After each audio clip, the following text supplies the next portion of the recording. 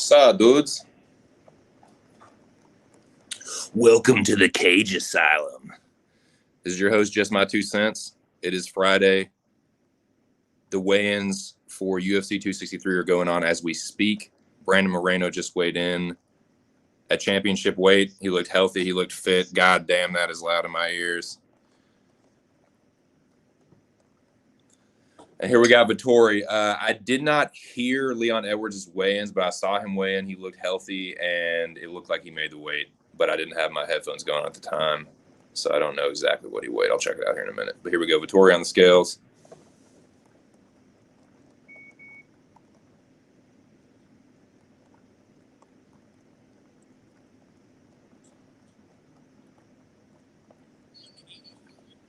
$184.5. So Vettori made championship weight. This guy doing the scales is not my dude. The homie Scale Tech, the fucking Pimp Daddy Libras. This guy is not announcing the weight beforehand. Like, I can't hear shit that he's saying. So Anik is going to get me before all these. But yeah, Vettori made weight. Moreno made weight. Pretty sure Leon Edwards made weight. We got Matt Frevola coming up to the scales now. But it's Friday, man. I hope you're all having a good day. Mine isn't going too bad thus far. About to fucking get this binger rolling. Frevola on the scales. See what happens.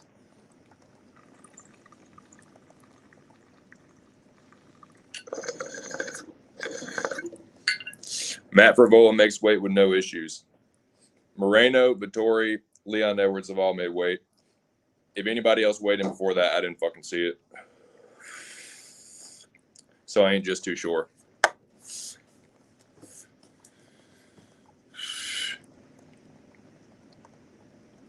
All right, here we go. Drew Dober, the ever handsome Drew Dober, stepping up to the scales with his hair just so. There we are. Looks a little sucked up as he usually does. But he looks ready to go. Looking out, casting a gaze upon the crowd with a model-like pose. 154 actually for Drew Dober. I don't know why you would make 154 if you only have to make 155 and you look like you're cutting a lot of weight. I don't know. But yeah, Drew Dober makes the weight. And he's off. The champ is here. The champ is here. What's up, champ? How you feeling on this Friday? You ready for action? I got a special announcement coming up, and I'm glad you're here. So don't you go nowhere. No, I'm just playing, man. You do what you need to do. But good to see you in the building. Glad to have you in the chat, as always. Hope you're looking forward to this weekend. No, I am.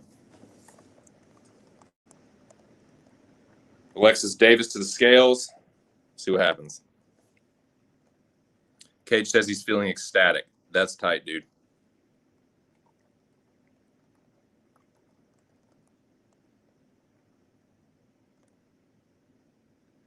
$134.5. Everyone's underweight, man. They said, fuck missing weight. You know, Alexis Davis, she's not put together too bad, man. A little bit of a butter, but she's not too bad. I've definitely seen worse looking female bodies. Hakeem Dawodu stepping up to the scales. Can't remember how he's looked in past weigh-ins. He looks a little sucked up. I'm trying to remember what he's looked like in his last fights. He looks a little 145.5. He made the weight, looks happy, pounding his chest. He's ready to fucking go. It's not going to matter, though, dude. You're getting worked by Mafsar, but it's going to be a good fight. Yeah, Evloev is going to handle business, though. Panny stepping up to the scales next. Not mad at seeing old Panny weigh in either. I'll tell you that. There's definitely women that are harder to look at. For sure. Panny stepping her cute little behind up to the scales. Let's see what we got.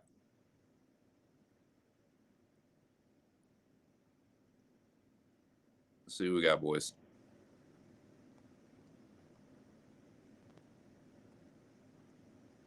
$135.5 for Panny. There she go. Looking good, looking cute, looking ready to go. That's what's up.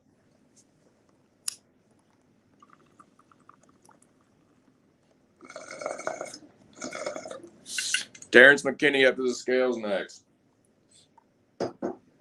Terrence McKinney is stepping in for Frank Camacho to fight the Steamroller. Steamroller made weight. McKinney stepping in on short notice. See what 155.5, and I'll tell you what, he looks fit, man. He just fought not too long ago, so he shouldn't have been too off weight, but yeah, he made it. That's gonna be a good fight, man. That's gonna be real interesting. I think he's definitely more live than fucking Frank Camacho. Here we go, Bully Bilal. Up to the scales. Remember the name. Here we go. It's crazy that he and Edwards are both on this fight card together and not fighting each other. I mean, not really. Leon was beating the shit out of him. He would have easily won that fight without the eye poke. He was well on his way. Let's see what happens. Bilal on the scales. I'm nervous. Why am I nervous? 170.5 for Bilal Muhammad. There you are. That smile fought a week ago. Yep. McKinney. Yep. Camacho has the same chance that McKinney does early. You know, he has that puncher's chance early, but McKinney is still like more alive to me. Like, he's a good wrestler, and yeah, that'll be a good fight, man. Here we go. Chase Hooper, the young phenom stepping up to the scales. Looking like my little cousin. Not really. He doesn't look anything like my cousin. All my cousins are older than him, too. My youngest cousin is like a few years older than him. Well, that's not true. No, that's not true. I do have a cousin that's in college right now. I take that back. One of my cousins is like 20 or something.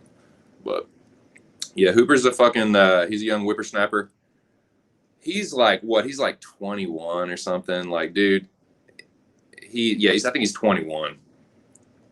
But he looks like Chase Hooper, just looks like a scrawny little fucking kid, you know? Jamal Hill, slow walk up to the scales. Drops the hat, drops trowel, rocking the chain. The general's in the motherfucking building. Peace to you, brother. Que onda, way? Que perro. Perro. I can't roll that fucking R, man. I always fuck it up with a dog. 205.5, I think, is the weight for Jamal Hill. So he makes the weight. I'll tell you what, man, there is some animosity between that man and Paul Craig. That's going to be a good fight, too. That's the fucking main card opener, man. Mavsar Ivloyev, my dude. My dude, man. Y'all fucking y'all keep your eye on this man right here. Y'all remember this man's face, because you're going to be seeing it for some time. This man right here has the potential to be a future champion. Not saying he's going to be a future champion, but he definitely has the potential. I definitely got him over Hakeem Dawodu, who I think is a good fighter.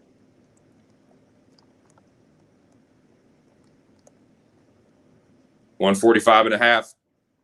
Looks a little sucked up, but he looks like a brick shit house. He's just going to be the better overall fighter, and I think his grappling is going to make the difference. Dawodu might be a little bit sharper on the feet, but Evloev has good striking, man. He trained at fucking Tiger Muay Thai for a while. I don't know if he's still there or not, but he's got a good striking, dude, and he's just the better overall fighter. Like, his Greco-Roman wrestling is some of the best in that division, and he not only does he use like the upper body throws, but he uses trips and shit too. Like, he incorporates the judo part of it into like the upper body wrestling. Pretty much the opposite of fucking Yusuf Zalal. We got Lauren Murphy upon the scales. looking like Lauren Murphy. You know, it is what it is. Not like Lauren Murphy. She's a good fighter. I'm not going to dog Lauren Murphy, man. 125.5. She looks happy. She made the weight. She has the one arm on the hip, flexing the one arm, similar to Valentina in the way she poses. Not exactly. Valentina's more to the side, but yep. That's Lauren Murphy. Paul Craig. Paul the Scottish warrior Craig.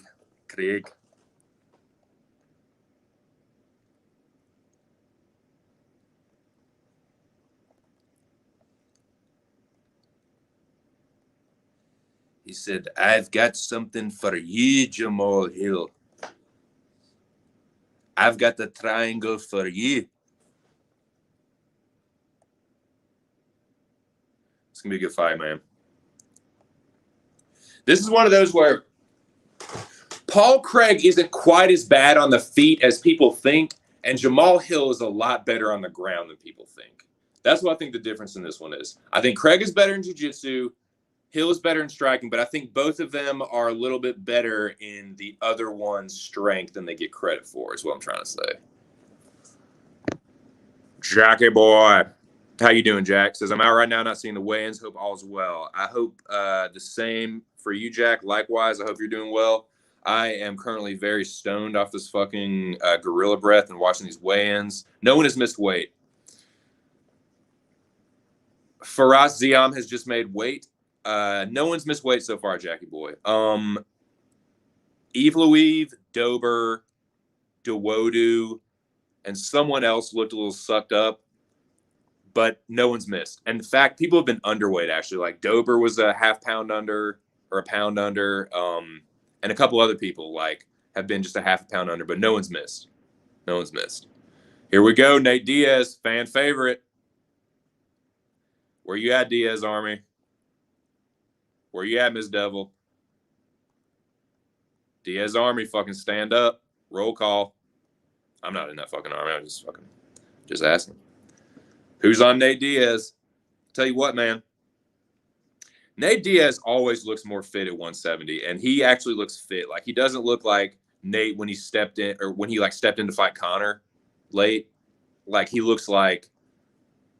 He looks good. Jack says, I'm right there with you, man. Has Vettori weighed in? Yes, he did.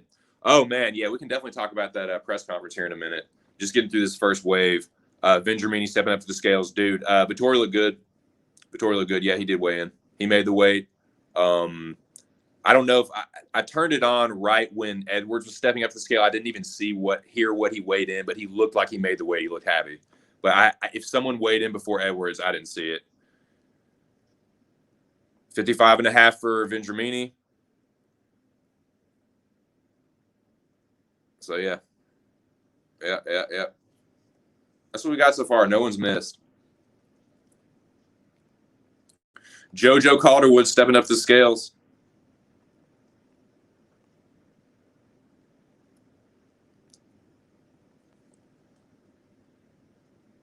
Yeah, this is like the card of the little low-key cuties. You know? Not the ones that everyone fucking like pre-jacks over, but just the ones that are kind of like, you know, fly under the radar.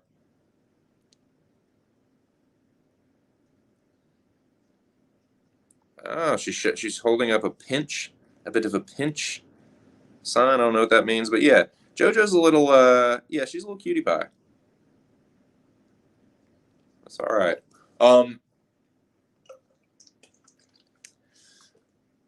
Darren, the dentist Stewart. There you go. Up on the scales then. Oh, here we go. The dentist. He'll pull your molar for you. See what he says.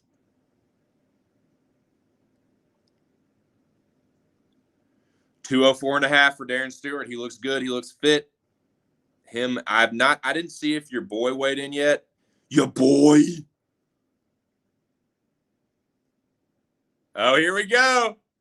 I spoke too soon, man. Your boys fought. Dude, Stewart wasn't even off the stage and fucking Anders got up there. Dude, I wonder what that was like. I bet they had to keep them separated. You got to keep them separated. Anders looks good. He always looks confused, like looking down at the scale. Like he's always like worried about it. I don't know. 205 pounds for your boy.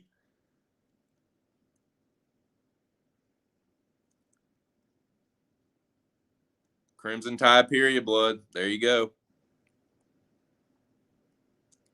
Yeah, I'm gonna get to these. I'm gonna get to my picks in just a minute. Fuck that dude. Which dude? Tried to get him for interviews and he wanted $100. You, dude, please tell me you're talking about Eric Anders. Please tell me you're talking about Eric Anders, and I will dog him. And give me a fucking excuse to dog Alabama, dude. This old Arky will fucking dog Alabama into the dirt and fucking Eric Anders along with it. I got no love lost for that motherfucker. Please tell me you're talking about your boy. Please tell me you're talking about Anders. Stewart. Ah, damn it. Damn it. No. I wanted it to be Anders. 262 for Carlos Felipe, looking like a bit of a tub. I've seen him look fitter. I've seen him look worse, I feel, but I've seen him look fitter as well. So he's kind of right in between that tubby-wubby, like, dude, they have these dudes lined up, man. What were these backstage things like? Because they had Stewart, Anders, Felipe, and Collier just boom, boom, boom, boom, boom, back to back to back to back to back. I wonder how close they're all standing with each other back there behind the backstage. Collier, again, looking like a tub of shit.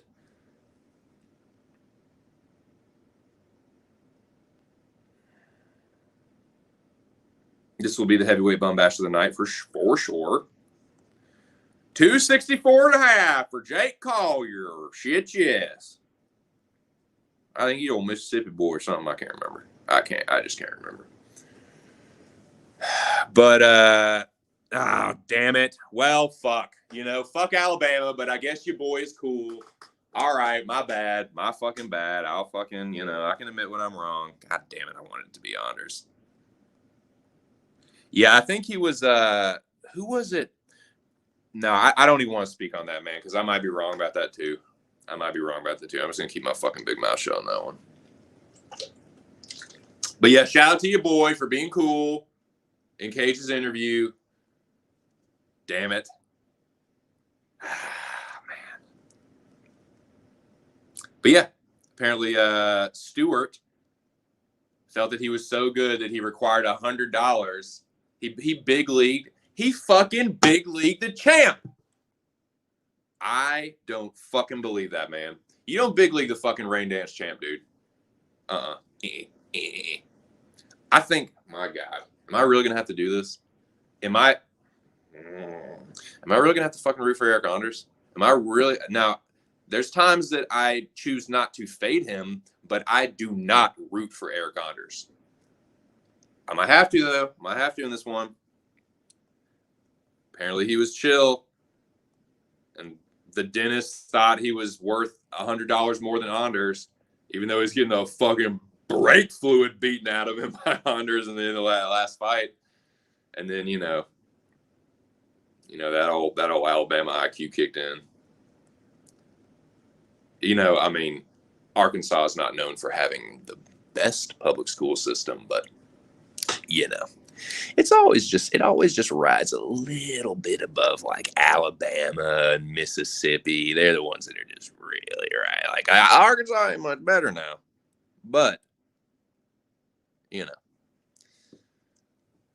thank God for Alabama when it comes to that.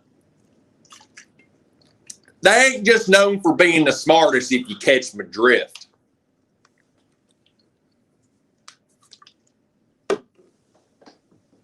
Nah, man. Anders was winning that fight. It's like, dude, why'd you fucking do that? Well, it's like, you know, Piotr Jan, he's, you know, college educated as well. And like, you know, he threw that knee. But I think Jan was he was a victim of his own mercilessness, as I think his lack of mercy, you know. What does an apex predator do when they see a wounded animal in front of it? You know, on its knees, just begging for its life. They fucking execute it and eat it. So, you know, what can you say? Well, I think that's the first wave because I hear the voice of John Morgan. So now I guess what I'm going to do is take a piss because I really need to. And then when I get back, we can start talking about these fights. Feel free, if you're comfortable with it, put your picks, put your strongest plays. If you got any action, which fights you're most looking forward to. I'm getting pumped for these fights, boys. It's Friday. It's raining like a son of a bitch. In the mid-Atlantic. I'm not necessarily on the shore now. I'm actually really close to West Virginia. I didn't realize that. I'm like 20 minutes from West Virginia probably.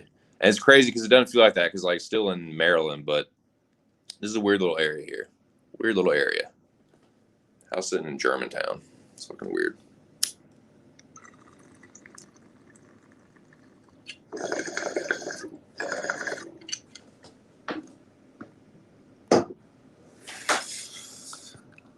Who wants to smoke? God damn it. I'm glad that wasn't the bong. That was just a spoon falling over. I'll be right back, boys.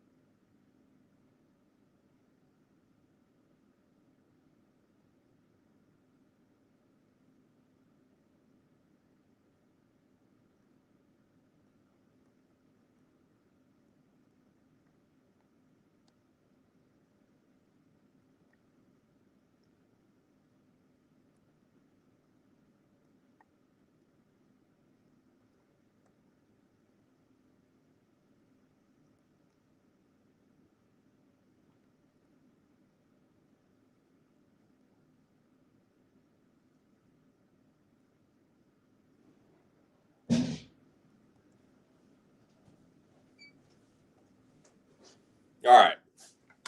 Now, let's talk about these fights. Let's talk about these goddamn fights. Fuck. I don't have son of a bitch. Okay, I'm going to have to take these weigh-ins off for a second. Belch. Excuse me.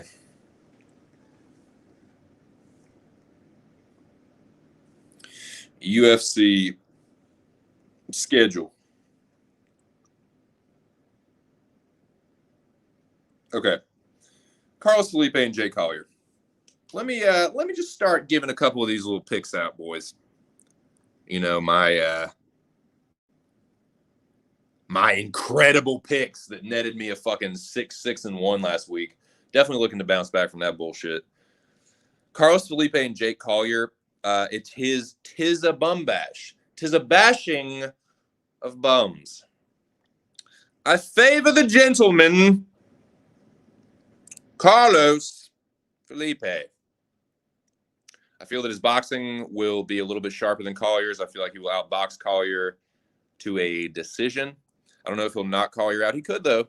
Collier has been, like I said, he's a dude that got slapped by Tom Aspinall. Carlos Felipe is not nearly as sharp as Tom Aspinall boxing-wise, but Carlos Felipe does have hands. If there's one thing Carlos Felipe has, it's hands. He's kind of a knucklehead, too. Like, you can beat on him a little bit, and he'll still be there. He's the guy that taunts all the time, and, like, when he's not really doing anything, just, like, he taunts and, like, you know, he's kind of a point fighter, but it is heavyweight, so there's a chance he can knock Collier out. But I am going to take Carlos Felipe by an ugly, fugly, not even really worth watching decision. That's what I'm going to take. Cage said he's headed to Atlantic City soon, letting the people know the champ is here. Northern England's finest says, I'm thinking about parlaying Edwards, Diaz, and both title bouts to go the distance. Plus 500, I think it's a good shot. Okay, so you're saying the Edwards-Diaz. So Edwards-Diaz, Figgy Moreno, and and Adesanya Vettori to go the distance. That's not bad, Jackie boy. Plus 500, it definitely has a good shot. I am not mad at you at all for that, my friend. The only one that could fuck you up, I think the only one that could fuck you up is my dude, the God of War. I think the God of War is the only one that could potentially fuck that up. But yeah, that's not bad, dude. I could see those both go in the distance. That go in the distance as well. See all three of those fights go in the distance. Sharp play in there, Jackie boy. Okay, so in Faras Ziam and Luigi Vendramini, I have not 100% made up my mind on that one yet. I have not 100% made up my mind. I'm leaning towards Luigi Vendramini. I'm slightly leaning towards Vendramini, but I just don't know yet. I just don't know. Steven Peterson versus Chase Hooper. I'm taking Chase Hooper.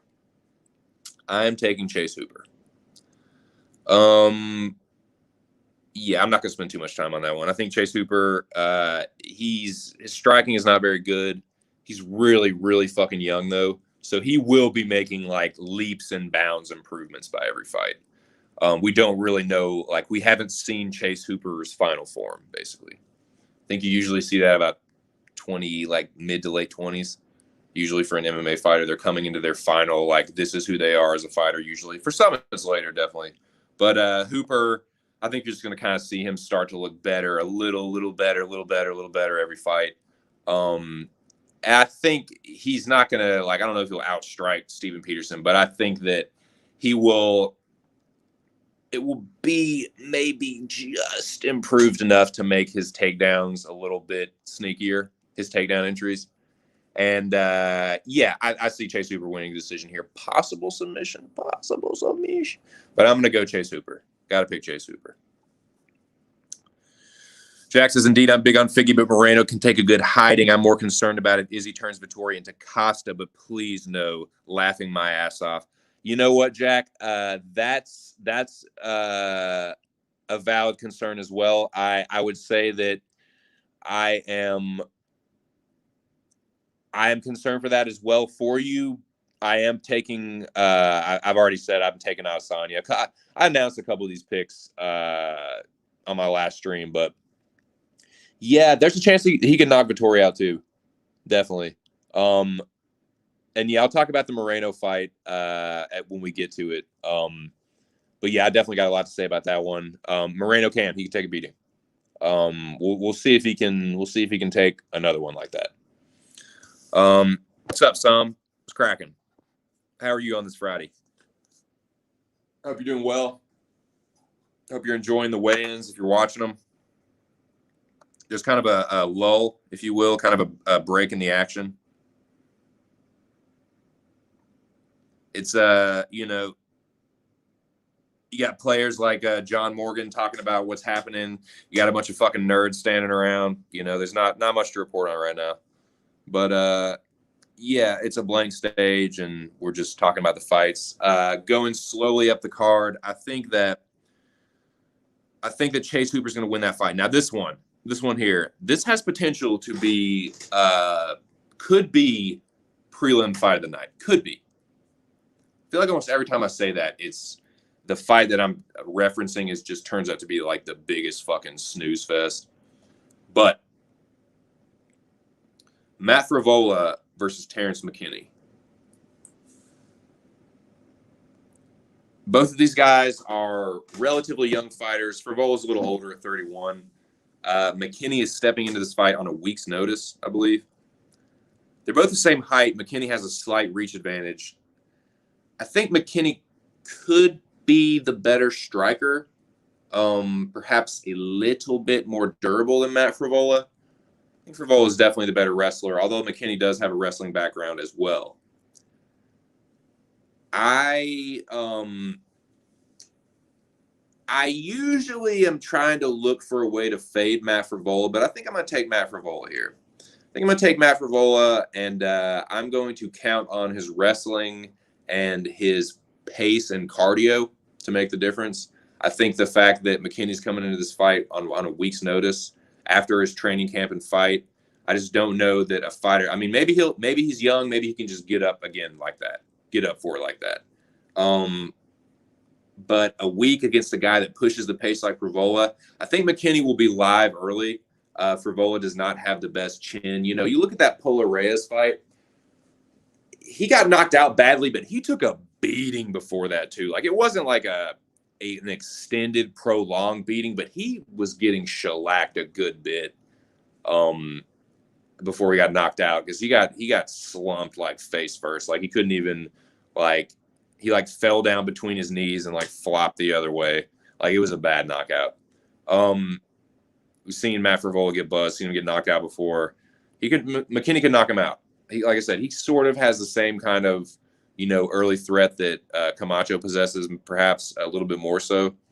But I'm gonna count on Matt Frevola to use his wrestling to weather the storm if he needs to, and to cruise to a decision once McKinney starts to gas out. I don't think Frevola is going to gas out, and I think that even if McKinney is able to hang with him, I think Frevola is going to be getting the best of the grappling, and his wrestling will take over late. So I'm going to go Matt Frevola, probably by decision. Moreno going to beat Figgy. We will see about that. We will just see about that. Some Solution says, oh yeah, Matt Frevola, the steamroller. You better believe it.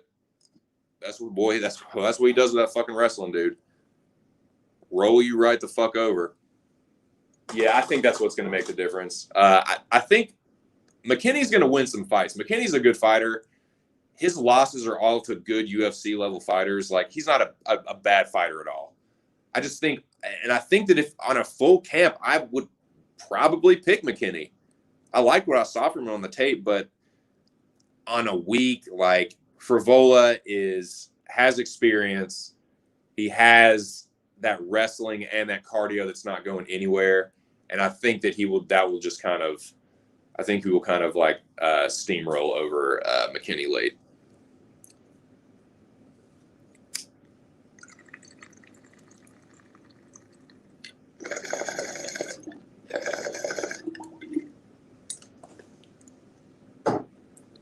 So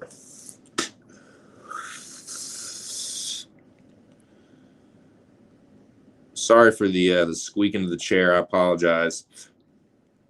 I might have missed somebody. Hold on. What did Anik say?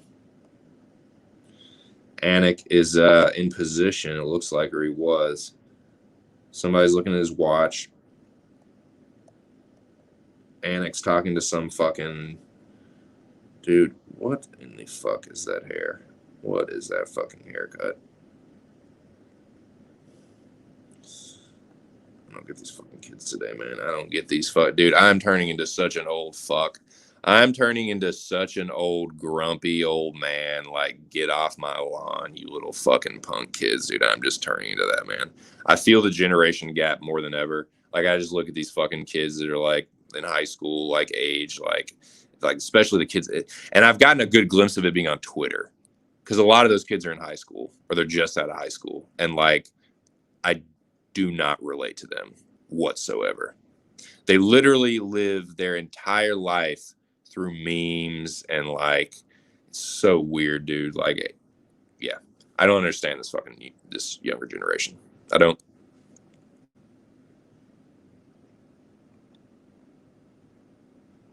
Let's see. It looked like Anna was getting the call. Like, all these fucking guys are in position, like, with their fucking papers ready and shit. Oh, never mind. It was his fucking headset. I thought it was fucking.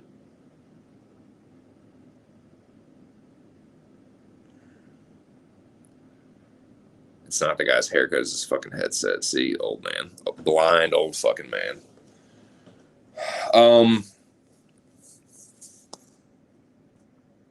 Is it almost news time? Well, I wanted to see if a few people could come in here. I mean, my chats are never the most lively, but there's only a couple of heads in here. I kind of wanted to wait a little bit until maybe a few more people came in, but I'll go ahead and just announce for the two people that are in here. Yeah, if you like, you just let me know. If it's what I think we were talking about earlier, you just let me know. I certainly don't want to step on your toes with anything. You know what I'm saying? Do you know what I mean?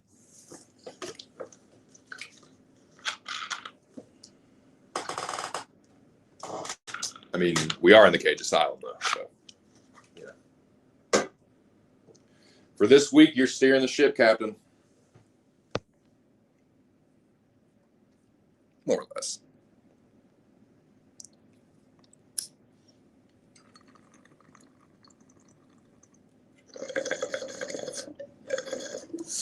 I'm a man of my word.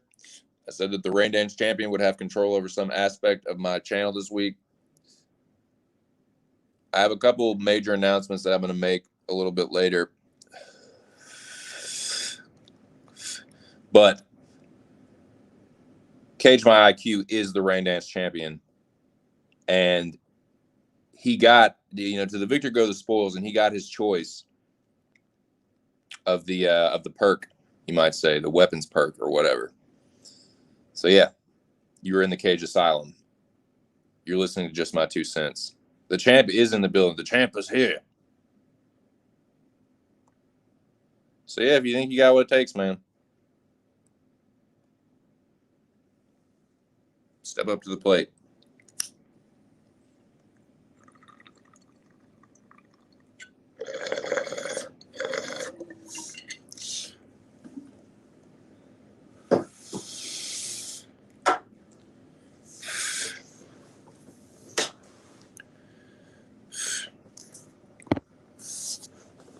Indeed, pound it. Pounds for sure.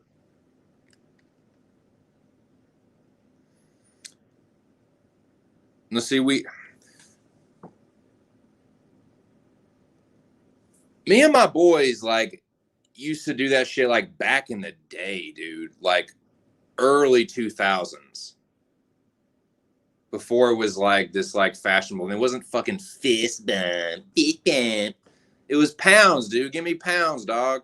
Pound it. And then you would do what the kids now are calling a fist bump. It's pounds. Pound it. Boom. When you say pound it, you know exactly. Boom. Bam. These kids don't know about that, man.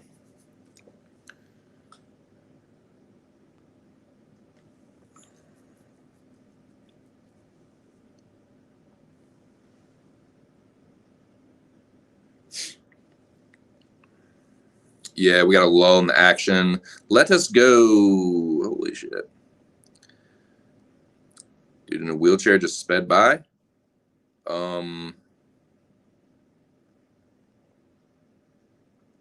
Very quickly. Let's see. Let's see. Where are we? Okay. Penny Kianzad versus Alexis Davis. I am going to pick Penny Kianzad. I think Penny Kianzad is going to bust up Alexis Davis and win a decision. Maybe. I don't know. I don't think she's gonna knock her out, but I'm gonna go Penny Kianzad by decision. I'm gonna go Penny by decision. Now, those were the early prelims. Those are just early prelims. The prelim card is actually pretty tasty. It's a pretty tasty little prelim card. Kicks off with the homie Mavsar Evloev versus Hakeem Dawodu. This is a great fight. Both of these guys are legit prospects. Like I said earlier, I think Mavsar is a little more well-rounded. I think his grappling will make the difference. He's another dude that can put a pace on. And he's got a good chin. He's durable. He's very hard to submit.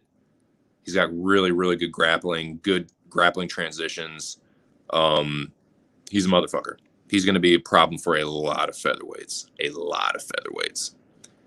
He's that new style of fighter that, like, he's not bad at anything. He's good at everything. And there's some things that you're just not, like, He's a guy that moves through the gears very well. He's a guy that transitions from striking to grappling to wrestling to submissions to, ground and pound to all that. He just like he shifts through the gears very smoothly. And I think he's going to do that to Dawodu. I think Dawodu will have his moments. I think Hakeem is probably a little bit sharper of a striker, but I think that Evil is kind of nice on the feet too. He's not too bad on the feet at all. So, like I said, I think the well-roundedness of Evil will make the difference. And I'm super biased. I'm a fucking Evil standboy, so it is what it is. But I just have to make that known in the interest of full disclosure. I will be picking Mobstar Evil by decision.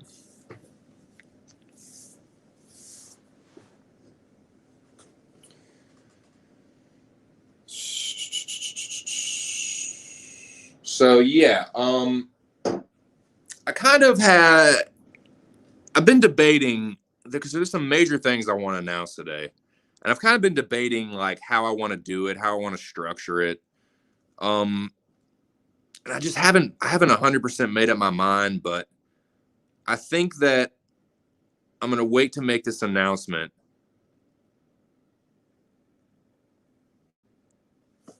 I'm going to wait to make this announcement till after the weigh-ins are over. And I'll just go ahead because I'll give my picks, and then I'm going to drop this news.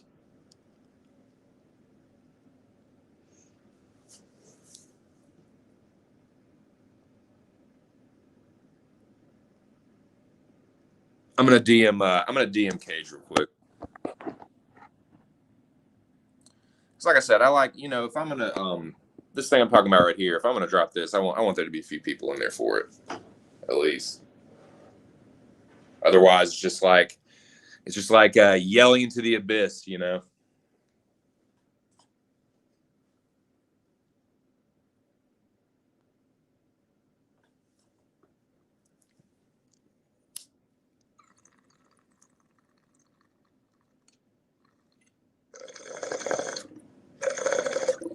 But yeah, boys, I will tell you one thing, though. I can go ahead and tell you this. I'm going to be streaming for a little while today. And you'll find out why eventually, but I'm going to be streaming for a little while today. And I will, I'm going to DM Cage real quick and ask him something. And then, we'll keep moving up the fight card. Like I said, I do have Evil Eve. And then we will move on to the next fight.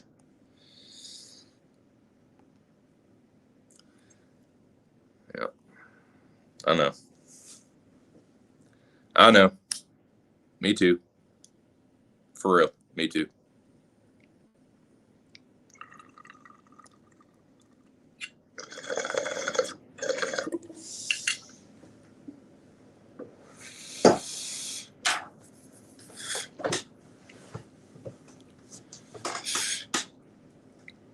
But yeah, let me send this DM real quick.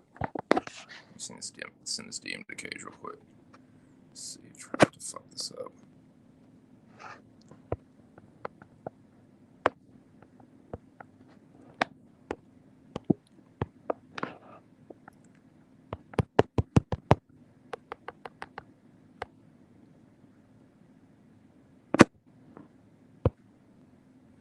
Yeah, I'm gonna wait and see if I can get a few people in here before I make that one announcement. But I'm gonna wait to the weigh-ins to make the big one.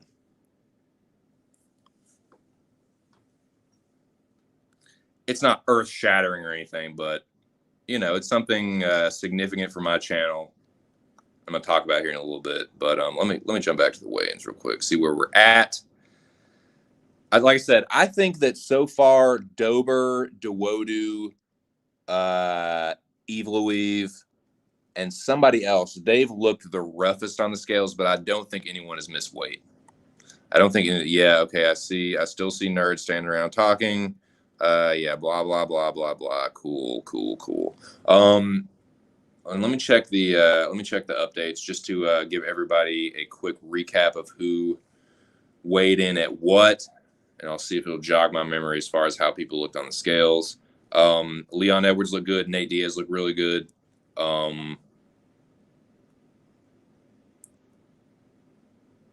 Jamal Hill looked really good. Paul Craig looked good. Vettori. I don't know if Adesanya. I didn't see anyone before Edwards.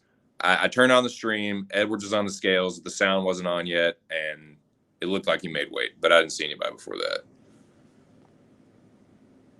Okay, here we go. MMA fighting. Okay, here we go. Felipe and Collier both look like tubs, both in the 260s. 262 for Felipe, 264.5 for Collier. Faraz Ziam and Luigi Vendramini. Okay, actually, Faraz Ziam was 156.5, so I take that back. So it looks like Faraz Ziam missed weight by half a pound. I don't know if he's going to re-weigh in, so I take that back. I apologize. I guess Ziam missed weight according to MMA fighting. I guess I missed that one too. Fucking idiot. But but Vendramini was 155.5. Chase Hooper was 145.5. Still waiting on Steven Peterson. Steamroller and McKinney both made weight. Frevola was bang on. McKinney was 155.5. Panny and Alexis Davis both made weight. Panny was 35.5. Davis was 34.5. Eva Louise and Dawodu both made it. They both looked a little sucked up. Murphy and JoJo both made it. Anders and Darren Stewart both made weight, as did Drew Dober. He looked a little drained as well. Haven't seen Riddell. Craig and Jamal both made it. Still waiting on my Bully Bilal made it at 175.5. Edwards and Diaz both look good on the scale. Both were bang on weight too. Still waiting on Figgy Fig. That'll be the big one. I'm sure he'll be one of the last ones. So I'm sure he's still. Moreno was slam on weight. He looked good. He looked fit. Adesanya has not weighed in. Okay, so Vettori was 184.5, and that's where we're at so far.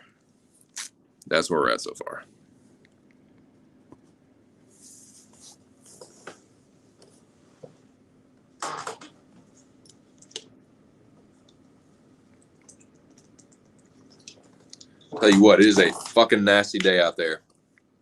Wind is a howling. Rainy as shit here on the fucking West Virginia border. Damn near it.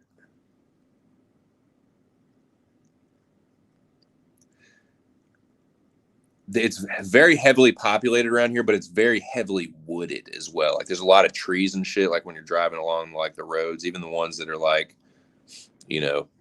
around a bunch of shit and restaurants, it's just like trees fucking everywhere. I think it's kind of cool.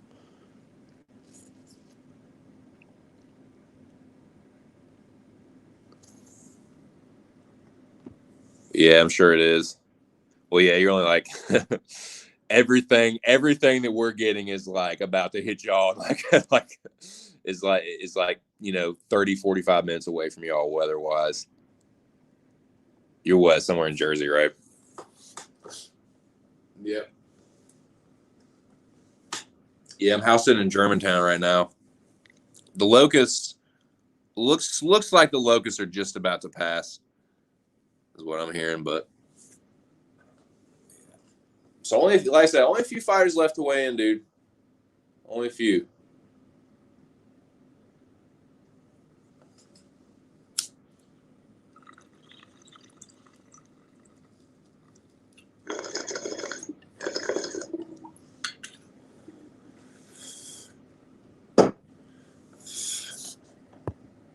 Nice, outside Philly. Oh shit! So that's like Central Jersey or like Northwest Jersey or something. My mom's from Patterson. Yep. My mom's from Northern Jersey. Not originally, but she grew up there. The Patterson area.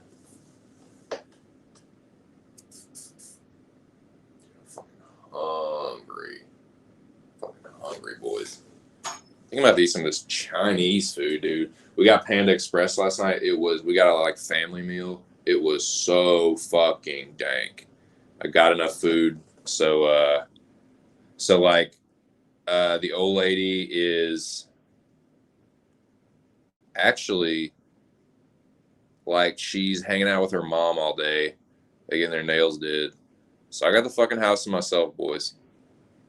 And be smoking, be streaming, be fucking crushing this Panda Express.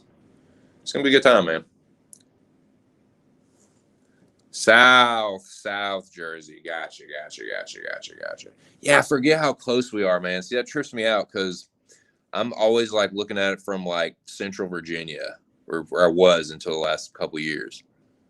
So I'm always like, oh yeah, Jersey and Philly and all that. That's like hours and hours and hours away. No, it's like 2 hours, like from where we were living outside Baltimore. And now it's it's a little bit further now, obviously, but still. But we're really close to like the southern Delaware border.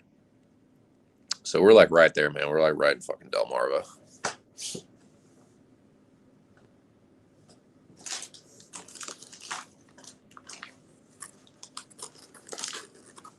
But yeah, dude, I got a house to myself.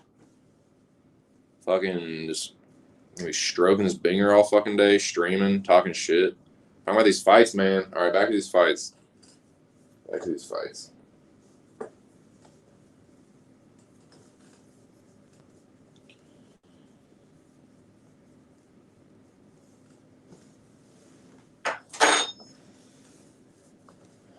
Which fight do y'all think will be fight of the night? 2 people in the chat.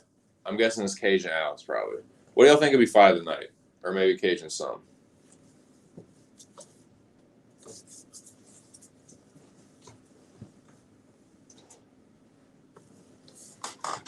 Excuse me while I crush this fucking teriyaki chicken.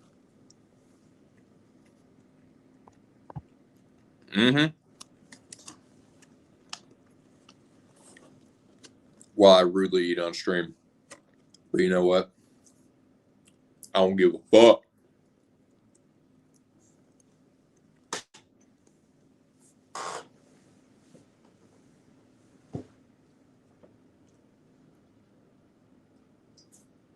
Yeah, got this sweet map of like Maryland right here on the wall. It's like one of those like vintage looking, like it's supposed to look like an old tattered map kind of deal. It doesn't even have like the modern roads and shit. Like, it doesn't even have fucking Route 50 on it.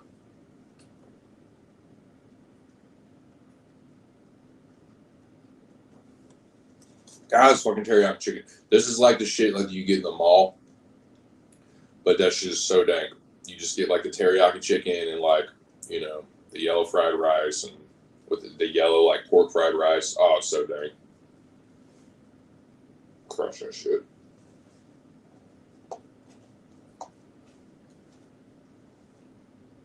Yeah, because Philly is in like southern Pennsylvania, right? Like southeast Pennsylvania. Yeah, I've never been to Philly.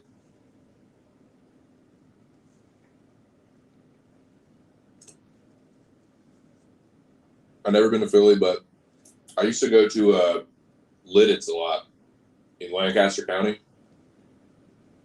Where my mom's like old college friends settled down there and like had a family or whatever. But yeah, they live in Lidditz, so we make that drive up there a lot. But I've never been to Philly, never been to Pittsburgh or anything like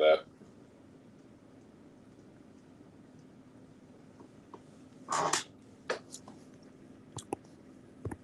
Southeastern PA says, "Yeah, I gotta go." My best friend has family live there, and he's always trying to get me to go up there, dude. But the old lady wants to go too. I got to try this cheesesteak, man. I got to get an authentic cheesesteak from Geno's, and then I got to get the other one, like the rival one, just see which one's better. We'll get one day and one the other. I feel like if you get it like the same day, it'll be like poisoned, almost like tainted. So I feel like you got to get one day, and then the rival cheesesteak the other day.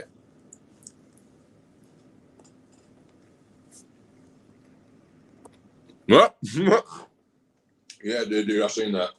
Yeah, we can talk about that. Yeah, I seen that shit.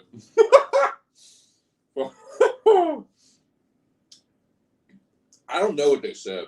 Do you know what they said? Did you hear what they said? The video I watched, they were just in each other's faces. Craig had his hands in his pockets. Hill was saying something to him. Craig was saying something back. I didn't know what it was, though, but I think Terrence McKinney was like, Like that's the video I saw, and like I don't know who took it, but Terrence McKinney was right there, and they're like, "What do you think, Terrence?" He's like, "Let's go." Yeah, I seen that.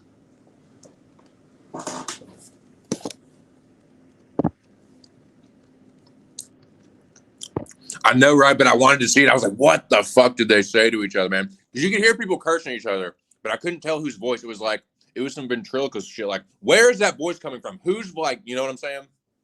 Pretty sure I could hear Craig like, God, what did he say? He was saying fucking something like, "Oh, so you fucking some man." What? God, I wish I knew what they were saying. This teriyaki chicken is so fucking chronic. Oh my God, it's good. There's some kind of addictive chemical in it that makes you crave it fortnightly. What y'all know about that So I Married an Axe Murderer, man? What y'all know about that shit? Y'all like that movie? You ever seen it? So I Married an Axe Murderer with Mike Myers? Is he on the scale? Thank you. Thank you. All right. Hold on. Unprofessional as fuck. Do I care? No, I do not.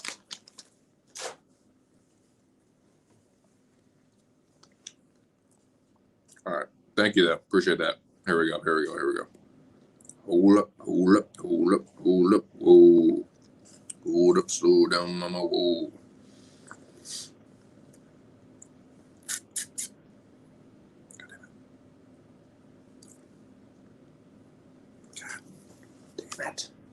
Damn it. Fuck. Dude, there's a video. All right, here we go. Yeah. Thank you. All right, here we go. I missed this live, but thanks to the champ, the rain dance champ, he let me know Israel Adesanya has weighed in. I'm about to watch him weigh in now. It says live weigh-in reaction. It's, I missed it live, so, fucking sue me. I'm sure a lot of people are going to be disappointed. Yeah. But,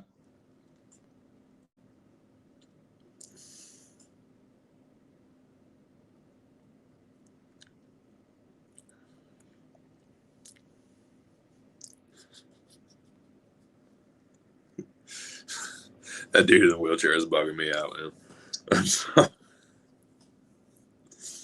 All right. Adesanya on the scales. Here we go. Snap. I can hear all the cameras. He looks good. He looks fit. So this is his return to 185 for the champ. He looks good, though. He doesn't look like too sucked up. God damn. See, that was unnecessary, dude. Why did you do that? Why did you fucking do that? What are you trying to prove with that, man? Was that... That is so unnecessary, dude. I can understand if you're like a half pound under because you're worried, like, oh, what if I somehow put on this weight before I hit the scale? Because you want to be bang on championship weight. But, like, dude, you weigh a pound and a half under the weight. You were just fighting at 205, and now you're at 183 and a half. He didn't look that bad. But that's, God damn, like, why? Tell me, Israel. Why did you do this, sir? Why have you done this, sir? Why have you done this? For what reason? I want to know. I want to know right now. I want to know the reason he did that now. I'm just kidding. I'm just high, man. I don't know. It's fucking just Panda Express. I'm going to be streaming for a while today, boys. I'm going to be streaming for a while today. Just to let you know, I'm making a couple announcements here soon. I'm going to make one. There's 4 people in the chat. Well, I'll tell you what. The champ, Cage My IQ, the Rain Dance champion, currently, has a really fucking dope ass interview coming up, boys. I'm not even going to tell you who it is. I might throw out a couple hints here and there. But be on the lookout, man. Be on the lookout for the champ's interview coming up this week. I'll tell you what, it's a real exciting fighter. That's on that motherfucking come up. So yeah, man, be on the lookout. Be on the lookout. Who could it be? Who could it be? I don't know. I don't know.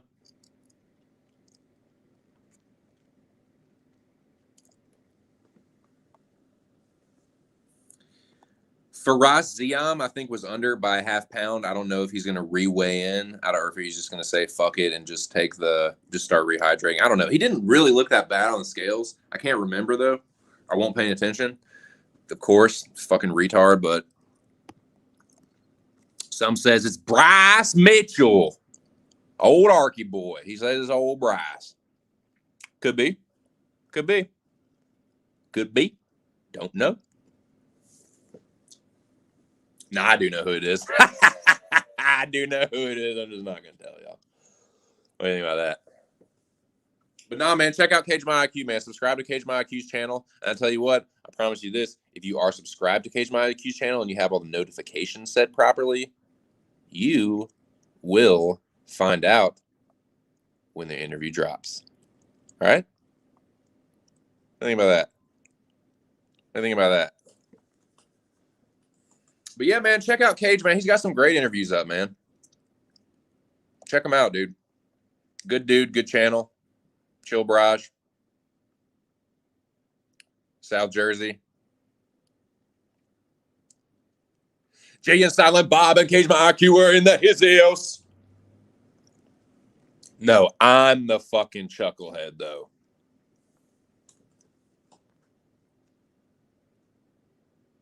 You're the fucking dumbass that sold your rice, and now you don't get no movie check neither.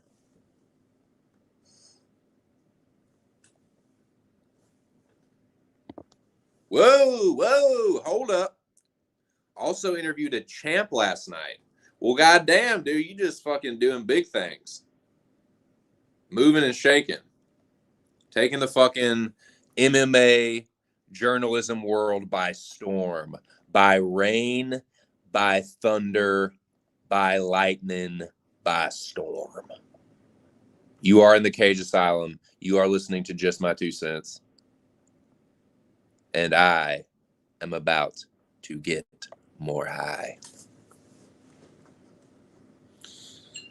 Listening to the subtle voice of John Morgan, I can't really hear him clearly. Not hearing a lot of John Morgan. This has been a very contained. Well, here comes John Morgan. Yeah, prove me wrong. He's very contained. It's more muffled than usual. It's my Jim Nantz voice. Here we are at Augusta on the 17th hole.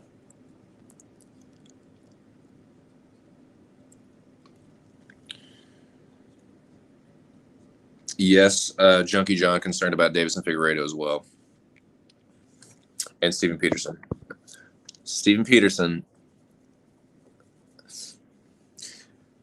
183.5. I want to see what John has to say about this. Yeah, 184 for Vettori.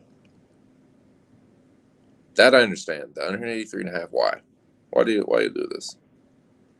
Why I do the thing for that? But John said nobody missed weight, so maybe that was a typo. Maybe Ziam made the weight. I have no fucking clue. I have no idea, man. Ask somebody smarter.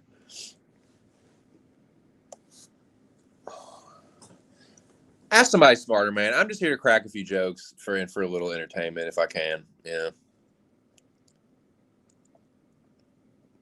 What did John's talking about somebody else. John Morgan with the inside jokes. Sorry, John, not cool enough to know who you're talking about.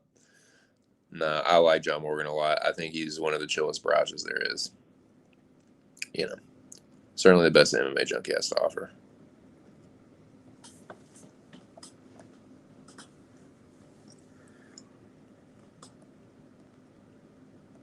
Junkie John, you know, he's the face of MMA junkie.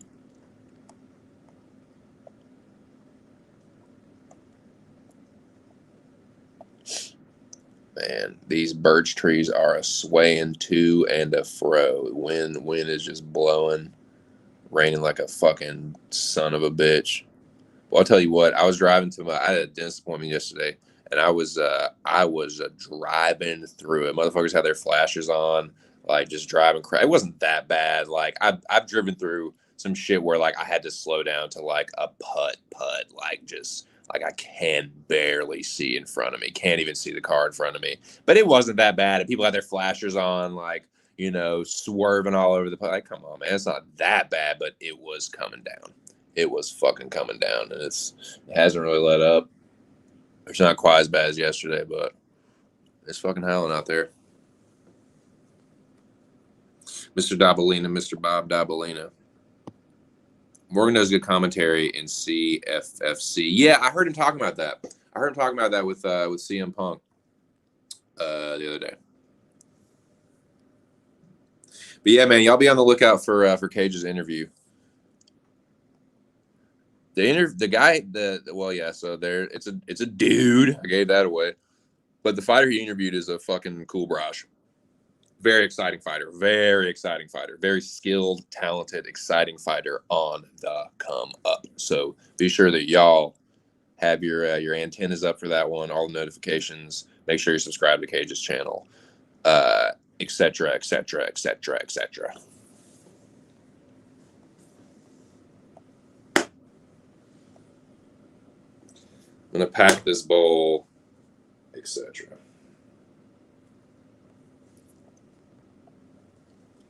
Yeah, dude, I'll tell you what, man, this fucking gorilla breath, holy shit. Oh my God, for that. It's a great thing for my life. I love that, baby. Ooh, Junkie John giving his picks away a little bit. John says no big upset calls. I mean, I've already given that away too. I have no upsets in those last 3 fights. Let's Let's let me repack this bowl. So we're still waiting on just a couple people. I mean, the big one we're all waiting on is Figueiredo. I want to see how Figueiredo looks. I'm going to leave this up and just continue to talk about the Nate. Let's talk about the Nate Diaz Leon Edwards fight for a second, if we can. Let's talk about the Nate Diaz Leon Edwards fight. Now, both of those guys look good on the scales. They both made weight, so that fight's official. So we can officially start talking about that. I'm sorry, man. John Morgan's voice is too soothing, and it just distracts me from my own thoughts. Can't hear myself think, John. You're too much of a cool Texan, and it's fucking with me. All right. Now, Nate Diaz and Leon Edwards. From a pure, if you're looking at the fight in a vacuum, skill-wise, Nate Diaz, Leon Edwards. If it's a prime Nate Diaz and a prime Leon Edwards, Nate Diaz to me is, I don't know, he's so weird, man, because like he does look good. He has good wins at 55, but like I just think at 170, he's a motherfucker. Like, but what he does and what he has always struggled with is the grappling. He can get, dude, there's like 12-year-old wrestlers that could probably take Nate Diaz down. Leon Edwards is going to be too well-rounded for him. That's what Nate, like both Diaz brothers, honestly, have always struggled with is well-rounded fighters.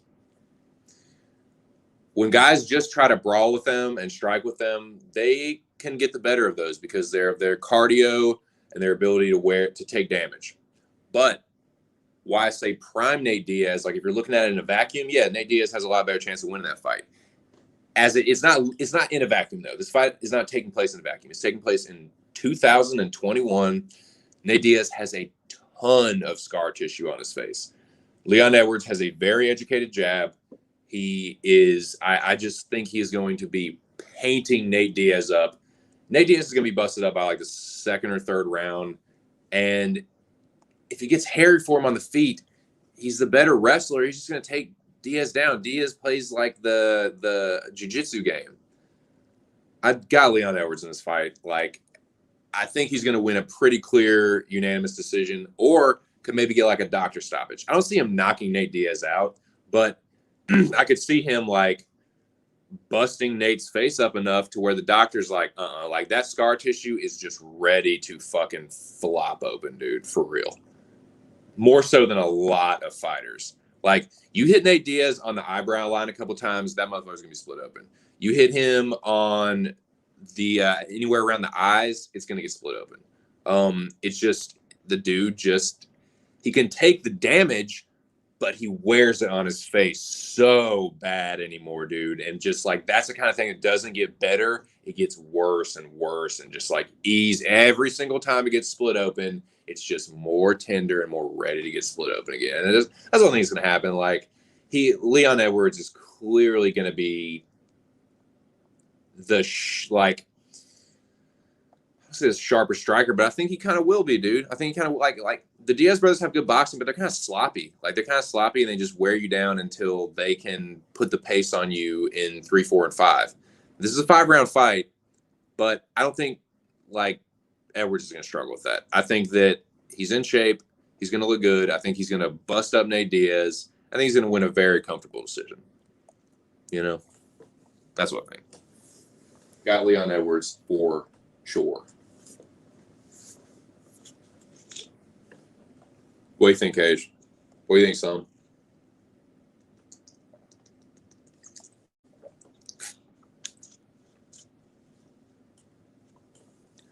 What do you think, boys, about Nate Diaz and Leon Edwards? Who do you think is going to win that one?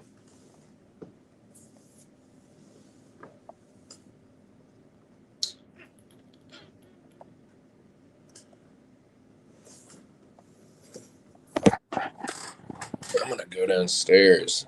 Dude, I got a sweet tooth right now, man. I need some fucking dessert. I got a little bit more Panda Express, too. I had a little Mongolian chicken earlier. Fucking teriyaki chicken.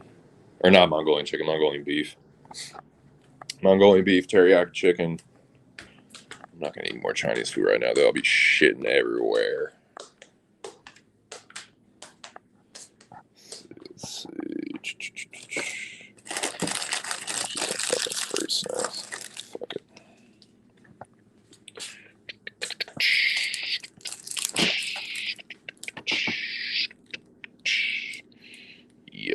Yeah. I'm not going to eat lunch right now. But anyways. All right, so yeah. Now, the co-main event, I might save that one too. I think I want to talk about, if I want to talk about next, is Drew Dober and Brad Riddell. Drew Dober and Brad Riddell. I think I really, really am struggling to see this fight not playing out as just a straight up kickboxing match with MMA gloves. I just don't think there's any way around that. Like, both of these guys are strikers. That's their like first loves. That's their base. That's what they go to. Like, it's going to be a kickboxing match with MMA gloves. It's going to be like a one fight, basically, like one kickboxing. I really don't see either of these guys trying to fucking take it to the mat. I think they're both kind of like, you know, cocky, sure of themselves strikers. And I think they're going to strike. They both of them want to prove that they both know what's up, man. They both know this is a nice little action fighter matchup with two guys that like to strike. And they both have kickboxing backgrounds. They are going to fucking kickbox. I think Drew Dober has a little bit more power, and I'm taking Drew Dober. There's another one, man. It's all these, like, I think they could get knocked out, but I don't know if they will kind of shits. You know what I mean? There's just like a lot of that, right? At least for me. But I am taking Drew Dober. But I'd like to know what you guys think about this one. But this could be fight of the night, dude. They're both educated strikers. They're both. The first round of this fight, just look the fuck out. Look the fuck out in the first round of Drew Dober and Brad Riddell. Because it could get gnar.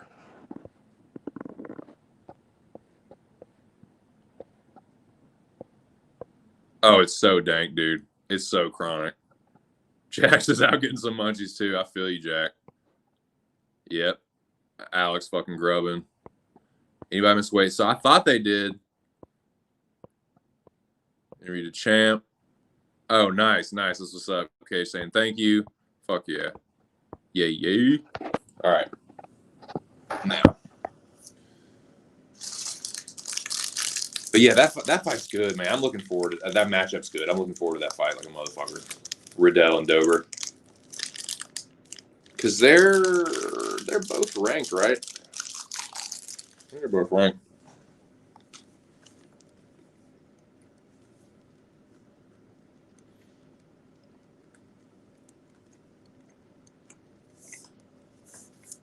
Let's see. God damn it.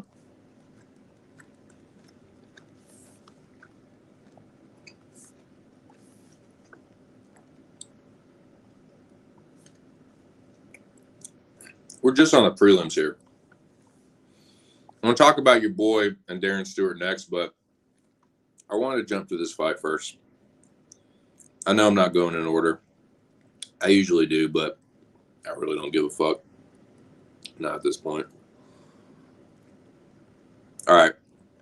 We'll start with Riddell first. I got time. I should just dig into these a little bit more.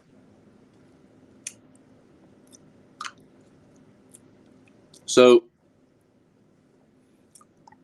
Riddell does have some jiu-jitsu. Now, like I said, it does have a good kickboxing pedigree. He had a close fight with Cedric Doumbé, who's the current Glory champion, if I'm not mistaken. So look at his kickboxing record. He definitely has a more established kickboxing record. Definitely. Now he has a decision win over John Wayne Parr a few years ago. Now, John Wayne Parr is a legendary kickboxer. John Wayne Parr has been past it for a little bit. He's still very competitive, but he's not been his best. He also lost the decision to John Wayne Parr a few years before that. So, but hey, he fought John Wayne Parr twice. He fought Cedric Doumbé, lost a close fight with him. Riddell is definitely more of an established kickboxer. That's fair to say. But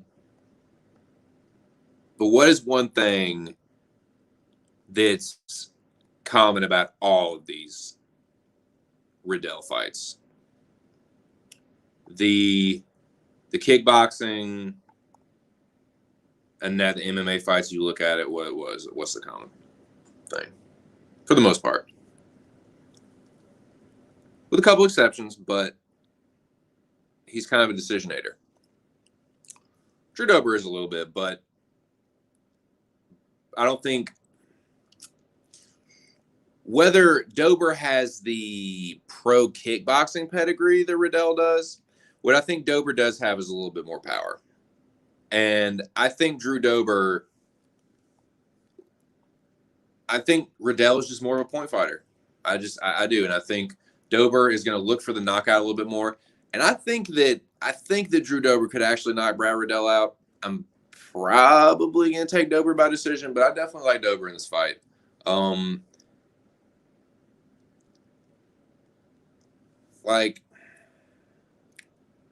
me pull up Dober's profile real quick. Now, Dober has a brown belt. It doesn't mean he's like world's better or anything, but he has jiu-jitsu as well. So I think it's going to kind of be a push on the mat. Look, Drew Dober's weakness is jiu-jitsu. But I'm sorry, I don't think Brad Riddell is the grappler that Islam Makhachev is, nor does he have the jiu-jitsu that fucking Beneil Dariush does. I mean, OAM is not the greatest fighter, but he definitely has good jiu-jitsu. But yeah, like, Dober knocks people the fuck out. –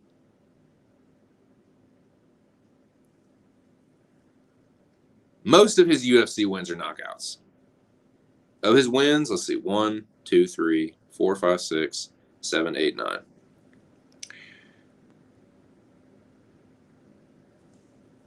And that is 1, 2, 3, 4, 5. Yeah. Out of 9 wins, 5 of them are knockouts.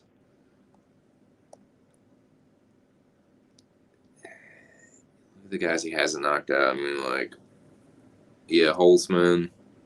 Because Holtzman and Camacho are both chinny, so that's a little like, but no, man, I don't think he's going to knock Riddell out, but I think that he will land the more damaging. This is why I'm picking Drew Dober.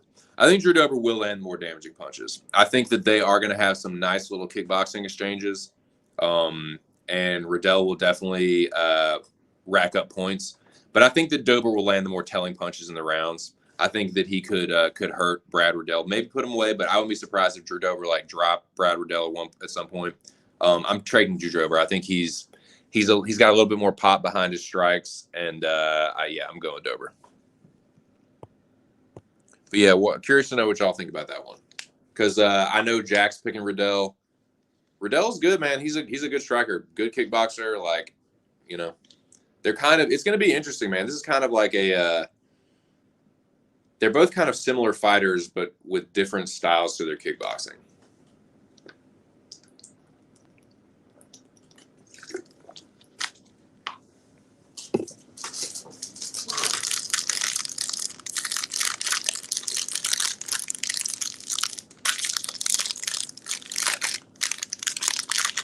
Mott's assorted fruit snacks are dank.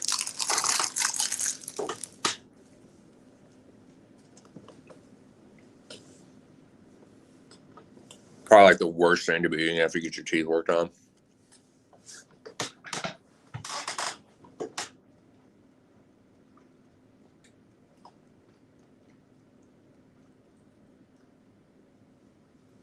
I can't eat those things like one fruit snack here. Then I eat another fruit snack. No, I just take the whole pack. It's a pack at a time. Open the pack. That's a bite. You know what I'm saying?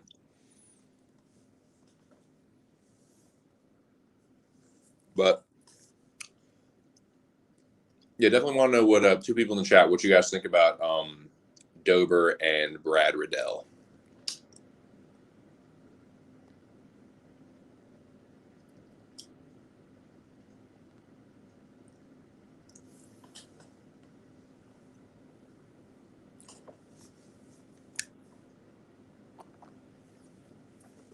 What does everybody in the chat, 3 people in the chat, what do y'all think about Drew Dober and Brad Riddell? I'm on Drew Dober myself. I think he's going to land the more damaging punches. I don't know if he'll knock Riddell out. I'll probably go Dober by decision. The general's on Dober. Jack has Riddell by decision. I just think Dober is too much of a liability. I don't blame you with that. Dober, like I said, would it surprise me at all if Dober, the brown belt, gets subbed by Riddell, the purple belt? Fuck no, it wouldn't. Dober has a propensity to get subbed. I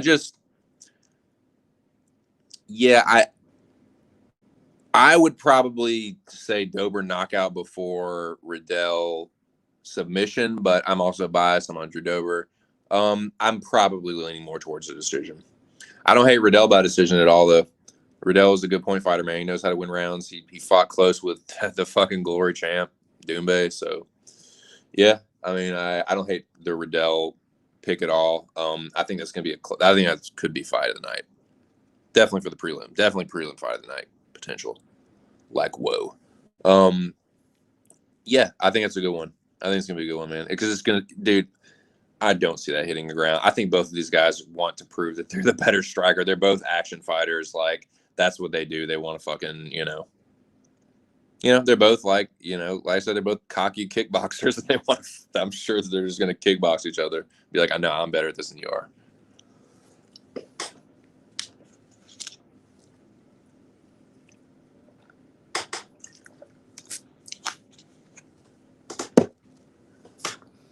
Nice. Dude, I haven't even looked at the odds, honestly. I have not even looked at the odds. Why don't I do that? Why don't we do that right now? Why don't we fucking do that right now, Jackie boy? Why don't we do that right now? And why don't I right now also at the same time? Carry the 2, subtract the 7.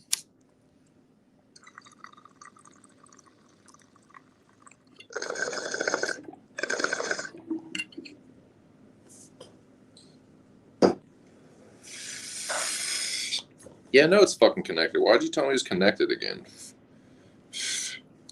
We are. This gorilla breath is just everything in the world. I don't think we missed anyone, but I wouldn't fucking know because I've not been paying attention. I think the last person to weigh in was Adesanya. So yeah, about Figgy. I'm pretty sure that we'll see him weigh in. I'm pretty sure that he is going to look like a ghoul, dude. Just a fucking skeletal ghoul, like an emaciated fucking prisoner of war, God forbid. Like, just he's not gonna look good. He's gonna look terrible. He's gonna look like a dying man.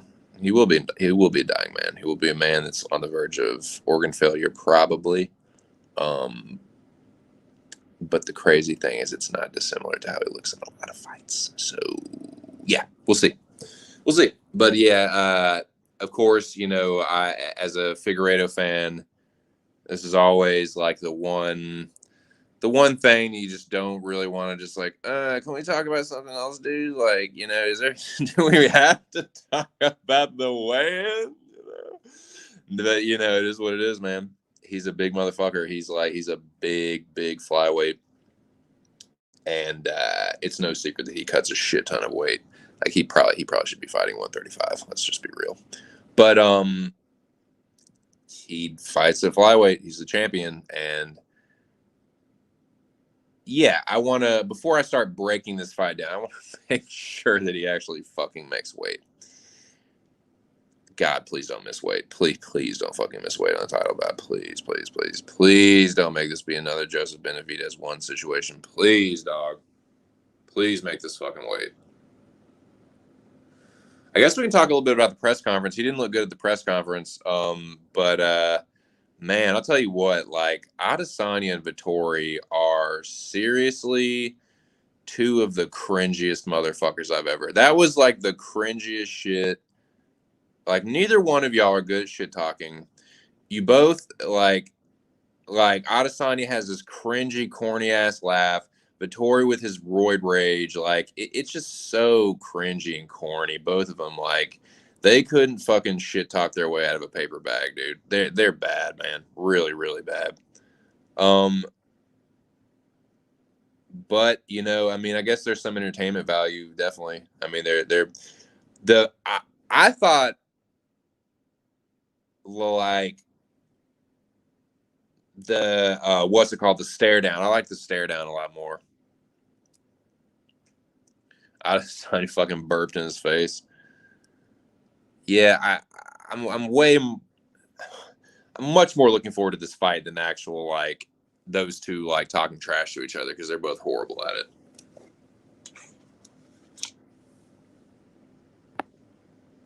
Alex Jack says nice.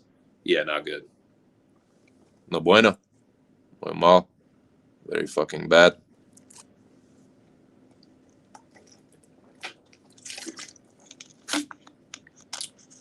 I'll tell you what's not bad though. That's gorilla fucking breath. So yeah, I think it's Gorilla Glue and Kush breath combined, and holy shit, one time for my mind.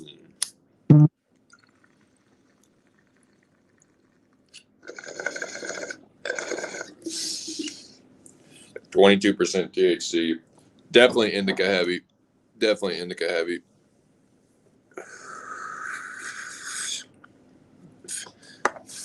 Dude, I got my fucking dentist appointment. I fucking was taking bats on the way back to Germantown, and dude, I was so fucking smacked, dude. It was like, yeah, I wasn't feeling the fucking tooth at all. It was great. Yeah, it's one of those like so bad it's good. Like it's like nails on a chalkboard, but it's just kind of funny because they're both just like retards with it. Like it's just they just try so hard. They're both like two of the biggest tryhards. Like as far as fighters, they're two of the best fighters they're the two best fighters in the division. But like they're shit talking and like, dude, like y'all are a couple fucking dorky ass tryhards because that's what you fucking sound like. Like there's like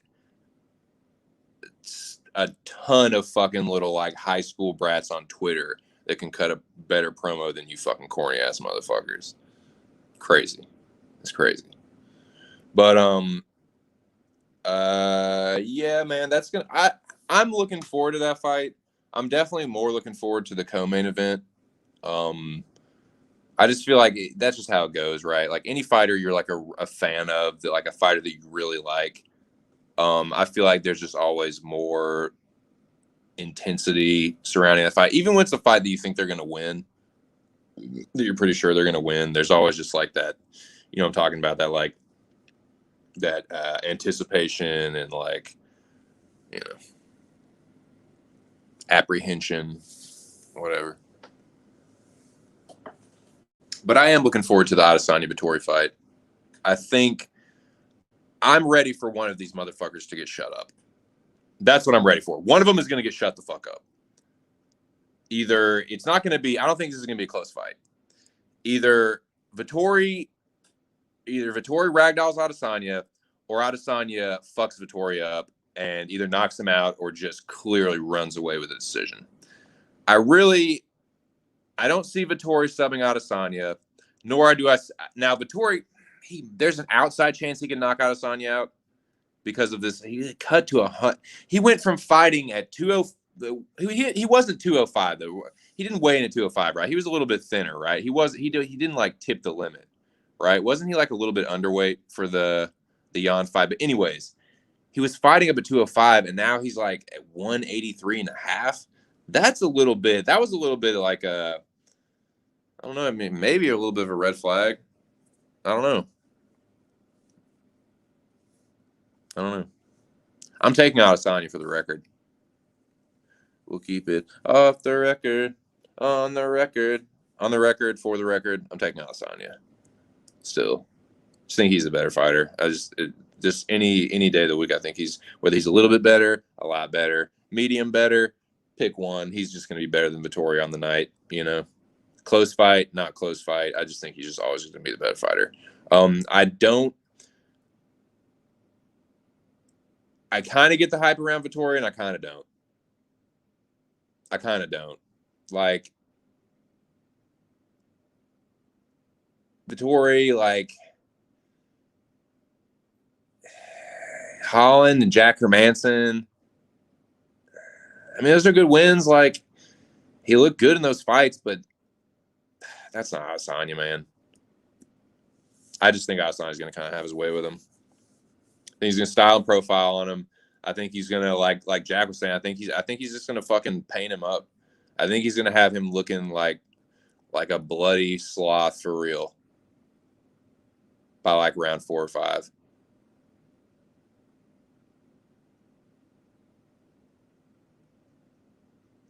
We'll see, though. We will see. I don't really like Israel Adesanya. I respect him as a fighter, but I've never really liked him very much. I always thought he was really cringy. I just can't relate to the guy at all. He's just a weird little fucking weeaboo. And I'm not on his frequency whatsoever. And I don't want to be on that frequency. It's some weirdo shit. But, yeah, I respect him as a fighter. He's a damn good fighter. I picked him against Whitaker. I definitely picked Blachowicz against him in that fight. But I'm going to take him here. I think he's a better fighter than Vettori. I don't think Vettori, maybe I'm wrong, though. Maybe Vettori is just going to come out there looking like a killer and he's going to spark Adesanya. I just don't see it, though, man. I don't think that, the people that, he's not. Jan Blachowicz is so much more dangerous on the feet than Marvin Vettori. It's just night and fucking day. He's bigger. His reach is longer. He's like his left hook. Like it's just Marvin Vettori doesn't have that shit. Not like Jan.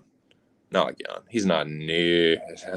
Talking about knockout power and like danger in the striking. Like nah, dude. Now if Adesanya doesn't take him seriously, he could get knocked out.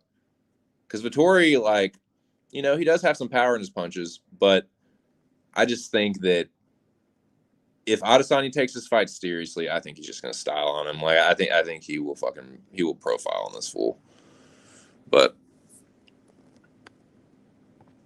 the backward shorts.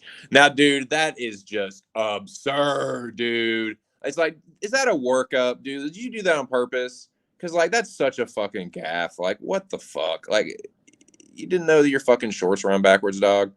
Like you're that fucking. That's a red flag right there. You're so fucking out of sorts and nervous you can't even put your fucking shorts on right. Like, yeah. Adesanya didn't know how to deliver that more than just say, put your pants on right. Like, yeah, you could have done a little more of that. But like, yeah, that's ridiculous. Like, dude, you can't put your fucking Venom shorts on right. Like, did you not notice that they're fucking like that your dick is chafing from the like where your ass is, but it's like what the fuck, dude? How do you not? The front of it is meant to fucking protect your little fucking Italian pee-pee, like, and you have it turned around. Like, how is that not uncomfortable, bro? Like, fucking ridiculous.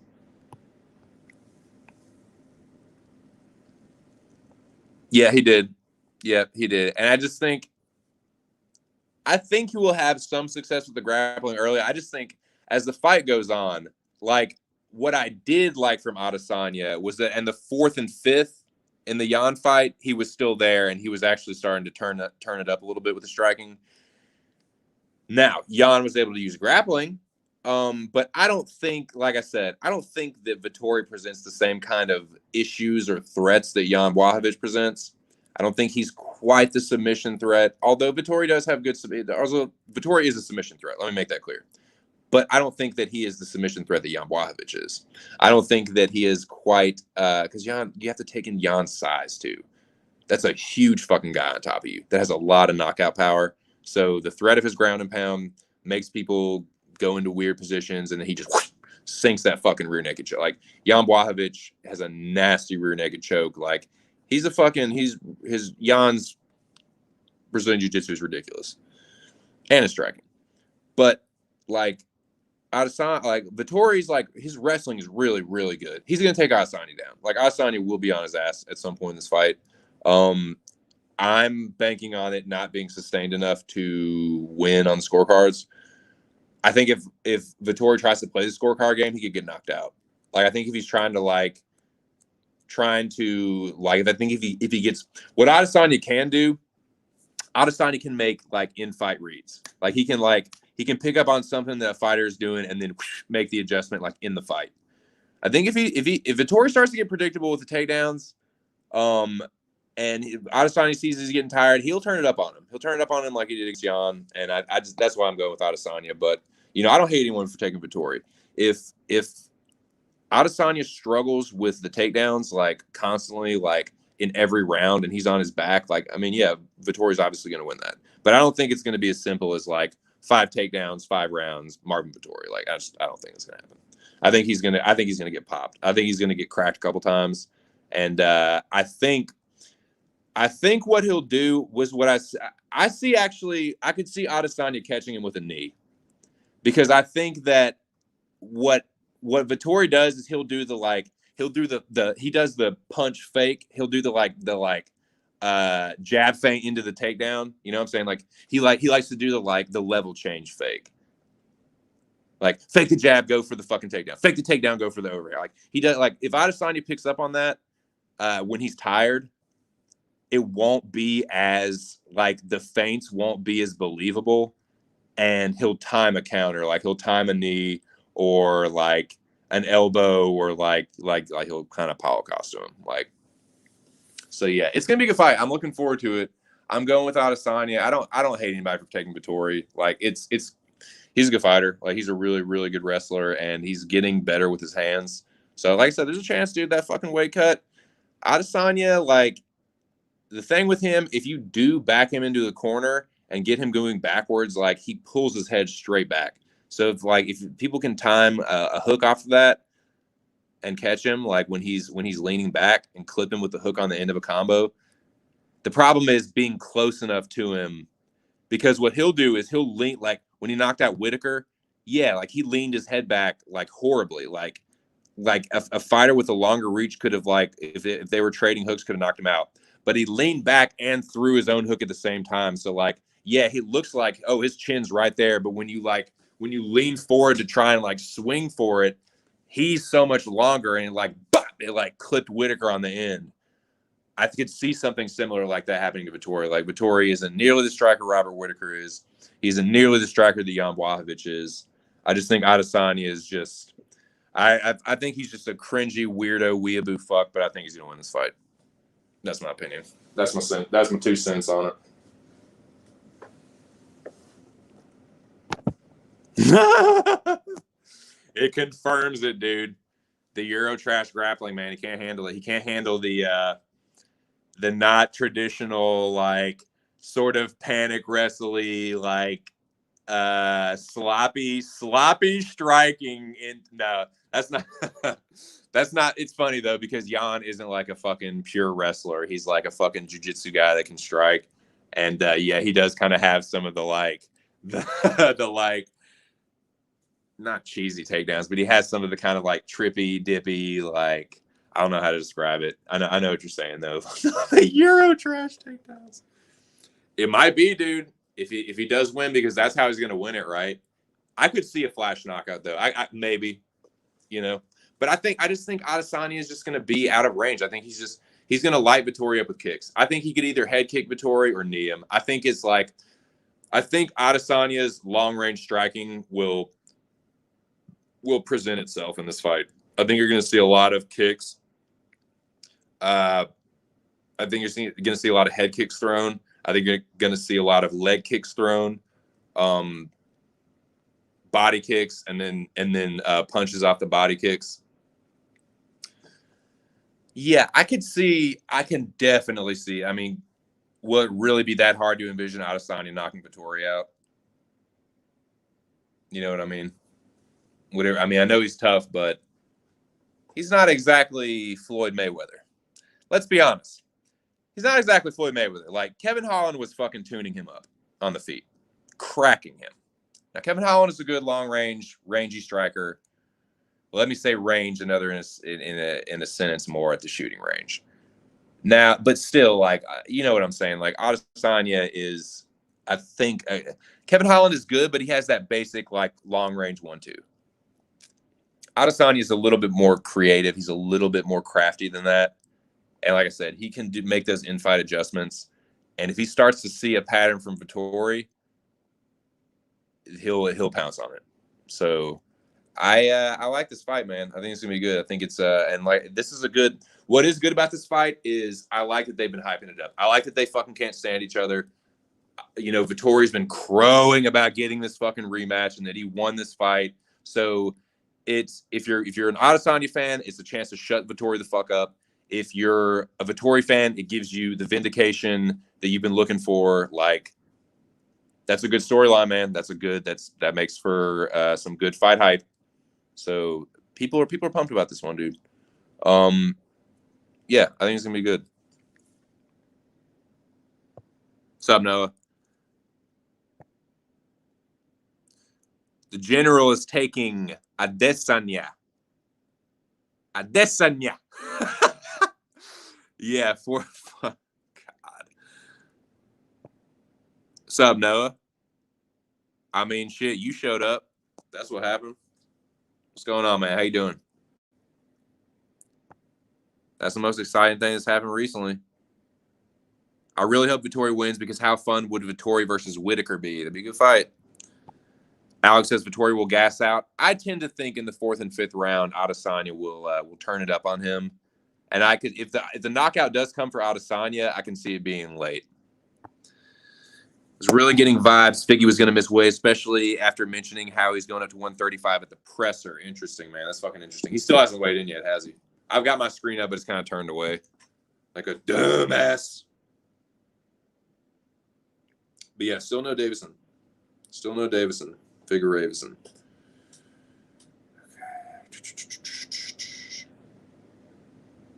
Yeah, nothing, man.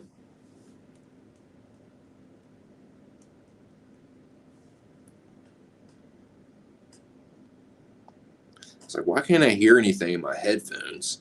Could you turn the volume down, you fucking idiot?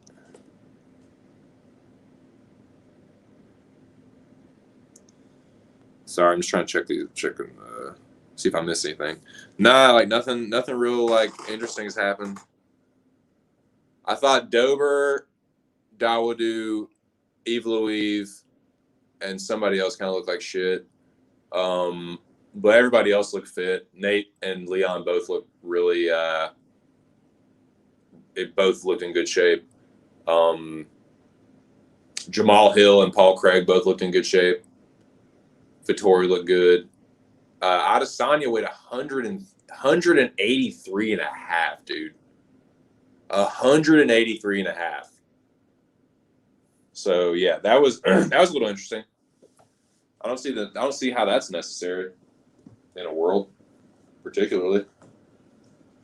I don't particularly see how that's necessary or why. How come? Why come?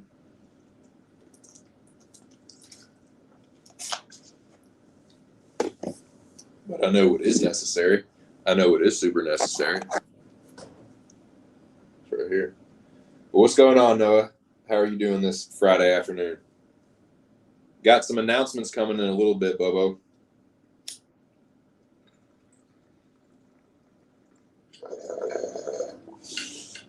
First announcement that's already been announced. Cage My IQ got an interview coming up this week with a very talented, exciting, up-and-coming fighter. So be sure you're subscribed to Cage My IQ. Get the notifications and shit, because that interview will be popping up soon. So be on the lookout for it. You'll like it. You'll like who the fighter is. Y'all will definitely like who the fighter is. So yeah, check out. Oh, we got 5 people in the building. Shit. But yeah, if y'all are just tuning in, you're in the Cage Asylum, boys. You're listening to Just My 2 Cents. Okay, we got activity. We got more. I hear the voice of John Morgan. We got Nerd Shuffling. The Nerd Shuffle. Anik is moving into position. Here we go. What is this? Please be Davison. Please be Davison. Please make weight. Please make weight. Please make weight.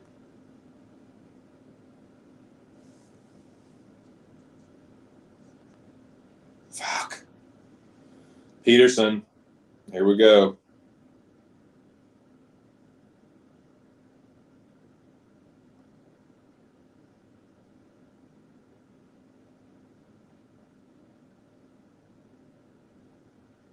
Oh, he didn't even fucking he already knew he was gonna need that shit.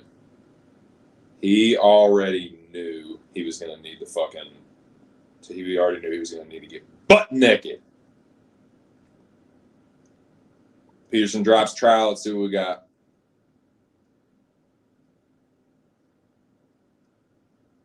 He does not look happy. He looks ghoulish. He said, "Get your fucking elbow off that shit." Here we go. Let's see what it says.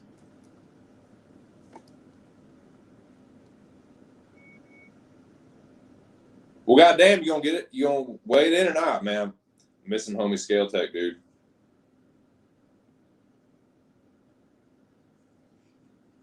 God. 148 and a half, boys. So he still missed that shit. Dog, how you gonna have them come up there and you thinking that you're that far off and you dropping your fucking underwear is gonna make the difference? Like, come on, man. You just go up there and fucking take the hit. Don't make a big production out of it, man. Like, come on, dude. Nah. This dude's about to get whooped up on. Shout out to the 6 people in the building, boys. Glad to have y'all joining me. Excited for these fights. Checking out these weigh-ins. This is the first dude to miss weight. He doesn't look happy about it. And yeah, there you go. But yeah, I got a couple announcements I'm gonna make, boys, here in a little while when these weigh-ins are done. Because I'm gonna be streaming all day today, just to let y'all know. 5 people, 6 people. I'm gonna be streaming all day today. I'm gonna make an announcement here in a little bit, and then yeah. So stick around, boys. Stick around.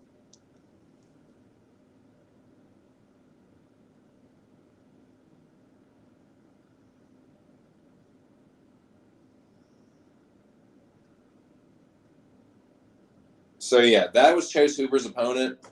He is going to get taken down over and over and over and over by Chase Hooper. Going to get dominated. Might even get submished. Submished by Chase Hooper. Maybe ground and pound TKO. Because Chase Hooper does have nasty ground and pound. I will say that.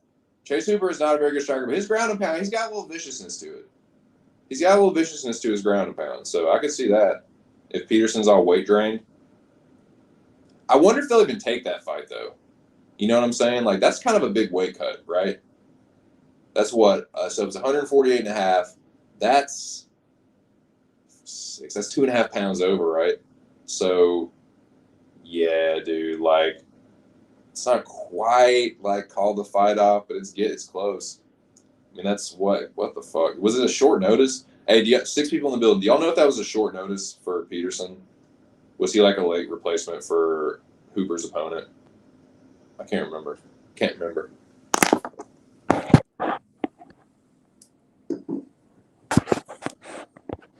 Dober, yeah, he did not look good. Dober, Evil Eve always looks a little sucked up. Dawodu, and who's the other one? Yeah, Dober, Evil Eve, Dawodu, and yeah, obviously Peterson looked like hot shit. Not hot shit, hot dog shit. Hot fucking water trash. Boiling hot water garbage.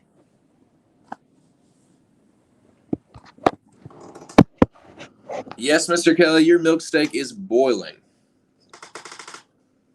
I run this joint, and I know this guy. So, yeah, only an hour left. Only 1 hour left. So, if you're just joining me, shout out to the 7 people in the building. I'm going to be streaming all day today. I'm going to make a big announcement here soon. And when the weigh-ins are over, I'm going to, of course, give my picks. I've been giving my picks throughout the week. And, you know, give more of them soon. But, okay, here we go. Nope. Brad Riddell.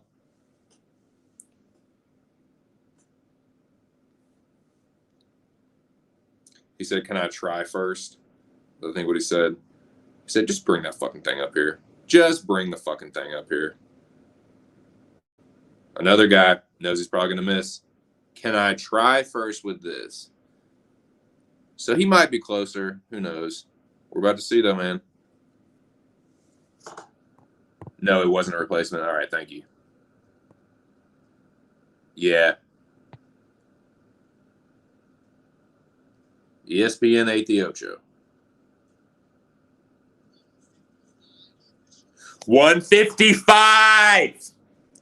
Pepper needs new shorts. He made it, boys. He made it.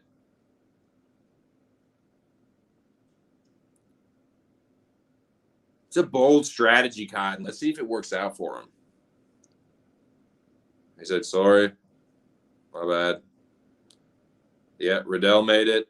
Yeah, I got Drew Dober. Yeah, I definitely got Drew Dober.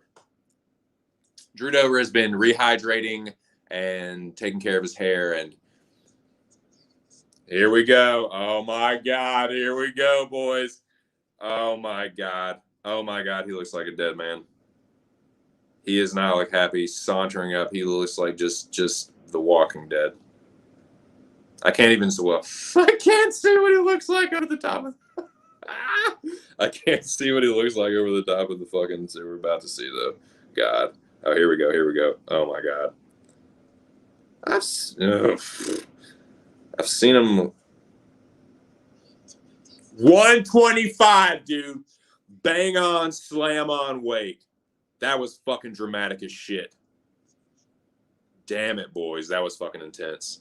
He made it. Now. Oh, God, here we go.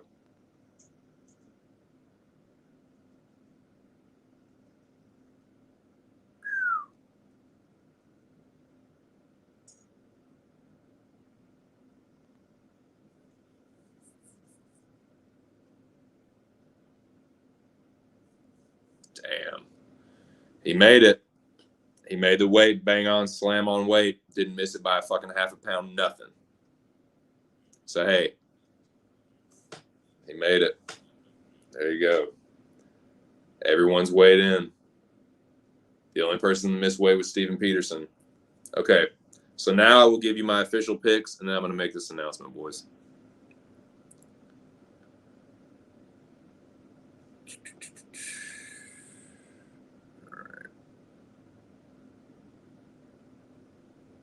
All right, here we go. So these are my picks, man, for UFC 263. Early prelims, Carlos Felipe and Jake Collier. I got Carlos Felipe by decision. Ferris, Ziam, and Luigi Vendramini. Excuse me, I have Luigi Vendramini. I'm going to take Vendramini by...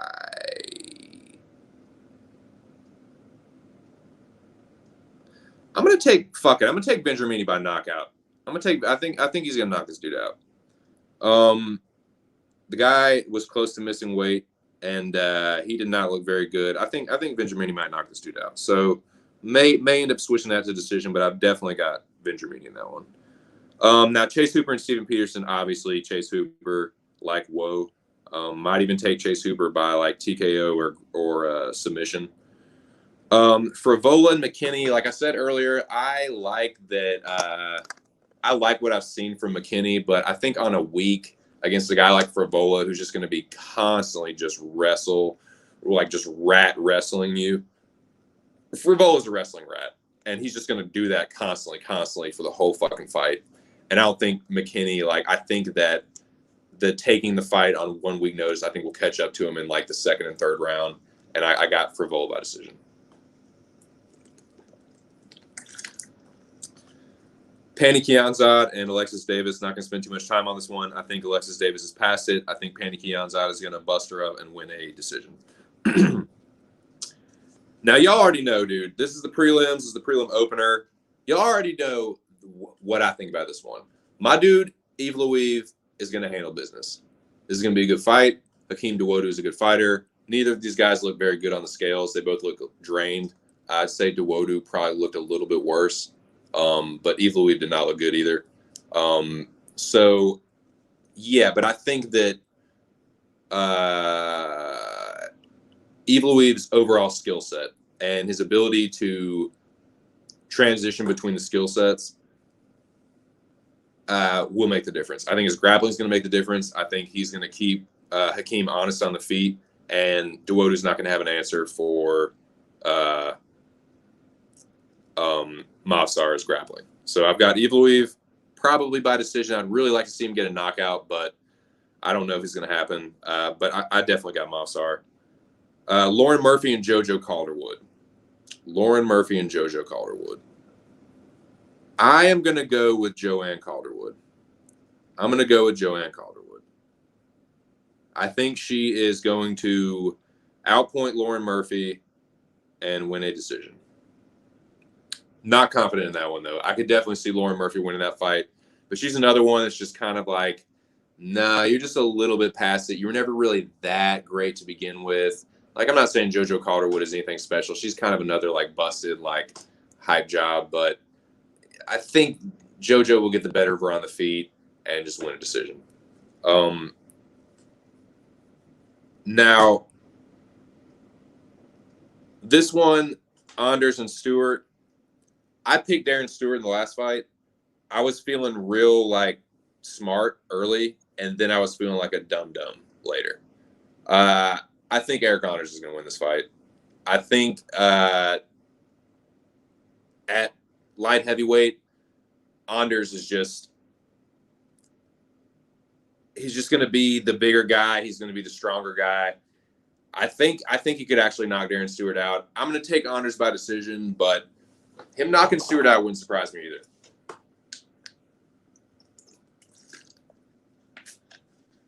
But I know some people are going to be on Stewart. Jack might be on Stewart, supporting his fellow countrymen, but god damn, this fucking something over there keeps turning those computers on. I don't know what the fuck it is. Anyway, all right. Now, like I said, I broke this one down a little bit earlier, not in great detail or anything, but Drew Dober and Brad Riddell. I think that Riddell is probably the more polished. He's definitely the more well-established kickboxer. He's definitely had more high-level kickboxing experience. I think Drew Dober has a little bit more power, though, and I think that it is going to be a kickboxing match, and I think Dober is going to land the telling shots. You know, Dober did not look good on the scales, but he was on the scales, made the weight, and then got off and was rehydrating. Riddell struggled and went to the very end and, like, you know, he made the weight, but I think Dober is going to, you know, he'll just have a slight advantage. He got to start hydrating a little earlier. I think he's just going to be a little bit bigger. I think he's going to be a little bit more powerful, and I think he's going to land the more telling strikes and win.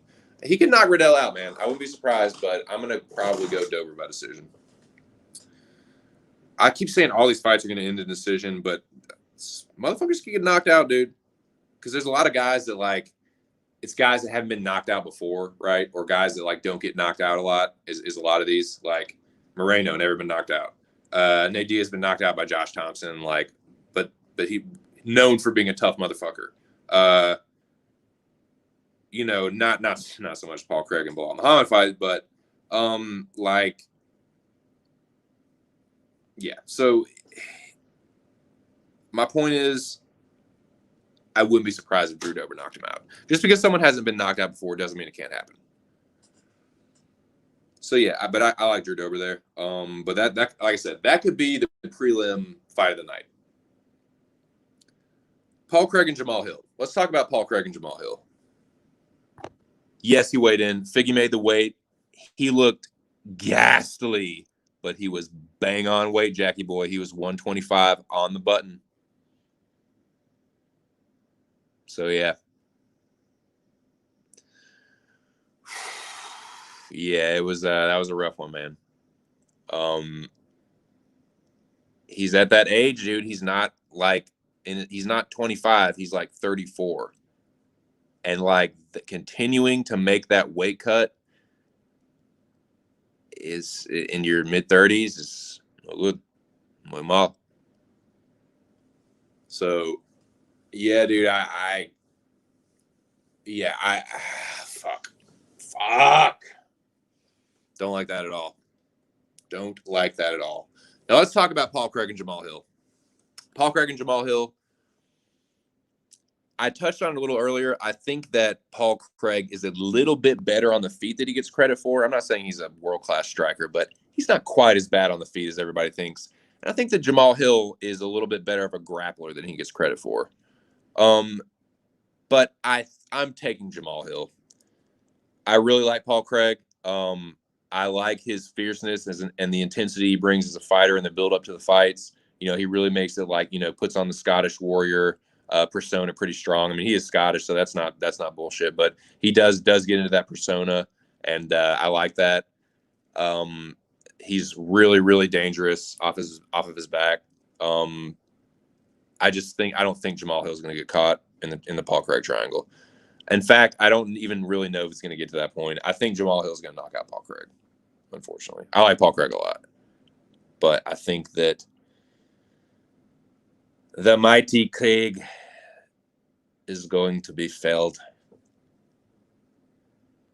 by Jamal Hill. I'm going with Hill. I'm going to go Hill by knockout. But yeah, man, Paul Craig is a good fighter, though. I like Paul Craig. Craig gets dogged on a lot, dude, but it's really not that bad. Really not that bad. This dude getting dogged left and right on Twitter. Like, come on, man.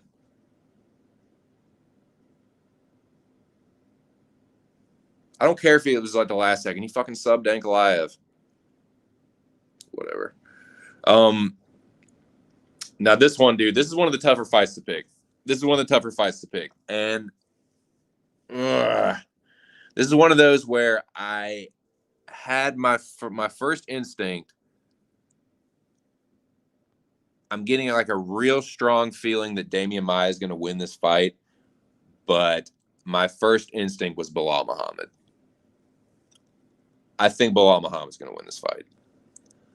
I'm taking Bilal Muhammad. I just don't think I don't think that Damian Maia is going to be able to implement the grappling. And while I do think that perhaps Damian might be a little bit more durable, he's not the most durable ever. He can be put down, and I don't think that Bilal Muhammad is going to knock Damian Maia out, but I do think that Bilal Muhammad is the better striker, and I do think that his wrestling will keep Maia from getting it to the ground, his anti-wrestling. So I'm taking Bilal Muhammad. I wouldn't be surprised if Bilal Muhammad knocked Damian Maia out. But I'm going to take Muhammad probably by decision.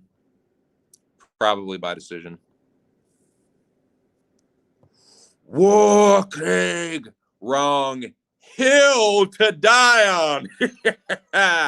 No, I like that, Jackie boy. I like that. Jack's dead with that one. Dead. Nah, Jack is clever with those little taglines, man. He's got a million of them, boys. He'll be here all week. Be sure to tip your waitress.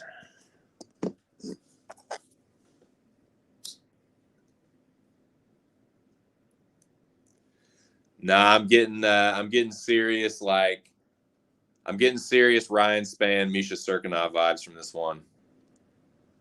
You know what I mean?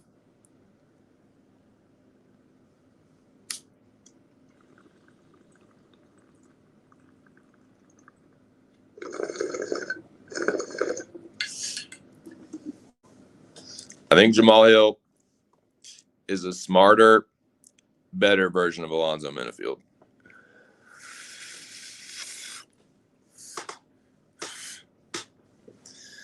And I think he's going to do Braveheart dirty. I think he's going to do William Wallace dirty. I think he's going to knock him out. But I like Paul Craig. I hope I'm wrong. I would not mind eating crow. I know Jack won't mind. I know Jack will be loving that. I know old Jack Attack is on Paul Craig. The Bad Jew. Yes, I've heard of the Bad Jew. Okay. Yeah, like I said, I got Bilal Muhammad. I have Leon Edwards. I'm riding with my dude, man. I'm riding with the God of War. That weight cut is always concerning. It is the elephant in the room that none of us Figgy stands want to talk about, but it's staring us right in the face. It's very concerning, very, very, very concerning. It's shades of TJ Dillashaw and Henry Cejudo. It gives me the willies, but you know what, man? I'm staring the weight cut danger in the face in this one, and I'm riding with the champ. Weight cut aside, let's put the weight cut aside, and we might not be able to put the weight cut aside. Maybe the weight cut finally catches up to Davison, and Moreno gets it done. But in my not so humble opinion, I don't think that first fight was very close. Was it exciting? Was it competitive at moments? Sure. But in my opinion, Davison Figueiredo beat the shit out of Brandon Moreno. I don't think there's any two ways around that. For 4 rounds, Davison beat the shit out of him. And that was one of Davison's worst performances. They both took the quick turnaround, but Brandon Moreno is always closer to that weight than Figueiredo is. Like, the quick turnaround for Moreno is way easier than the quick turnaround for Davison. That's the point I'm making. So I think that was one of Davison's worst performances, and I think it was one of probably Moreno's career best performance. And I don't think he's going to be able to replicate it. I really don't, man. I don't think he's going to be able, if he has the same game plan where it's weather the storm, I don't think it's going to work out for him. Like, Davison, even with, like, he's weight drained as a motherfucker going into basically every fight, and he still just, like, puts a drubbing on motherfuckers. Like, he always looks terrible on the scales. He looked god-awful today. Terrible.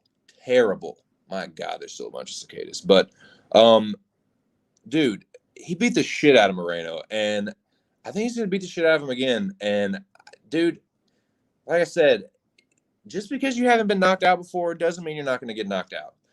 And I think Davison Figueiredo is going to knock Brandon Moreno out.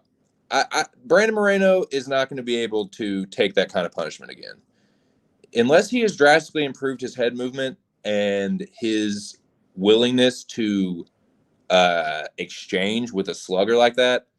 No, if he goes into it thinking, oh, well, I weathered the storm the first time, I'll just do it again, I think he's going to get knocked out. So, yeah, I'm taking Davison Figueiredo by third-round knockout. I think the biased-ass commentary in the first fight has swayed a lot of people into believing that Moreno won that fight or that it was closer than it was. It wasn't really that close. Like, it was competitive in the fourth round. And that was it.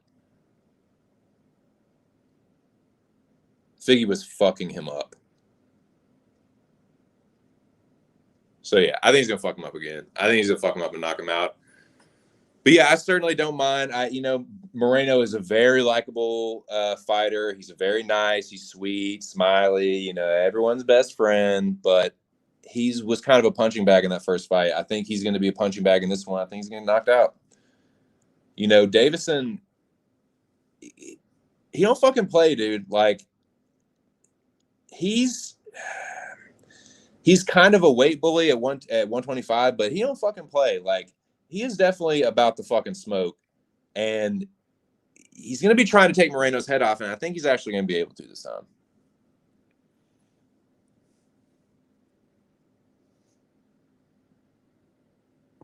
You crazy as hell, dog. You crazy. I should just fucking change this name of this right now. No, he did not. Absolutely, he did not. And in the fourth round, yeah. In the fourth round, but, dude, Figueiredo was beating the fucking shit out of him, dude. Nah, Moreno's going to get knocked out this time. I'm definitely on the other side of the fence to you with this one. Can't ride with you on that one, champ. I think your boy's going to get put down. But I'm a lot less confident about it after seeing that fucking weigh-in. I can tell you that. Now, I think I broke down the well, of course. As you should.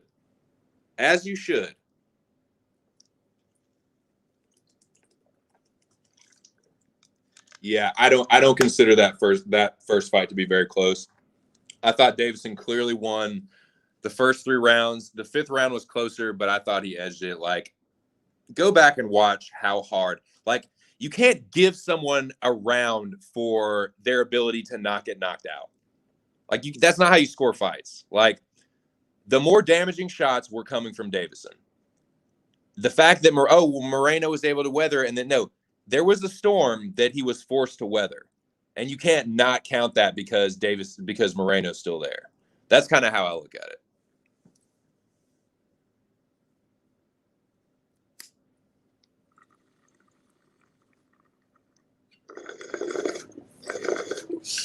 Moreno has no defense, and Figueiredo hits harder than anybody, and you can only take that kind of beating for so long.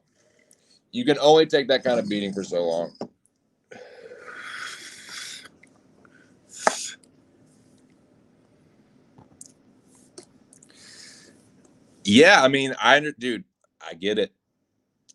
Moreno's tough, but you just can't, like, to me, that's just not a recipe for success. If he changes the game plan and grapples more, I think he will have more success. But if he just goes in there and tries to like stand and bang with Figueiredo again, I think he's going to fall. Figueiredo, like, his ego gets the best of him a lot because he really does have awesome head movement and a crazy power and really sharp counter-striking ability. But his problem is that, like, he relies on his chin a lot too. And it's like he gets in brawls and wars that he doesn't need to, where he could just like put the guy away if he styled on him a little bit more. You know, if he went to the body a little bit more, even though he does do good body work. But he gets into kind of a head hunting thing sometimes. Whereas I just think he's just like a way more skilled striker, and he just like let Moreno hang around more than he really needed to. Plus, like I said, that the quick turnaround will always be easier for Moreno, so you got to take that into account a little bit. Like, that was Figgy looking terrible and Moreno just looking the best he ever has. I don't think Moreno's going to be able to replicate that performance. And I think that Figueiredo will look better than he did in the first fight. I could be wrong, but that's what I think.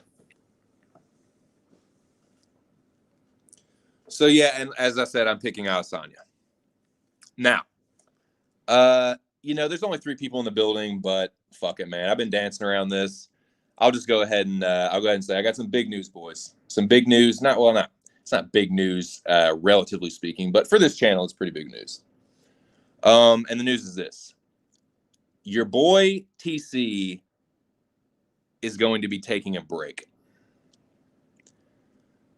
I am going to be leaving social media for at least a few weeks. At least.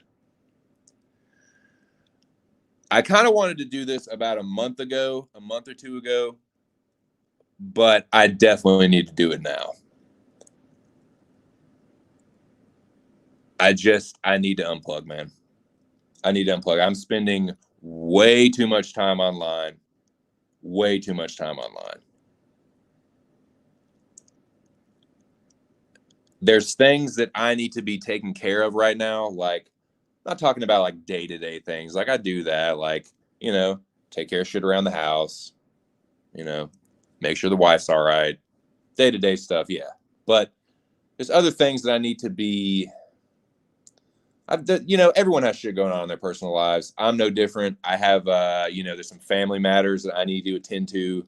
My grandmother isn't doing too well, so I need to try and get down to New Orleans before too long.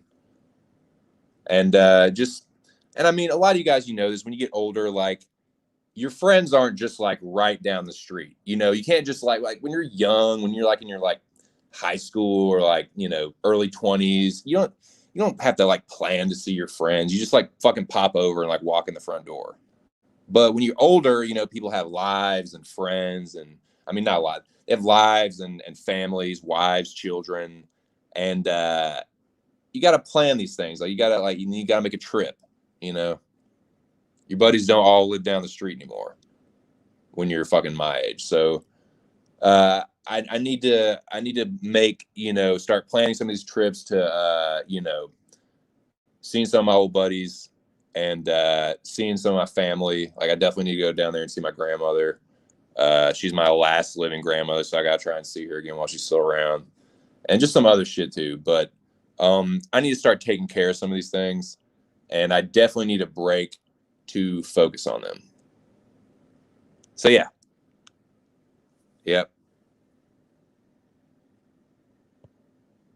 Yep. Dun, dun, dun. Another one bites the dust. Yeah, I don't know. I'm not going to shut my YouTube channel down. I may reactivate my Twitter, but there's a good chance that even if I do come back and start streaming again, that I might just leave my Twitter deactivated. Twitter is a fucking nightmare, dude. Twitter is a fucking toxic waste dump of depravity and deceit and clout chasing, and just the difference between Twitter and YouTube is like YouTube and like trolling and like bullshit and all that is stream dependent. It's dependent on someone being live. It's dependent on something going on, a video being put out. Twitter just exists in and of itself, and it's just like a constant 24/7 virus. It's just a cesspool. It's a toxic waste dump. I'm deactivating Twitter after this weekend, and I don't know if I'm going to reactivate it. I'm going to have to think about it. But I'm going to take a break from streaming for a couple weeks. I wanted to do this a little while ago, and I didn't do it. I didn't fucking sack up and do it, but I have to now. I'm letting the shit overtake my personal life too much. And I'm not talking about like this channel per se, but just like streaming and being on Twitter and like all that combined, like they're kind of like going hand in hand with me now. Like I put out the tweets on Twitter to like draw people to my YouTube channel, and then, I vice versa. So I need to unplug from that shit. And this is a good weekend to do it. So here's what's going to happen. I'm going to stream all day today, probably until the ceremonial weigh-ins. I'm going to stream all day. This will be like a farewell stream for me for a little while. And like I said, I'm going to take a good break from YouTube for at least 3 weeks. Maybe come back and see what's up, see how I feel. But I may never go back on Twitter, dude. Fuck Twitter. It is a nightmare, dude. It's a living nightmare. I can't stand it. Yeah, so that's kind of just how I feel about everything. That's the channel news that I wanted to relay. So yeah, your boy's going to be streaming all day, and then I'm going to be taking a break for a good hot minute. I will put my pics up on Twitter. I'm probably going to deactivate my Twitter on like, fuck. I'm probably going to deactivate my Twitter on Monday, maybe. No, I'll probably do it on Sunday. I'll probably deactivate it on Sunday, but I'm not going to shut my YouTube channel down. I'm going to keep that up because I may want to, come back at some point and do some streams, but I need to take a break from it. I haven't been streaming every day, but I've been streaming every week since January. And earlier in the year, it was fucking like I was streaming almost every fucking day and definitely every other day. There's a time I was doing it every day. I need a break. I need to unplug. So yeah, I'm going to stream all day today, and then I'm going to hit the trails. So yeah, that's what I wanted to say. That's what I'm going to do.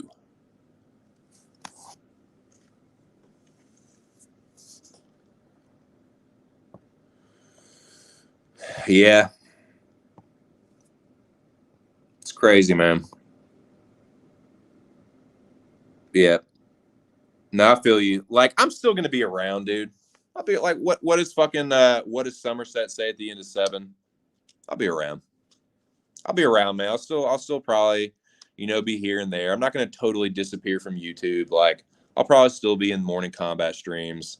I'll probably still be in fight night pick streams. I'll probably still be over at PSR a little here and there. And yeah, shout out to the boys at PSR. I'll probably be in there on Saturday with their fight companion. But I personally have got to get off fucking Twitter like now. But I'm going to be on there for a couple more days. I'm going to put my picks up. I'm going to talk a little more shit. I'm going to try and, rile these motherfuckers up one last time. And then I might say something crazy at the very, I might say some cancel. Nah, I'm not going to do that. But I'm going to deactivate Twitter probably Sunday. But I'm going to keep my YouTube channel up just in case I change my mind on that. Because I like streaming, but it's tough, man, because I don't like a little big channel like this. I'm not someone that like has a huge backing. Like I'm not sponsored by anybody. I'm not like, part of a network or anything like that. This isn't like I don't like drama on my channel. I keep it strictly just about fights and talking about movies and shit. But it's a lot of work, and I really appreciate everyone that stops through. And but it's a lot of work, and it's just like sometimes I just like what am I really doing this for? Like, what am I getting out of this? And I know what I'm trying to do, right? I'm trying to build my channel. I'm trying to, get to the point where, I can do this. I'd love to be able to do this for a living. I really would, because I do enjoy, getting on here and bullshit and then cracking jokes and just making it like a little like bullshit radio show. But I have got to take a step back. I have to start, like I said, I have to start like doing some things that I've been needing to take care of outside of daily routine shit that I've just not been able to focus on, because any free time that I have is spent online, on Twitter, on YouTube, in a chat, talking shit in Twitter, dealing with bullshit. And God, group chats are a nightmare, dude. Group chats are the fucking bane of my existence. Fuck group chats, dude.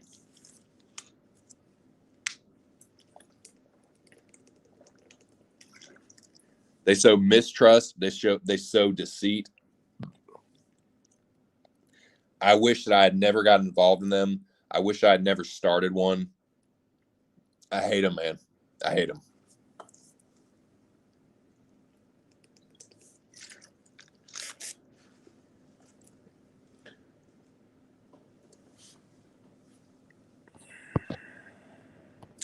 Gonna take all of August off at least. Nice. Yeah, I'll probably be back, man. I'll probably be back at some point on YouTube, but I gotta take a break, man. My free time has been always revolved around this in like the last 6 months. Like I said, any free time I have, I'm just preoccupied with the channel and with Twitter, trying to grow my Twitter account, trying to grow my YouTube account. It's become something that I was doing during the pandemic to now something that's just like a habit, and it's turned into like a bit of an addiction, to be honest with you. So I got to detox from Twitter, probably permanently, and I got to take a break from YouTube. But yeah, I'm gonna be streaming all day today, bullshitting, smoking. The old lady is hanging out with her mom, and one of her friends is getting married, so she's got to like go with her to get fitted for these dresses, and the bride still hasn't picked out all this wedding bullshit. So she's gonna be doing that. I'm gonna be here smoking, chilling, talking shit. We can talk about whatever. Probably just talk about the fights a lot, but whatever comes up. And yeah, I'll just keep it going. Little mini marathon. I'll probably have to get a bite to eat at some point, but yeah, man, just a little nice little Bon Voyage stream for a little while. I want to give everybody that's been kind enough to support my channel a chance to chop it up with your boy one last time for a little bit. And yeah, man, just give y'all my thanks and appreciation for supporting my channel. And I got 130 subscribers, but I am proud of that, man. Like, it's not much to a lot of people, but I got that in less than a year. I don't, like I said, I don't have a lot of, my shit is all just word of mouth from people like y'all, and then just trying to network on Twitter. But what happened was when I got into the networking, then I just got into the bullshit and the arguments, and a lot of it's just my fault. And dude, I have mental issues myself. I am someone that needs to be very structured and very disciplined with a schedule, because I have ADD so bad that like even when I am structured and disciplined, I can get off task. But it's really bad if I'm just like, oh, I'm just going to get stoned and see what happens today. You know what I'm saying? Like I'll just be all over the fucking place, not get anything done. You know what I'm saying? So it's harder for me to do that when it's like just this 24/7, like living, like pile of dog shit that's fucking Twitter, MMA Twitter. So I got to get the fuck off of that. And yeah, I just need to break from YouTube, not stream for a while, hang back. You know, I'll probably be in chats and shit though, but we'll see, man. Dialing it back though, boys. It is, dude. It is, especially if you're someone that likes to engage with people and talk about fights and shit. Like, it is there for that, but it just becomes this like, dude, it's become this like monster for me. It's just, I got to get the fuck away from this thing. Like, I'm feeding off all this negative energy, and like, it just, you know, I can very, you know, I'm not the most positive person. You know, I'm not, what do they say in Lockstock? You and so are not the quickest of cats at the best of times. I'm not the most positive person at the best of times. So it's, yeah, I gotta get some more positivity in my life. I got to like I said, I gotta get down to New Orleans. I gotta plan some trips. I gotta go, you know, get up with some of my old buddies and see how they're doing. And yeah, there's a couple little vacations I gotta plan, little weekend vacations that me and the wife are gonna do. I gotta take some time and plan a couple of those and just do some shit that we've been meaning to take care of that's hard for her to do while she's working all the time and that I need to be helping out with. So that is the state of 2 cents at the moment. But yeah, so that's what it is.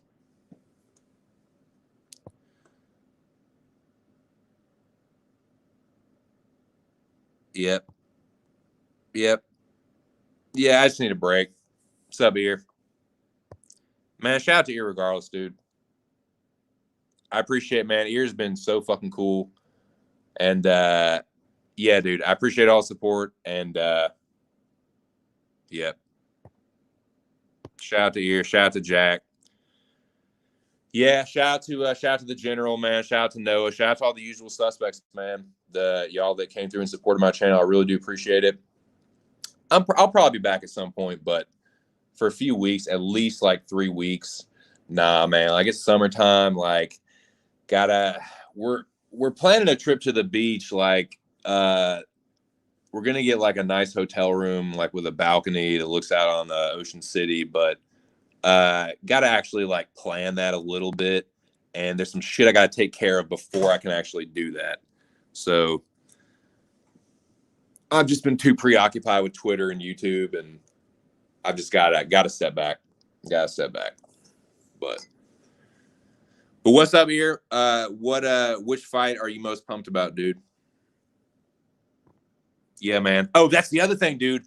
There are some shows coming up, dude. There's some fucking shows that I got to, because these are little things like, they're not, you know, they're not the most expensive things in the world, but if you don't plan for them and set the money aside ahead of time, by the time it rolls around, or by the time you're like, oh, I'll just get the tickets now, it's like, you never have the money. So it's just like, when you have the money, you get the tickets now, and then you can plan ahead for the actual like trip or whatever. Because like, there's like 311 and Iration are coming to Baltimore. Definitely gonna see them. I think that's in July. But there's some other shits just like, okay, need to take a step back. Remember these little things we were planning. Like, we're gonna try, and there's definitely some good acts at Firefly this year that we want to see. Like, overall, it's kind of fucking doo doo. Like, the lineup is not really that strong. It's like Billie Eilish and like, get the fuck out of here, man. But there are some good shits that are gonna be there. Wiz Khalifa is gonna be there. Definitely want to see Wiz, and like, I want to see Band of Horses again. They're really fucking good live. But yeah, there's some good acts at the Killers. I like the Killers. Like, they have a pretty good new album out here. So yeah, so there's some good acts at Firefly. I need to see the lineup. Like, they never put out the day-to-day lineup until like it's bullshit, because the day-to-day passes are cheaper up until a certain point, but up until that point, you don't know who's going to be like, if you just randomly like, oh, I'll just buy the Saturday day pass, you don't know who's going to be playing Saturday. And by the time they do release the day-to-day lineup, the ticket prices are more expensive. It's such a fucking scam. But yeah, we are going to wait a little bit and see what the lineups are going to be. Definitely want to see Wiz Khalifa and Band of Horses and the Killers, though. But, and yeah, some other shows like that I can't really think of now. But Yeah, but that's the kind of shit that like, if I'm constantly like on Twitter with every like free moment, I'll never get around to playing that shit. And like, you know, my wife has a lot that she takes care of when she gets off of work too, and she definitely doesn't have time for that extra shit. So with your boy being a shiftless layabout right now, that's the kind of thing I need to be putting my free time and energy into, trying to get our asses to the beach, trying to go see old buddies of mine, and yeah, just going on some, you know, little, like, we want to go see the fucking like leaves change in Vermont this fall, dude. Just some like little couple shit like that, some little cheesy romantic shit. You know what I'm saying? Howdy, partner. Yeah, old cowboy's gonna be hitting the trails, boys. Gonna be taking a break for a few weeks, man. Deactivating Twitter. I'm not gonna shut my YouTube channel down, but I'm not gonna stream. I'm not gonna stream for like 3 weeks probably. Yep, gonna take some time, plan some vacations. Take a vacation probably in that time. Trying to go to Ocean City. That's our next little plan, but got to take care of some things around the house before we can do that. But yeah, so that's what I'm gonna do. But yeah, man, it's Saturday, Moise. You pumped for these fights? Who's gonna be the draw, Moise? I know the draw god. Let the draw god. Let them know. Let your subjects know who's you know, if you like, or you know, I don't know if you want to keep that to yourself. You tell me, but the draw god is in the building. He's right there. Nobody hits a draw like Moise Audio, and that's not conjecture. That is a fact. Like, he does it, and he has the bet slips, that he has the receipts. Moise can sense and smell a draw. It's like a superpower, dude. Now, there's a method to his madness, but you have to know the method, and you have to have the balls to pull the trigger. Knowing and sensing and thinking it's going to happen, and then having the fucking intestinal fortitude to pull the trigger are two different things. Ear says Maya and Bilal and Edwards Diaz. Hakeem, I was thinking, yeah, Evil Louis and Hakeem. Thank you. Oh yeah, okay. Now, Cage my IQ. I know this might be a little bit of a shock to you, but because given the nature of all this new shit, new shit has come to light. And shit, man, you're the fucking rain dance champ forever, dude. There is the rain dance, it's over. I'm calling it off. You know, the event is called off due to rain. Cage, you're the champ forever, dude. Only one person even told me they were willing to challenge you. Only one person even had the balls to step up and say they were willing to challenge you this week. That man right there. He was the only one that had the fucking balls to challenge you. But you know what? I'm calling it off. You win by default. Oh, yeah, and Alex, too. I'm sorry, Alex, too. I apologize. I'm sorry. But, yeah, I'm calling it off, man. It's called off. The event's off. The Kumité's off. Rain dance is over. Cage is the champion forever and ever. The belt is yours. Take it home. Do what you like with it. Yeah, man. Hardly anyone stepped up to the plate. And with me taking the time off, you're the champ.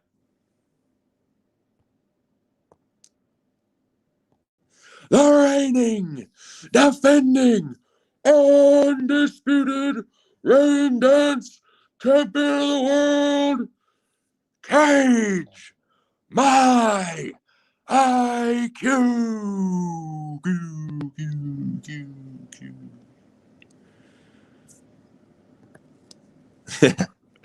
Yeah, man. There he is. You're the champ forever, dog. You can take that with you to your dying day. You came in. It was a 7-man battle royale.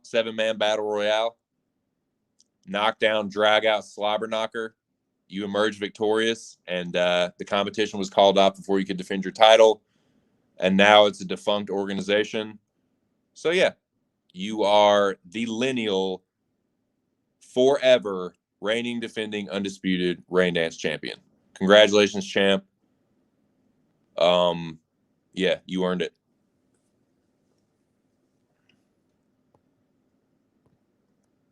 Yep. Rain on.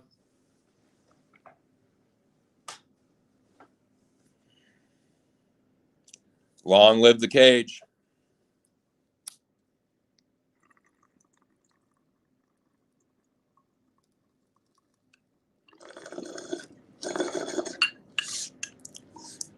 So, I want to ask y'all something, man. Out of these three fighters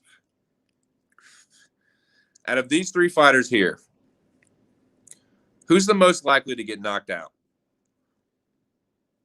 Of these three fighters, who's the most likely to get knocked out? No, I'm going to make it between two. And it might be neither of them, but the likelihood. Marvin Vettori or Brandon Moreno? Who's more likely to get knocked out? I'm not saying that either of them will, but in y'all's opinion, who is the more durable? Just curious what y'all think.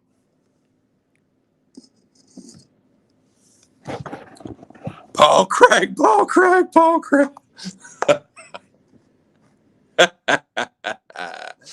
That's a good one, boys. That's yes, very good. Paul Craig. Most likely. That's funny, dude. But no, fucking smart ass. Yeah, who's more likely to get knocked out between Vettori and Moreno? What do you think, boys? Do what you like with it. It's yours.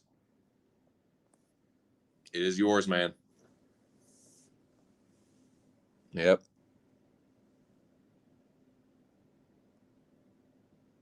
And I'll just leave this. The name of the stream. What I was thinking about doing was like cutting the stream and then starting a new one with like the last like, oh, farewell stream, blah, blah, blah, blah. But you know what? I'm a man of my word. I told you that I would keep. You could keep the name of this stream, of any of my streams, Cage Asylum, for the rest of the week, and it's still that week, man. So I'm going to honor that. And yeah, until I come back, this will be the name of the last stream, and it'll be the all day one or whatever. You know what I'm saying? Vettori, easy. Moreno's more durable. Not mad at that.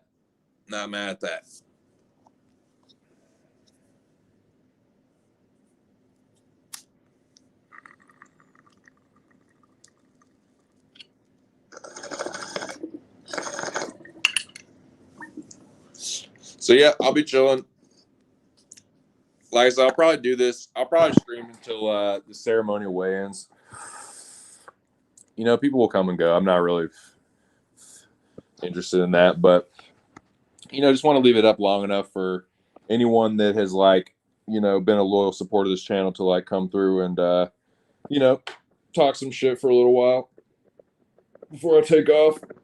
I don't want to just be like, see ya later, fuck y'all. You know what I'm saying? Like, fuck man, I want to show a little support to my supporters. But oh yes, last fucking pack of fruit snacks this week. I wouldn't be. I was gonna say, dude, I wouldn't be surprised if he, like I said, just because someone had been knocked out before doesn't mean it won't happen. I tend to think if Moreno goes in there and fights Figueiredo like that again, he's more likely to get knocked out. Because I know that Vettori, what I can count on Vettori to do is wrestle. And I think there's a likelihood of Vettori getting knocked out too. Definitely. Adesanya is a really sharp striker. But if like, Moreno, like, he really relies on his chin. Like, and against Figueiredo, that's risky to me. I am taking Figueiredo by knockout, but it's not that Moreno isn't tough. It's just I think he's just going to continue to like take that punishment, and you can only take that shit for so long. I think one of the big ones is going to. I don't think it'll be like an unconscious knockout, but I think one of the big ones is going to set him down this time, and then it'll be like a TKO, maybe even a sub. I don't know, man. We'll see. Craig shall win. So Jack, how do you what is your prediction if you feel comfortable with divulging that information? What is your prediction? You think it's going to be a sub, or do you think he'll decision him, or do you think Craig shocks the world and knocks out the currently undefeated in the U? Well, is he undefeated? I know he's undefeated in the UFC. I think he is. Didn't he have a draw or something, or like a no contest? But yeah, do you think how do you think Craig gives him his first loss in the UFC?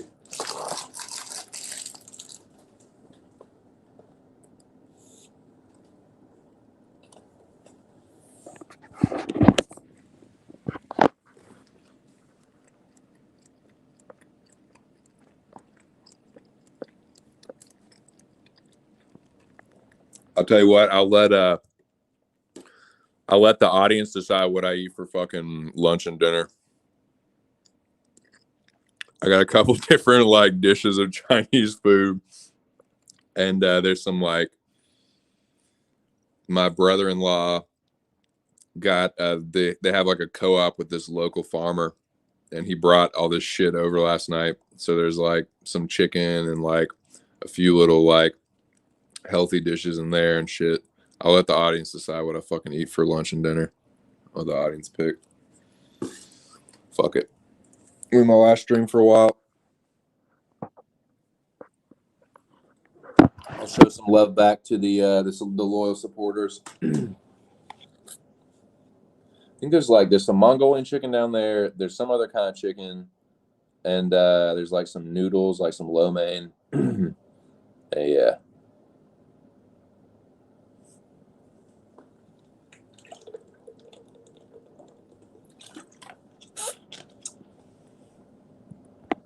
Paul Craig by submission. Black belt greater than blue belt. True enough, man. What belt was Khabib? No, I'm just playing. No, I was fucking around. No, you're right. I mean, Craig is definitely better on the ground. Yeah, definitely. So do you see like Craig or Hill drops him, and then like he falls into the guard, and Craig snatches up that triangle? It seems to, it's I don't know what it is. Like, are people like challenging themselves? Like, oh, how long can I sit in Paul Craig's guard before he fucking throws up a triangle and fucking ensnares me with it? Like, is it like a game or something? Like, Paul Craig lying on the ground is a fucking pit viper. Paul Craig hits the ground laying back in his guard. No, stand him up. No, I'm doing that every time. Stand him up. Not dip. Stand him up. Levántate. Get the fuck up. You know? No, man. Yeah, I think why, if you're Jamal Hill, why would you do that in a world of life? Why would you just stand? You just stand with him. You're the better striker. Just knock him out on the feet. I think he's going to, though. But if he gets subbed, man, he says he's been grappling with like this, that, and the third. He says he's been grappling with people like, the good jiu-jitsu, whatever. I can tell you this: if you're in a fight with Paul Craig, I know this for a fact. I know this for a God-given, gosh darn motherfucking fact. Magomed Ankalaev is a better fighter than Jamal Hill. Let me repeat that. Magomed Ankalaev is a better fighter than Jamal Hill, and Ankalaev was subbed.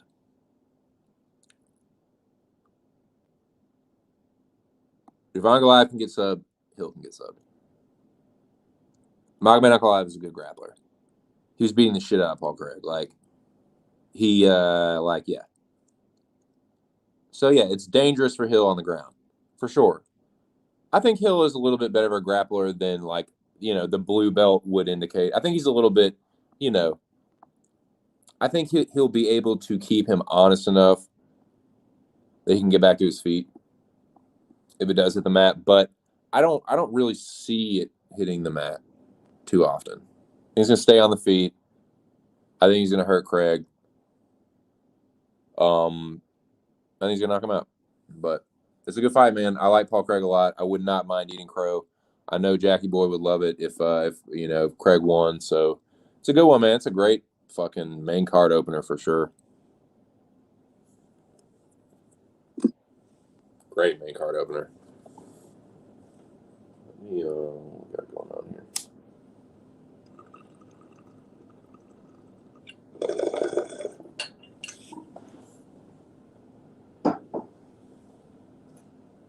Yes, there we go. To plug my headphones in and charge them. Got these fucking wireless headphones. Need to charge them up.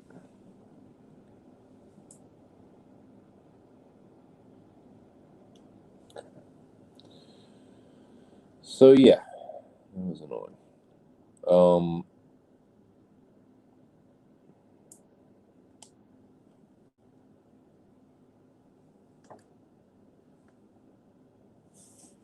Sorry guys, I'm just plugging this shit in.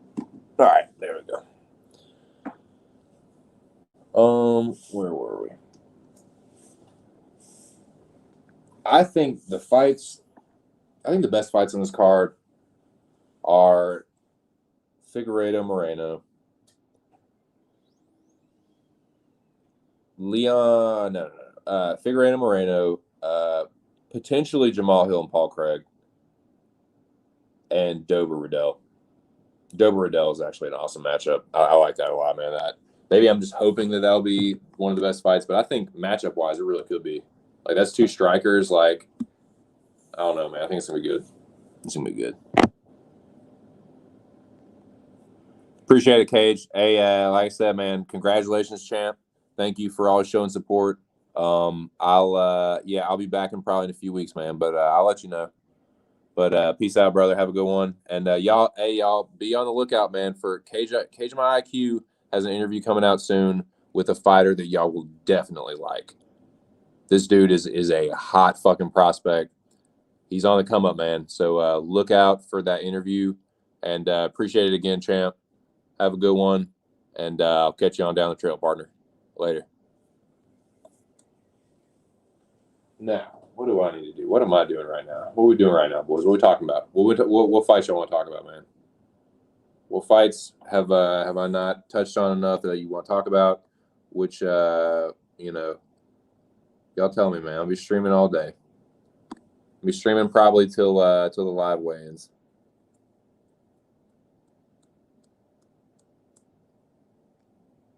Or I mean the ceremonial weigh-ins. They're all live.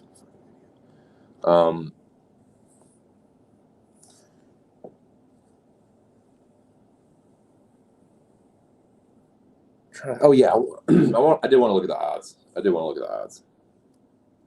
UFC odds. The best fight odds. Blah blah blah. UFC 263. Okay. Interesting, man. Yeah, I definitely got Vendramini, man. So he's an underdog. I have. Hooper is an underdog against Steven Peterson. Oh my goodness gracious, yes. Give me Chase Hooper as an underdog all day, for sure. Yeah, definitely got Penny, Frevola, Mavsar. Yeah. I mean, Stewart is enticing as an underdog, but the way that first fight went, I think Honor's just going to do the same. I think Honor's going to pick up where he left off. Yeah, Calderwood a slight favorite. That makes sense. Dober a slight favorite. That makes sense. Jamal Hill as a 275 favorite over Paul Craig is a little sketchy. I expected it to be a little closer than that. I expected it to be something like minus 200 or something like minus 200 plus 175 or something like that for Craig. That's kind of crazy, man. But I still like Jamal Hill. I think he's a way better striker. I think he's probably gonna knock him out, but you never know, man. You never know. If he tries to play the jiu-jitsu game, he's gonna lose that. If he tries to prove a point that it doesn't matter. I'm this much better. Nah, man. That is a recipe for disaster, my friend. You need to just you need to dial in on the fact that you are the better striker with the heavier hands and just knock Paul Craig out. Do it for me, your best friend. No, yeah, I got Jamal Hill there. Damian Maya Damian Maya is an underdog. I know a lot of people are going to be on that. I know a lot of handicappers. I know a lot of degenerates. I know a lot of gamblers. Whatever. A lot of people that bet on fights are going to be all over that line. That's another one. It's like, if you're looking at it in a vacuum, yeah, Damian Maya is going to crush him. But like, Damian Maya is 43. Bilal Muhammad does have really good wrestling.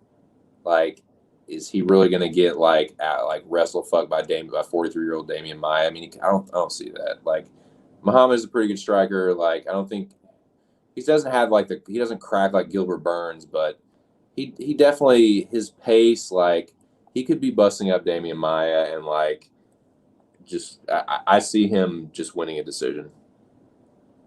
But Damian Maya is plus 185, plus 175 on Bovada.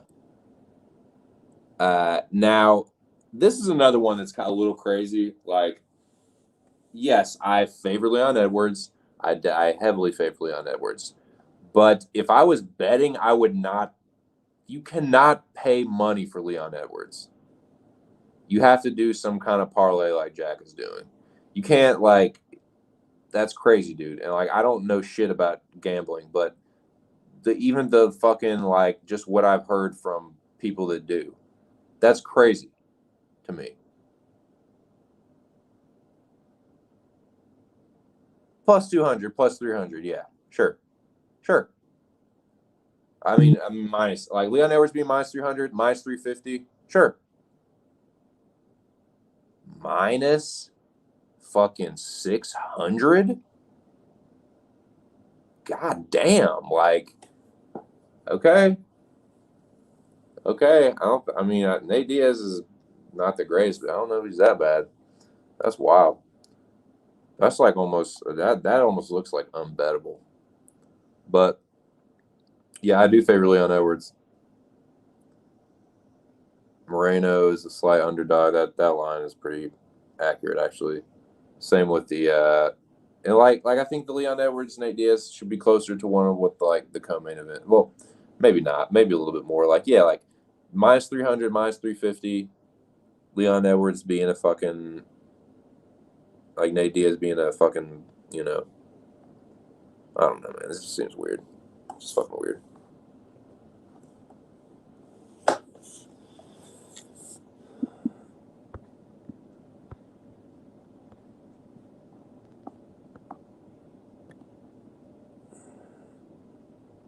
Yeah, I think so too. Like, Bilal, like, he does work at a clip, and he's got a good jab, and I think he will bust. I think he's gonna bust Maya up. I don't know if he'll finish him. Like, he might could. I don't know though. Here, I gotta plug my phone in. Yep, but this is gonna be the last one for your boy for a little bit. Good little bit. I'm gonna stream probably until the ceremonial weigh-ins. Might live stream for the weigh-ins, see what they look like. Fuck it. I mean, at that point, I'll probably just live stream for the weigh-ins, unless a bunch of other people are doing it. But I think we're plugged in. Yeah, we're good. Yeah, but I agree here. Like, I think he's just gonna get outstruck. But you know what? I'm gonna be right back. I gotta take a piss. And then I don't know, man. We can talk about whatever, man. Just let me know. I'll be here all day, smoking, talking shit. I'll be right back.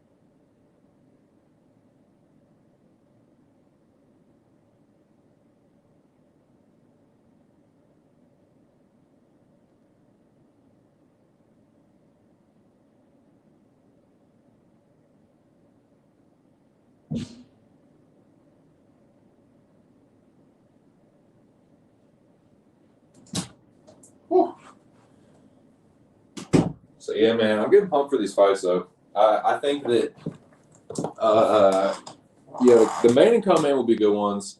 Although I think that the main event, one way or the other, will be kind of one-sided. I don't see this being like. I think that either Vettori will ragdoll Adesanya for 5 rounds, more or less, or 3 rounds, 3, 4, 5 rounds, or Adesanya will touch him up, and then either win a one-sided decision or knock him out. I don't really see it being a close fight. One way or the other, one of those guys is going to get dominated between Vettori and Adesanya. Like, they both don't like each other. So either Vettori is going to be pushing that wrestling like a motherfucker, or Adesanya is just going to snipe his fucking ass. And whether that means that Vettori gets knocked out, or not, I think Israel Adesanya is going to be really dialed in, and I see him touching up Vettori. The more I think about it, man, he could actually knock Vettori out. I would not be surprised if he knocked Vettori out. I think Vettori really, really is like, I don't like that he's so. I'm getting some serious Dominic Reyes vibes from Marvin Vettori. Serious Dominic Reyes vibes from that dude. Dude, you need to take this as a different fight.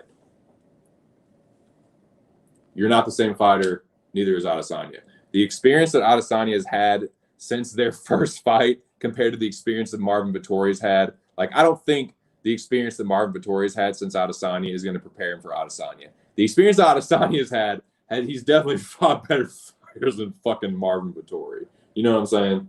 Come on, man.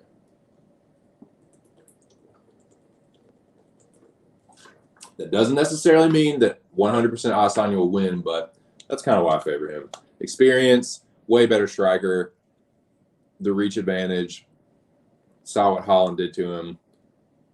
Adesanya will probably do worse. I'm actually kind of feeling a knockout. I'm actually kind of feeling like a 4, something. I feel like a 3rd or 4th round knockout, dude. I don't always hit him, but don't say your boy TC can't hit a knockout every now and then. Call that fucking Usman knockout against Masvidal. Call the Holland knockout against Jacare. Call the fucking Michael Chandler knockout against Dan Hooker. I'll hit him. Hit him every now and then. I don't know, man. I called the Ryan Spann knockout against Serkinov too. But I don't know, man. Yeah, I'm kind of feeling it a little bit, man. I'm kind of feeling the Adesanya knockout. Oh, God. I'm fucking stiff as shit. My back is stiff as a motherfucker. Fuck.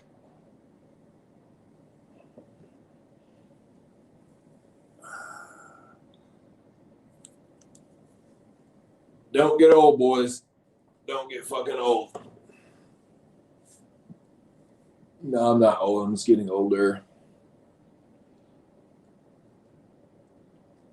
I know Cage is an old bastard, too. I know Jack is, too. Oh, fuck.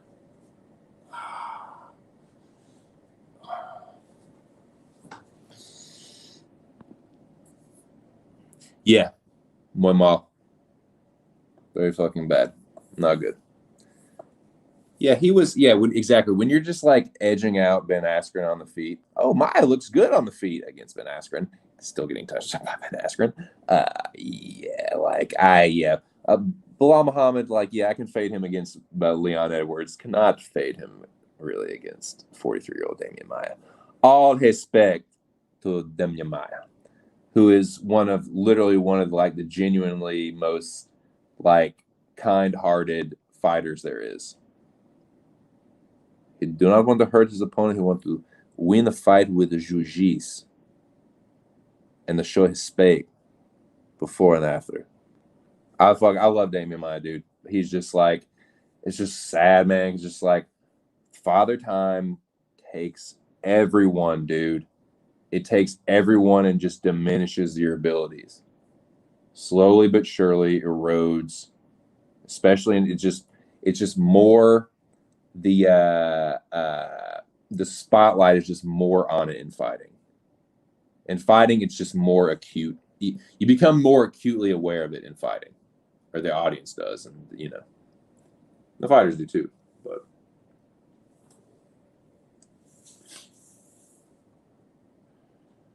yeah, I wanted to. I was like, man, is Maya gonna win this? And it's like, no, it's me. It's me wanting Maya to win it. It's me wanting to have him to have some like heroic, like, oh, beat Bilal Muhammad at 43. Like, nah, I don't see it happening. More likely, like Bilal Muhammad like knocks him out. Excuse me. Actually, I'm kind of sniffing that too. I'm kind of fucking smelling that fucking Adesanya burp of a fucking Bilal Muhammad knockout. Third round knockout, yeah. Maya gets tired. Muhammad's still pushing the pace. I don't know, man. I don't fucking know, man. Maybe probably just Muhammad decision, but we'll see. Yeah, boys, just fucking got the fucking place to myself today. The binger has fresh water in it. Got this fucking gorilla breath. It's fucking gorilla glue and Kush breath, and it is a fucking dandy. Just chilling. Nothing to do really, except stream. I'm gonna stream all day, and then I won't be streaming for some time. At least a few weeks. Doesn't matter how many people come up in here, but the people that do come up in here, I just want to say I appreciate it. Like Ear, Cage, all the usual suspects. Y'all made these streams possible, and I really do appreciate it. And it won't be forgotten. I will be back before too long. If anybody needs my number for any reason, just let me know. Obviously, if you're someone that I'm cool with and I trust, but and yeah, like everyone that I just mentioned is obviously you can consider yourself among those. But yeah, man, just need to.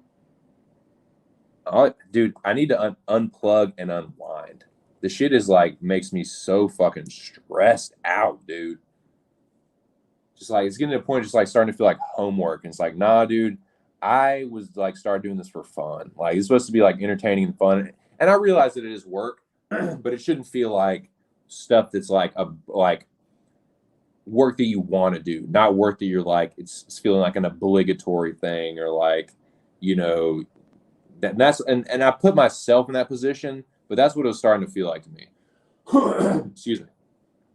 But yeah, man, it's just getting to the point where I was just like, nah, I need to step back from this.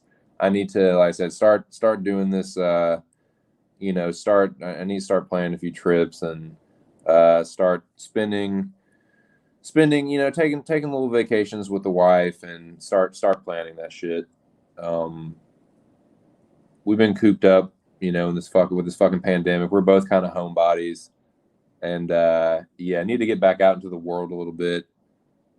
I go outside every day, but it's not for very long. You start going out more, like I work out indoors, but I want to start working out outdoors a little bit, like taking jogs and shit, just getting away from being online all the fucking time. Because that's what I do. I'm not fucking doing my fucking honey-do list and taking care of daily chores. I'm on the fucking line all the time. Gotta stop. I need to taper off. Gotta taper off, boys.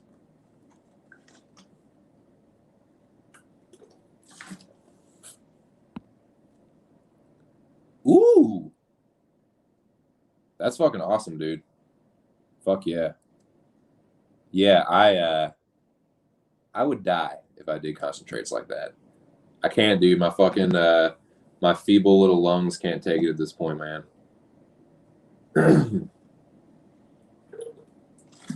Only true.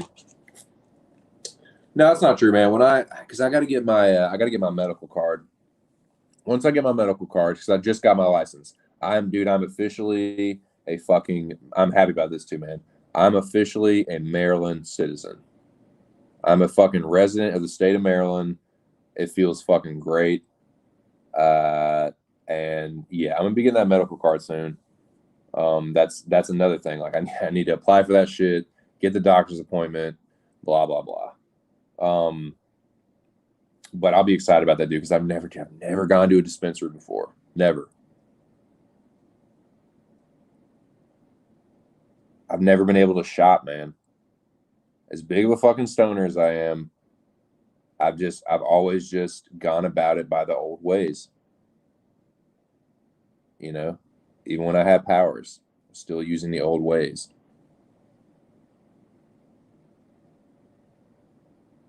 It's just a new era, boys. It's a new world out there. It's a brave new world out there in the fucking, as far as tree goes. I want a little taste of it. I'll be able to shop because I know some of the, I'll go in there, like some of the strains, like, ooh, yeah, I know that. You know what I'm saying? Like, nope. Like, I mean, you know, they've always got something new, but I want to see what's up with that, man. I want to see what that shit's all about.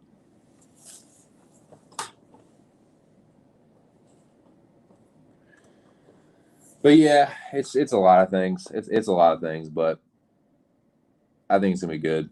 Take a break, deactivate Twitter. Fuck Twitter, man.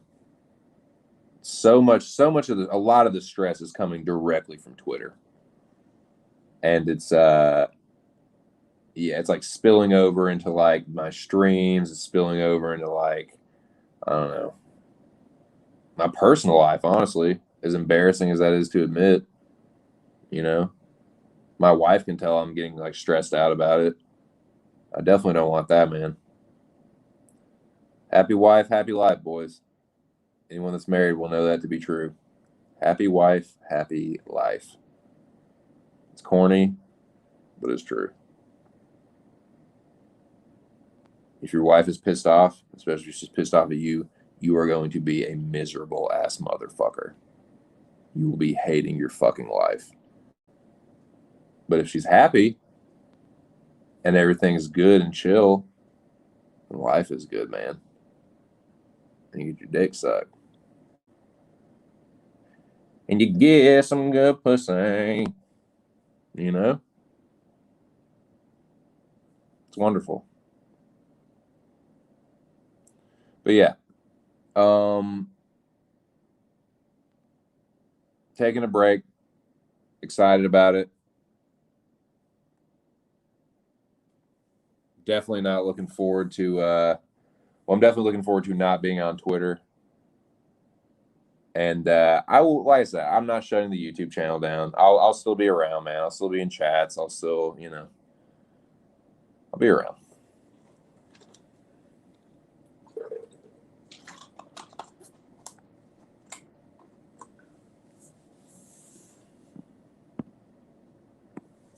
Fuck yeah. It's so fucking cool, man. It's just like, what? Like a weed store, dude? Is this real life?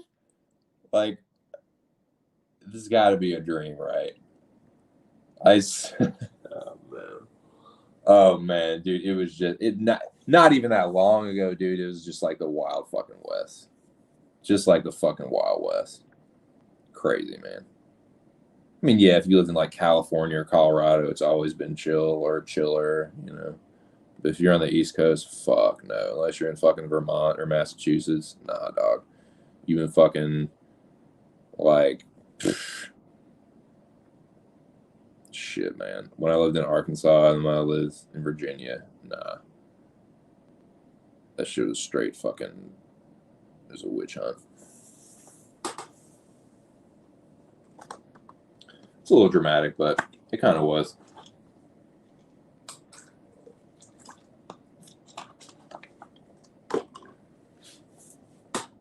But yeah, because I'm gonna find out, like, okay, for someone that doesn't do, because I don't. The thing about concentrates and dabs and shit is like, I don't want, because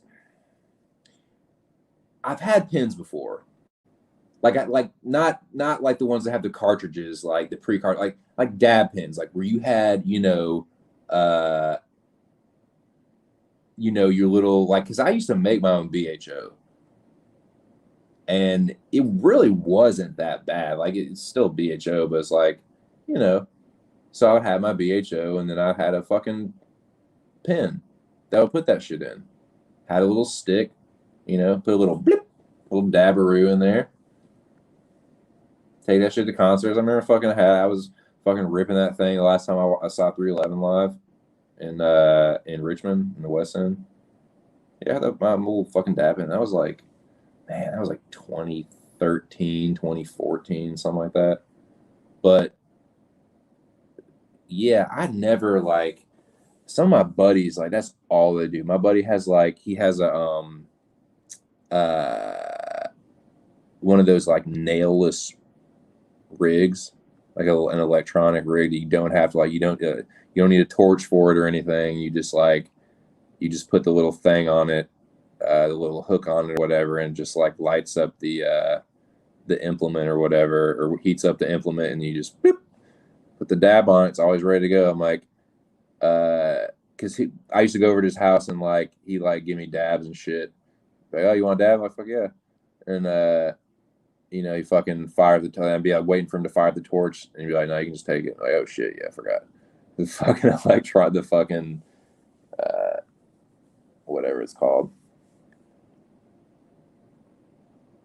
torchless dabber. Yeah, I'm looking forward to being able to just find okay, I want this for late at night. I want this for during the day. Because yeah, man, my dude's cool as shit, but it's like I never really know what I'm getting week to week, and it's never anything bad. But it's just like I like to know. I like to know exactly, and being able to know ahead of time before I buy, man, that's never really had that before. Well, that's not true. That's not true. But the variety is just going to be. I'm really looking forward to that, and a lot of people are spoiling that shit, man. Like these kids nowadays, that's all they've known, Fucking $10 a gram. Are you kidding me for chronic? Fucking back in the day, you try and get fucking $10 a gram of chronic back in the day, dealer fucking laugh in your face, dude. Man laughed right in your fucking face. It's a different world, man. It's a better world. Where the fuck is it?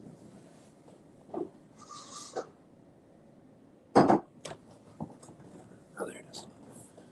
Okay. Now these fights here. I've said, ooh, nice.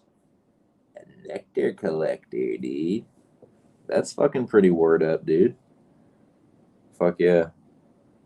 Yeah, our dabber has a little keef catcher on it. That's about all I got. But nah, I like my little setup, man. Just got a little little household binger. Couple nice perks on it. Submarine perk and a fountain perk, and then yeah, it's just a straight tube. It's nice though. A little over a foot tall. Easy to transport. Definitely taking this thing to the beach. Be sitting out on the top floor balcony. Can't wait for that shit, man. I love going to the beach, dude. That's one of my favorite fucking things. Like, beach trips are my fucking shit. I love them, dude. So, getting but I haven't been to the beach in years, and I like usually when we get to the beach, it's getting a house somewhere with some people. But I haven't done that many beach trips where getting a nice hotel room and with a balcony looking out over the ocean. Haven't done that in a while. Really, the last hotel room I got by the beach was a fucking just party trip with some of my buddies and some fucking girls, and we didn't give a fuck about where the hotel was. Just somewhere in the fuck. It was in Virginia Beach, dude. That was a fucking ridiculous trip, but yeah, man, haven't done that in a while. So it'd be nice. Take the fucking binger out on that balcony, dude. Sunrise, man. Should be tight. Go to the boardwalk. Get some good food, man. Get some good seafood. But yeah, I got to plan that vacation, man. And it's just a weekend, a long weekend, but still, like, got to take care of the shit around the house so we can book that thing. But anyways, yeah, I think the livest underdogs are the ones that I'm picking. I was playing. Objectively speaking, I would say the livest underdogs are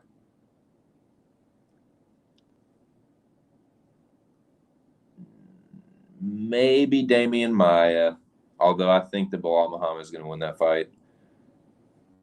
Lauren Murphy, perhaps, although I'm picking JoJo. Darren Stewart, although I'm picking you boy. And I think that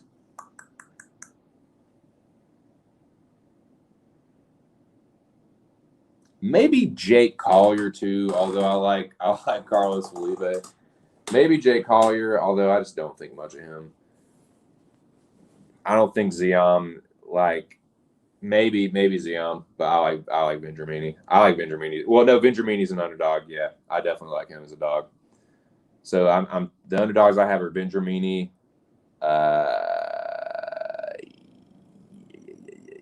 Vendramini,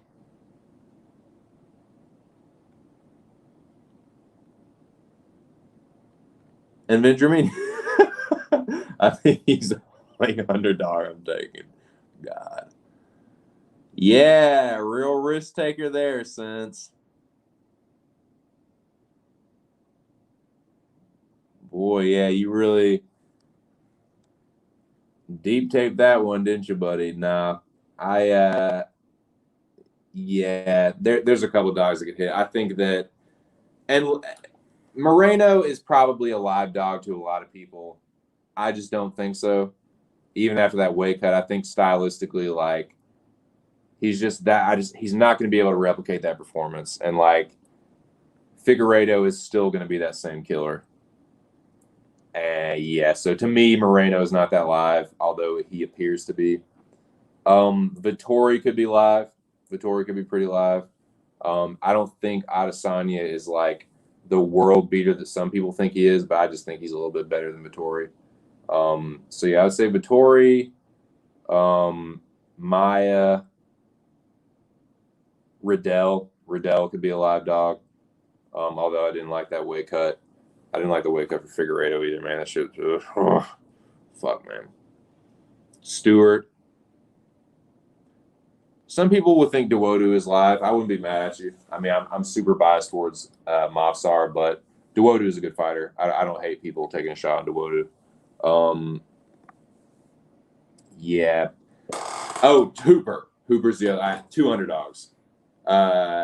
Fucking Chase Hooper and Vendramini. Those are my two dogs. Chase Hooper and Luigi Vendramini. Although, but yeah, I think that Stewart, Riddell, Vittori, and Maya are kind of live dogs. On paper, Moreno and Diaz look like live dogs, but I don't think they are. Me personally, like I said, I'm a Figgy standboy, but I don't think that Moreno is live versus Figueroa. I think he's getting knocked out. But I think Diaz is going to get pieced up, and Edwards is going to win a clear decision. And yeah, I still think that Bilal will get it done, although I do think Maya could be live. Maya's always live for the sub. Jag knows. Jag knows. Mavsar, that he's a stone cold fucking killer, dude. He looked bad. Yeah, he looked bad. So to me, the guys that looked the worst on the scale were Riddell, Dober, Evloev, Dawodu, and obviously Davison looked terrible. Who are some other ones? Yeah, Zion didn't look that great. Peterson looked god awful. Peterson missed weight. Peterson missed weight by like 2.5 pounds and looked like shit. He looked like shit. But yeah, I would say fucking yeah, Dober looked pretty bad. Evloev looked drained. Dawodu looked really drained. Anders looked pretty good. I mean, he looked concerned. Like, he looked concerned on his face, but then he made weight, like, just fine. Adesanya weighed 183 and a half, which is wild to me. Jamal Hill looked good. Jamal Hill and Craig looked good. Bilal and Maya both look good. Excuse me, Bilal and Maya. Leon Edwards looked really good, and so did Nate Diaz. Both of them looked sharp and ready to go. Moreno looked good. Moreno looked really good. Like I said, Adesanya, he didn't really look that bad, but he weighed 183 pounds. Like, why did you? I don't fucking get that. Why wouldn't you just weigh 185? Be as close to your last fight weight as you possibly could. I don't know, man. I didn't get that, but Vittori looked good as well. So yeah, JoJo and Lauren Murphy both of them look pretty normal. Frevola, McKinney looked good on the scales. Frevola looked okay. Felipe and Collier both looked like tubs of shit. And Vendramini looked a little better than Ziam, is what I'd say overall.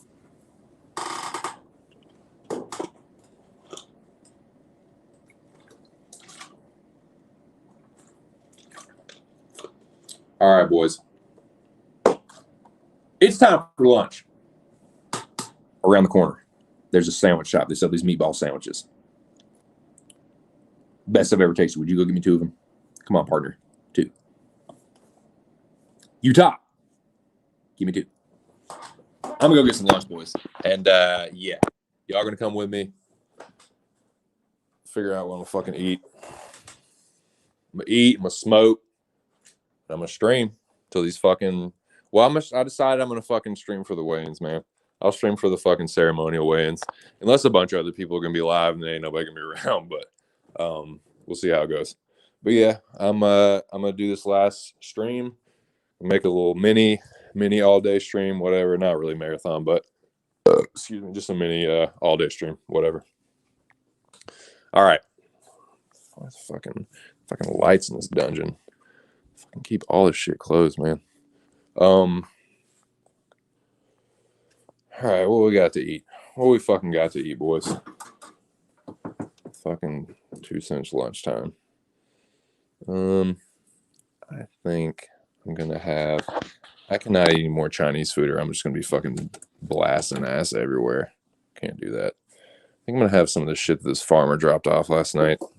Like I said, there's my brother-in-law, they have this co-op with this farmer around here and brings all this, like, organic vegetables and organic grass-fed beef and, like, range-free chicken and shit. And, like, they got it. There's like this, yeah, dude, that's what I'm gonna do. I have some of this chicken, man. So this is like it's a rotisserie chicken, but it's like this farmer's chicken that, like, was all raised responsibly or some shit. And yeah, I'm gonna fucking eat it. It looks delicious. And I'm gonna have some of this rice and these beans. It's gonna be dank.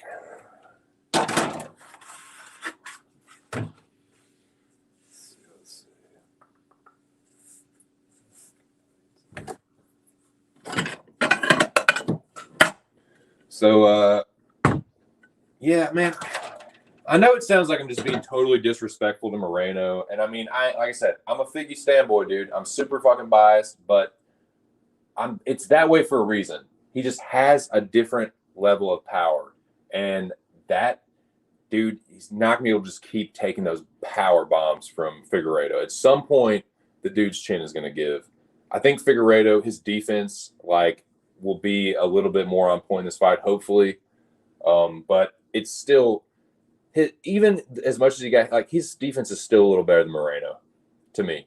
I think Figueiredo was rolling with a lot of those shots. He does have good head movement. The weight cut definitely worries me, but he has a bad weight cut every fight. Like, we know the dude is too fucking big for 125. He's really a bantamweight. He needs to be fighting at bantamweight, and he's talking about moving up there. And there will be some fucking banger fights with Figueiredo at 135. Dude, you kidding me? Oh my god. But yeah. I think that he needs to move up to 135 as well, but hey, while he's here, you know, I just think stylistically, like, Moreno is tough. He's scrappy, but ultimately, like, that's like he has good jiu-jitsu, he has good wrestling, like he has good striking, but like I don't think he's ever going to be able to knock Figueiredo out. And I think at some point Figueiredo, if he keeps cracking him and Moreno just keeps being willing to stand there and eat it, I think at some point it's going to go. Like he's going to drop from it. So at least that's what I'm hoping on. That's what I'm hoping for. So this fucking rice, dude. This fucking rice, dude. It's fucking. No, rice isn't like super good for you, but I know it's fucking organic, at least. And I know all the vegetables in it are fucking gonna be organic. It's like got carrots and chives and fucking. It's pretty dank actually.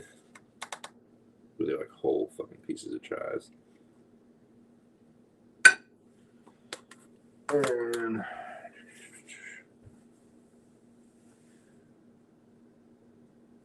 put a little sauce in, bam!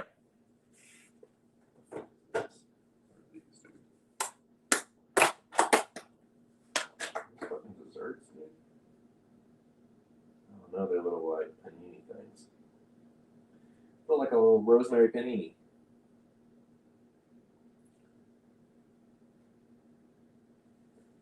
Ooh, that's cool. That's really good. Whatever the fuck it is, like a little aioli or something. I don't know.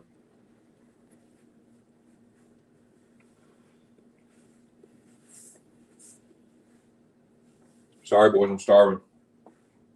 Not really, but I'm fucking really hungry. So I'm gonna eat.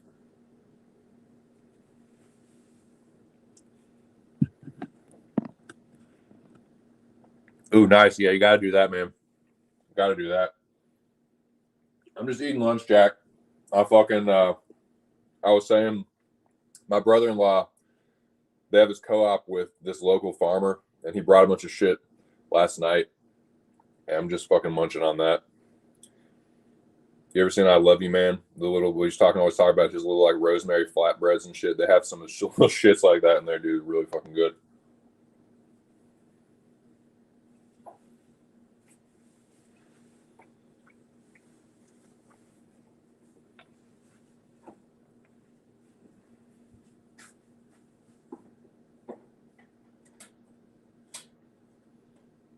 It is raining like a motherfucker out there.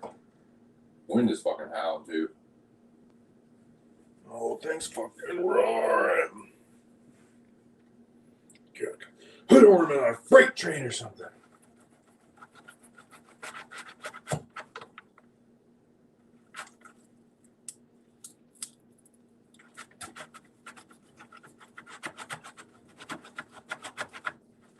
Yeah. Here we go. Some of this fucking chicken, dude. Shit, yes. Shit, yes, and we'll get a quarter of a chicken here, boys. We'll eat it, smoke some more weed.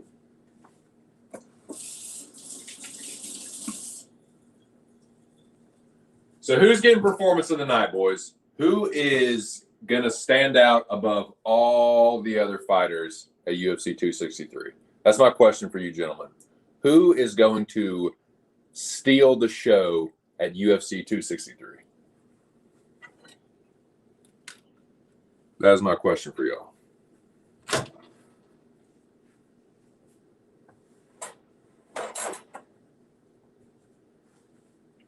If I heat my lunch up here.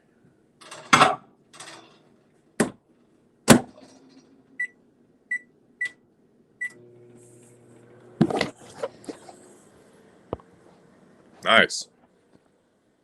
Fucking nasty as shit over here. seen the statistic on how many times the younger dude wins the rematch. Interesting. Yeah, those rematch statistics are always interesting, right? Because there's different statistics with like rematches and trilogies. Like the statistics on the guy that wins the rematch is like more likely to win the trilogy, and like there's a lot of statistics on the guy that won the first fight tends to win the rematch. But if the guy does win the rematch, like he'll win the third fight kind of deal. I don't know though. Yeah, I'm not Mr. Stat Dork. I'm Mr. Hot Takes, Mr. Talks out of his ass, and Mr. like kind of, sometimes knows what he's talking about. But anyway, fucking St. Louis beating the shit out of the Cubbies. Love to see that, don't we, boys? Beating the fucking shit out of them, man. Not really. It's 5-1, but still. So yeah, I think the potential to shine, like if Moreno knocks out, if Figueiredo knocks out Moreno,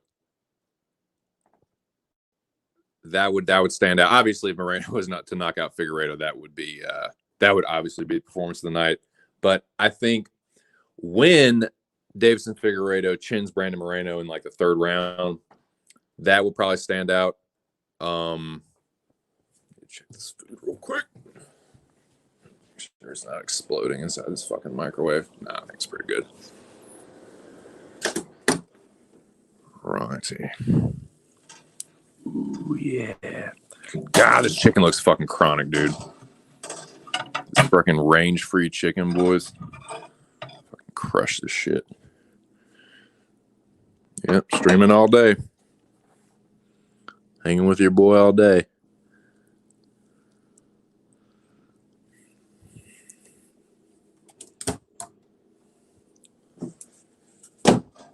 Cancel. God damn it, where is it? Oh, there it is.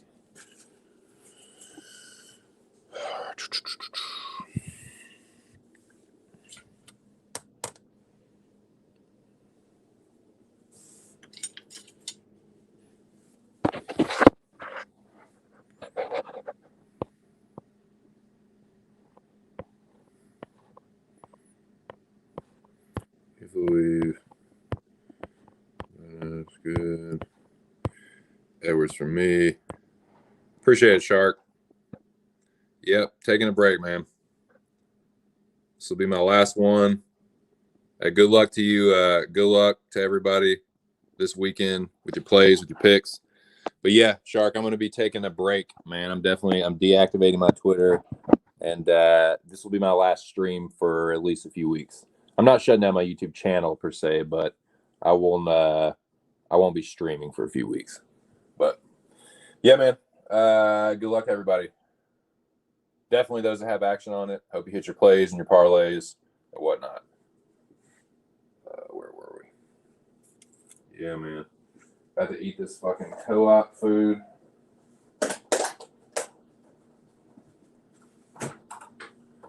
And yeah, I will be streaming all day. Probably going to stream for the weigh-ins. The ceremonial weigh-ins, that is. We saw the official weigh-ins. The only person that missed weight was Steven Peterson, and he did not look good. Figueiredo looked like shit, but he made the weight. He was bang on weight too. His championship weight. So yeah, I think that, and I'm super biased for Figueiredo, but I think he's going to get it done. I think Israel Adesanya is going to get it done too, man. I think both co-main and main are going to end with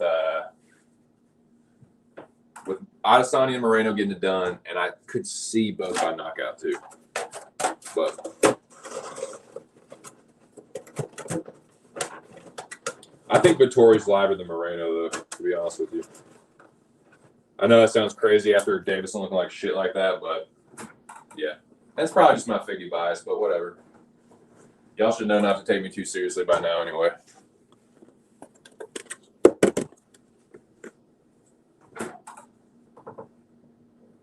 Where are we?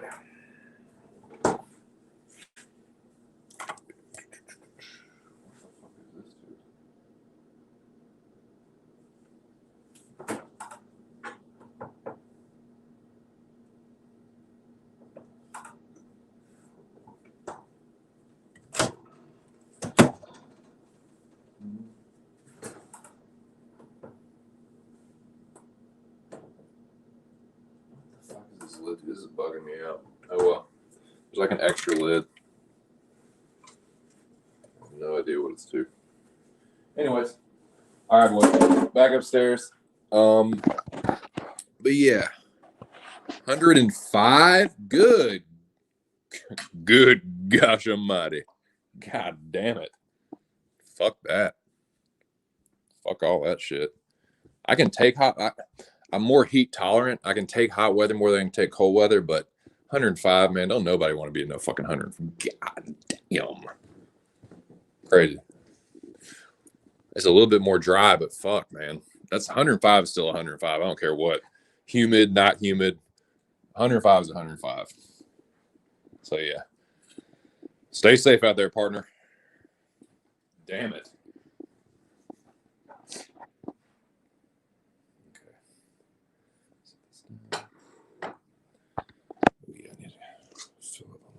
What? So, do y'all think that Leon Edwards and Nate Diaz is going the distance? Do you think there's a chance that Leon Edwards can finish Nate Diaz, or that Nate Diaz could snatch up a sub, or do you think that's just decision? Because it's interesting that they made it the 5-rounder, because it's almost like they assume that it's going to go to the cards, but, you know, do y'all think there's a chance that either guy, like, pulls away so much that he gets a finish? Because I don't think it'll be an early finish. I think if one of them was to get one, it would be a late stoppage. Like if Leon Edwards to get like a late doctor stoppage, or Diaz to get like a late sub. But I don't know, man. Edwards is tough to put away. I don't know. I don't know, me personally. Like, I could see a doctor stoppage. I could definitely see Leon Edwards winning by decision.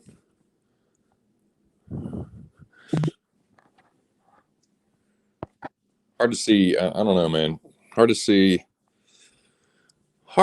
Nate finishing Leon.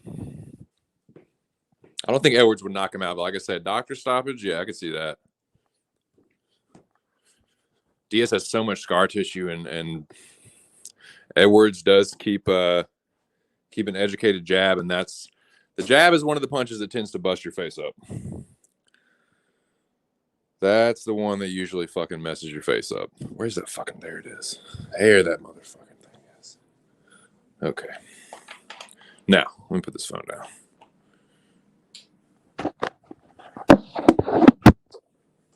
So I know that Craig. I know that Jack is on Paul Craig. Anybody else on Paul Craig?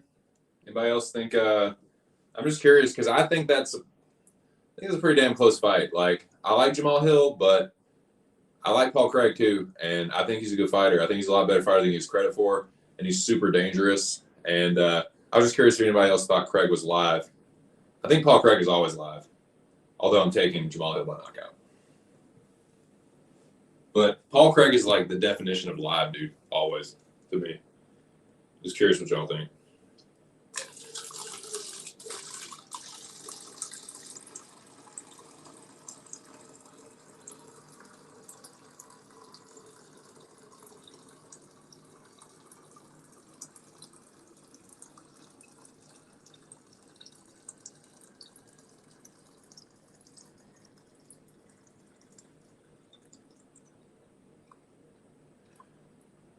Jack, do you think do you think it will be, Jack, if you're still in the building, do you think the Craig by submission will be a late finish? Like, do you think Hill gets tired? Or do you think he catches him early when they're still dry? Because Craig is usually pretty aggressive. That's one thing I noticed about Paul Craig. Like, for better or worse, he's pretty fucking like heated in there. He fights aggressively, and like I just see him pressing forward like at all costs. I don't really see him hanging back too much against Hill. As much animosity as those two have towards each other, you know what I mean?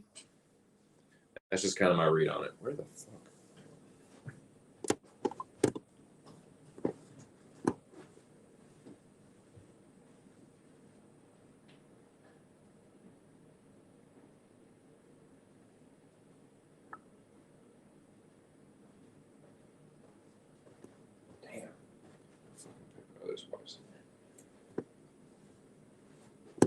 So Craig is always live to me, but I think that I like Hill to knock him out here.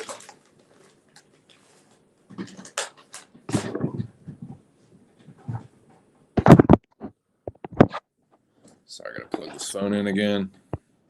Want Craig to win. Dude, I'm the same way. I was like, man, Jamal Hill, like, who is this kid? Who's this like guy beaten? Like this kid's fucking hasn't fought nobody hardly. And it's just like keeps winning. Like, okay, that last one was kind of an eye opener to me. Like, okay, like I'm the same way. Like, I'm done picking against this dude. Fuck. Adesanya is another guy. Like, unless it's someone like Jan, I'm tired of fucking eating Adesanya crow. Tired of it.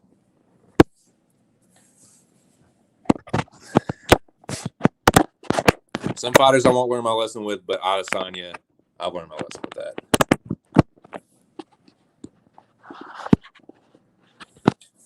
All right, we're plugged in. All right, well, I apologize for the rudeness, boys, but it's not going to stop me from eating my lunch. I'm going to be streaming all day and might be into the night. I'm gonna do the live ceremonial weigh-ins, reactions, and just stream for that for the fuck of it. I mean, if a bunch of other people streaming shit, like, you know, I might not do it, but whatever. But yeah.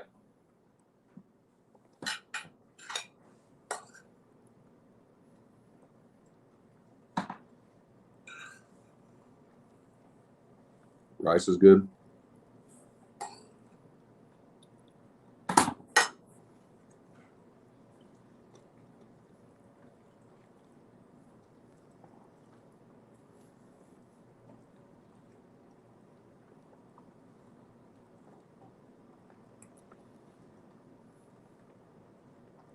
Chicken is fucking incredible.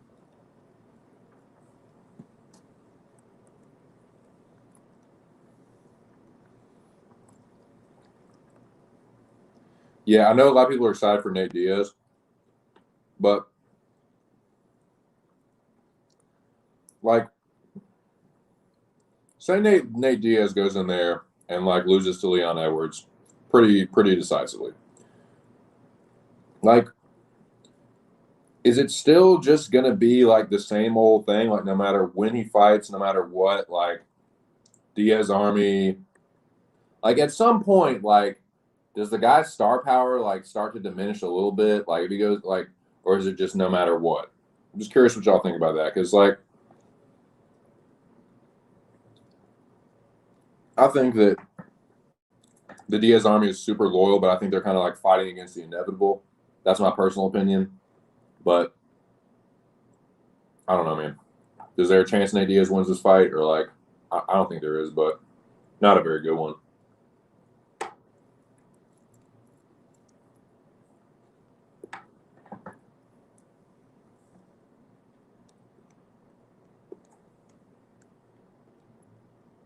I don't know, man. Am I overlooking Nate Diaz?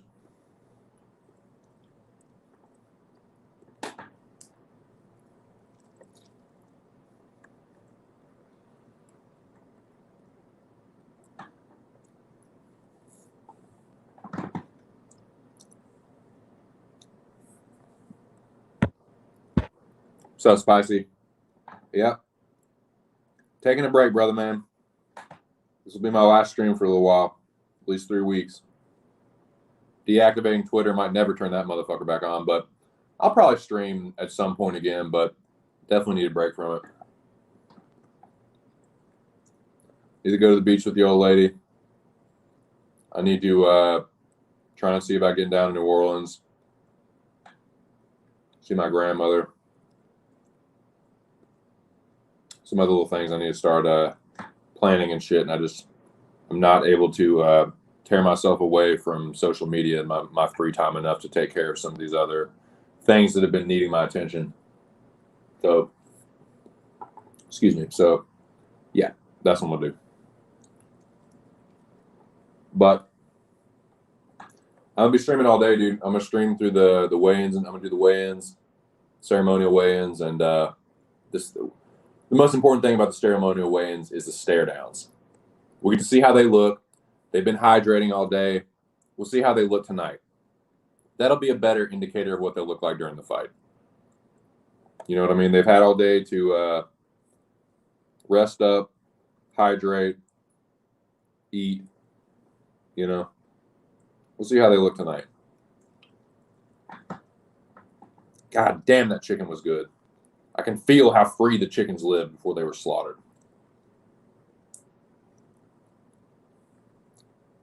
And their meat tastes delicious.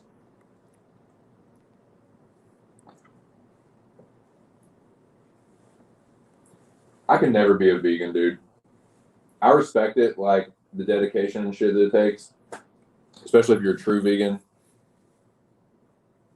And believe me, like when I played music, everyone in the band that I was in besides me was a fucking vegan. And you want to talk about like going to a restaurant and having the waiter just hate your fucking guts. Yeah. But nah, dude, that shit takes dedication, but I couldn't live without meat, man, without being able to eat meat, like chicken or pork or fucking beef. Nah, man. I love eating dead cow. I love eating dead chickens. I love eating dead pigs. I mean, I'm probably just going to keep doing it.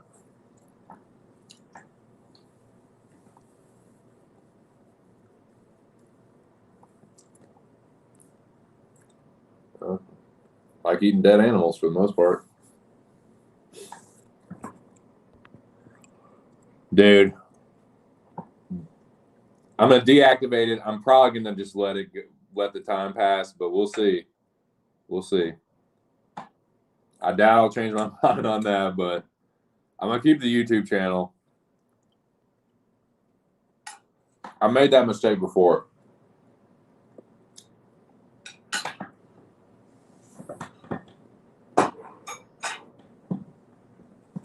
I shut my old channel down before, and so it's gone forever.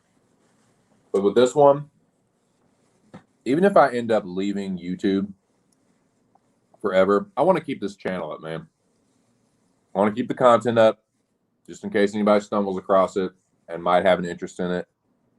Probably not, right? But, you know, I'd rather do that than just like know that it's gone forever. Plus, you know, maybe I change my mind and I come back and I want to, you know, start streaming.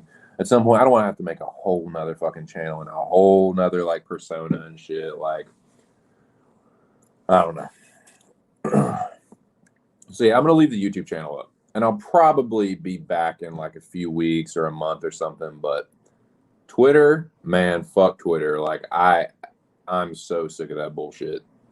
I might never go back to that shit. I'm definitely gonna be on Sunday. I'm deactivating my Twitter, and you get 30 days before they permanently like delete it. But you know, we'll see what happens, man. See if I change my mind. I doubt it. Fuck Twitter.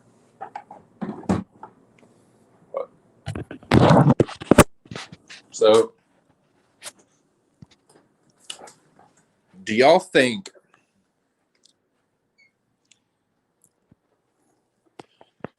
is this Damian Maia's last fight?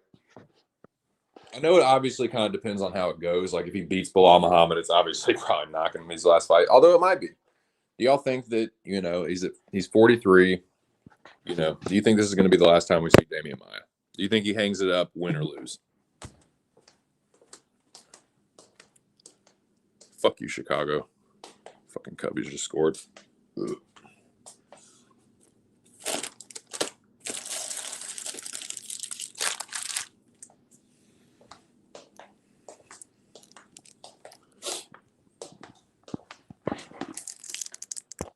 Torn between Collier and Felipe. I hate Felipe, but I think his hand, dude. I said the same shit. I'm on Felipe too. That for that exact same reason. I think he has the better boxing. I think he'll just kind of outbox Collier. Like he's not Tom Aspinall, but that is his strength, is his hands, and like I think he'll just be the better boxer and kind of use the jab, bust up Collier, and win the decision.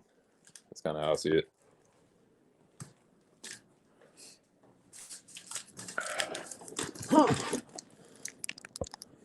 Carlos seemed to fix the cardio issue, so he should cruise. Yeah, I hope so. I hope he just keeps. He didn't look super great, but then I remember like, man, it's Carlos Felipe. Like he never looks like that great on the scales. Like I've seen him look worse. I've seen him look like a bigger tub. You know, I'll say that. I thought Collier looked worse. I thought Felipe looked better than Collier, and I liked Felipe anyway, so that gave me, you know, even a tad bit more confidence. You know, but yeah, I like Felipe there. I like Felipe there myself.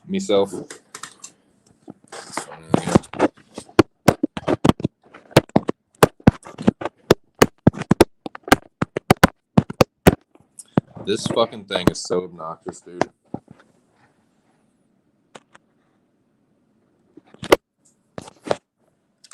The little like cover for the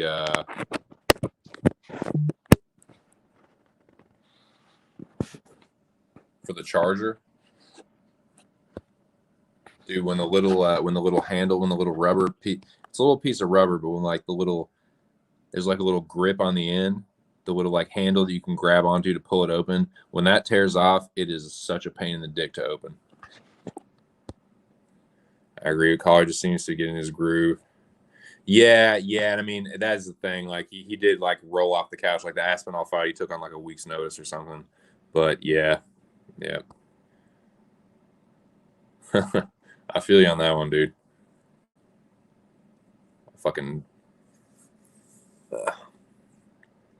UFC, yeah.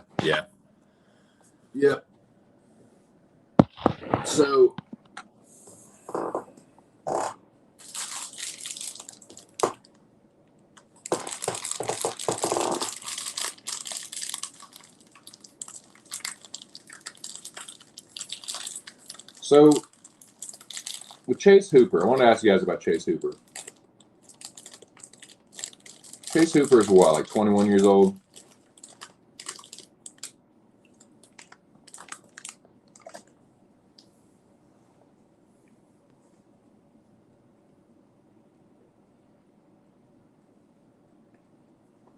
Say he smokes Peterson.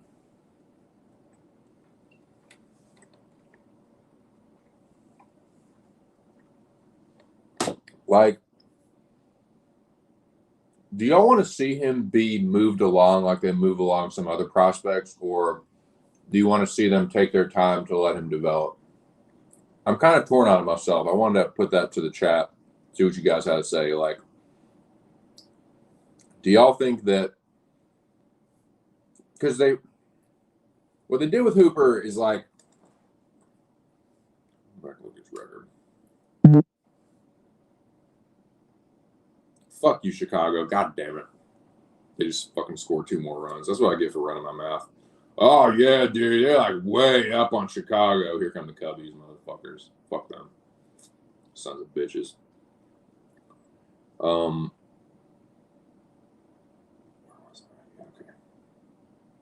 Chase Hooper.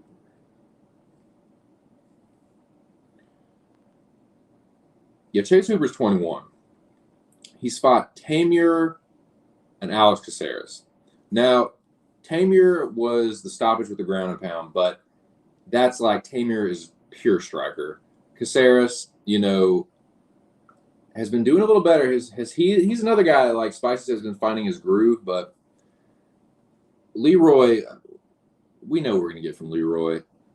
And, you know, he submitted Peter Barrett in the 3rd round. So like in a fight that it was starting to not look very good for Hooper. Or maybe I'm thinking of the wrong fight, but I remember that. I remember being on Chase Hooper and being a little nervous for that until he grabbed that heel hook. So I'm curious what y'all think. Like, I guess what I'm asking is, do y'all like the trajectory that Chase Hooper's career is on? Do y'all want to see him if he beats Peterson, would you like to see him fight another person so more or less of that caliber? Or do you want to see them rack the competition back up? They'll move him slow, win or lose. Right on. Probably smart, right? No, the guy's so young. No need to rush him.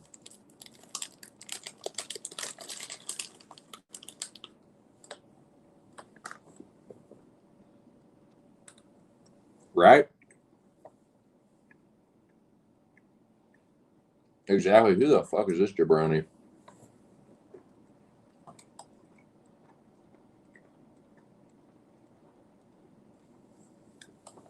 Tell you who he is. He's a fucking jobber that missed weight.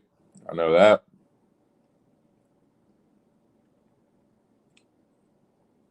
Dude came out there. All right. This dude came out there, said one of the last people to weigh in came out there and said, can I try? They brought out the thing immediately, like the cover or whatever, the quote unquote towel. He's like, oh, can I try it first? He's like, motherfucker, you were 2.5 pounds over. I'm like, no, just get up there. Like, yeah. Miss weight like crazy. Yeah, I think Hooper's just going to dominate him. I could even see another Chase Hooper TKO by ground and pound or submission.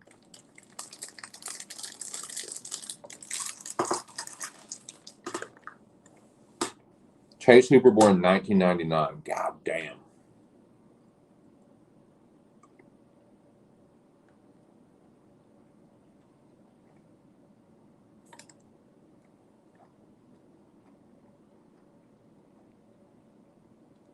Yeah, he's got the record for youngest fighter ever signed to the UFC.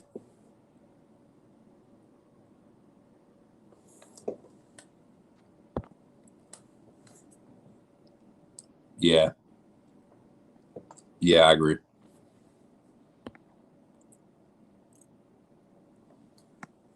Yep. Agreed.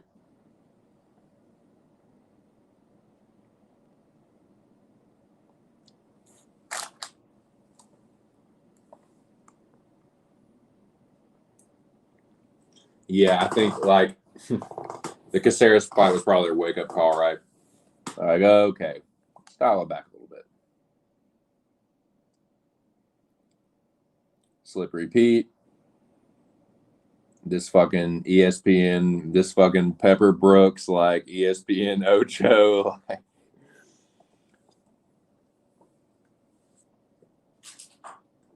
yeah, that makes sense. That all stands to reason.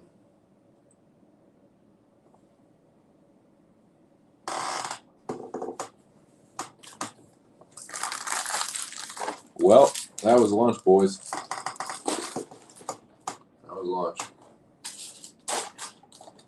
Now, for a little after dinner mint. That was dinner. Then we're going with supper later.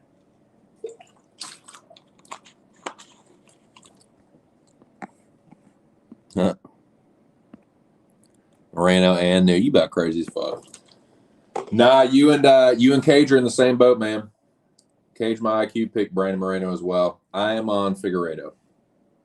I don't hate you for it though. I do not hate the Moreno pick.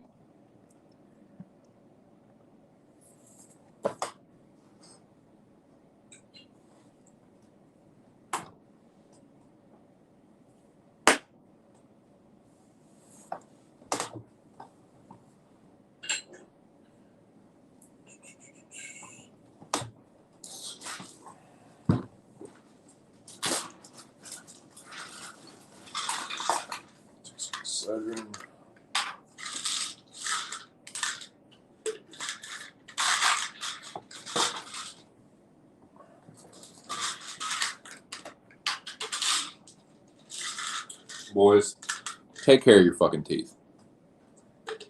I've been having my teeth worked on every 2 weeks for the past month and a half, 2 months.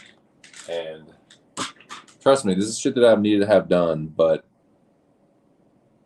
like my head is thumping right now. She told me like the last one that I got was a pretty deep cavity before this last appointment. She told me, she's like, let me know how that one is because I was deep. I told her this time, I said, yeah, it's been bothering me. So I'm probably gonna have to get a root canal on that one. So fuck that. But yeah, this last one, I mean, this wasn't quite as bad, but it's still just like, I feel like I still haven't gotten over that last one, dude. And it's just like, my teeth are just rocking my fucking head, dude. Like, bad headache. You take some fucking Excedrin. But I don't like taking too much Excedrin because then like it's as caffeine. I like it because it's like it's a little caffeine and it's like that helps with the headache too, and like it's quick acting, but I don't like taking all that caffeine at once because then I'm like jittery and shit. I don't know. But it does. Excedrin is effective on my headaches, so. But let's take a little ibuprofen.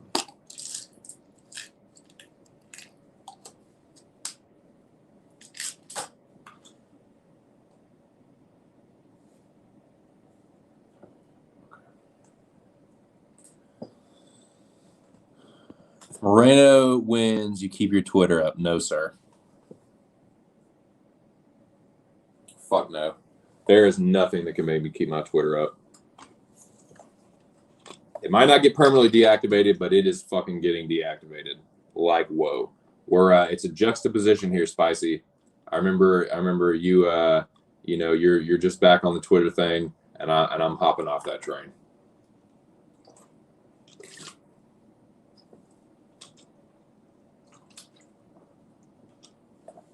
Twitter is a fucking living nightmare.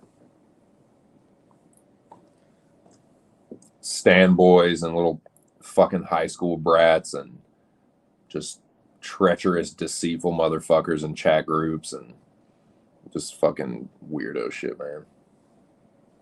Too old for that bullshit.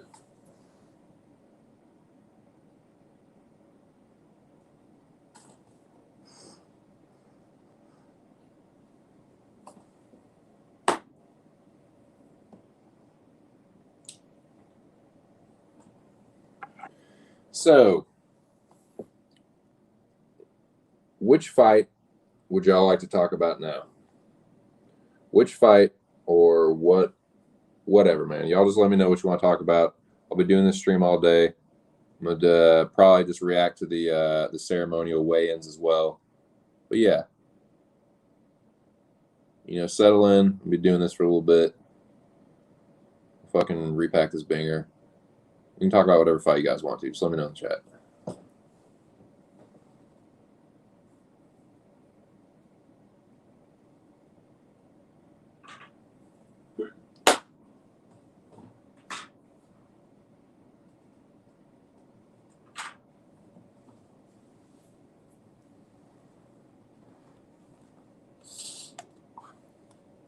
I'm just too negative on Twitter too, man. Like I'm a garbage human being on Twitter.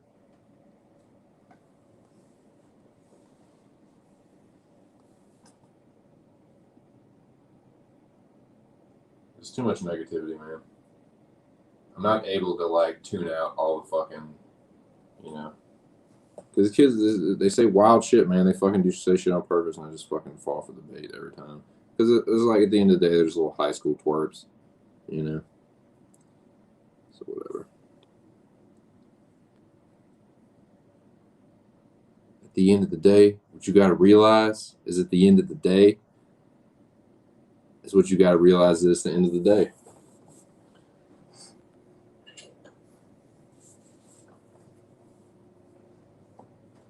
It's just you and what you have. Because at the end of the day,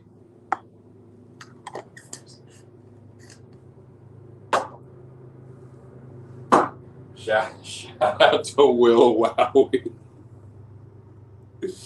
the fucking dog food mogul. You see the background of my profile picture? That's dog food. That's Palace of Dog Food. That's my empire.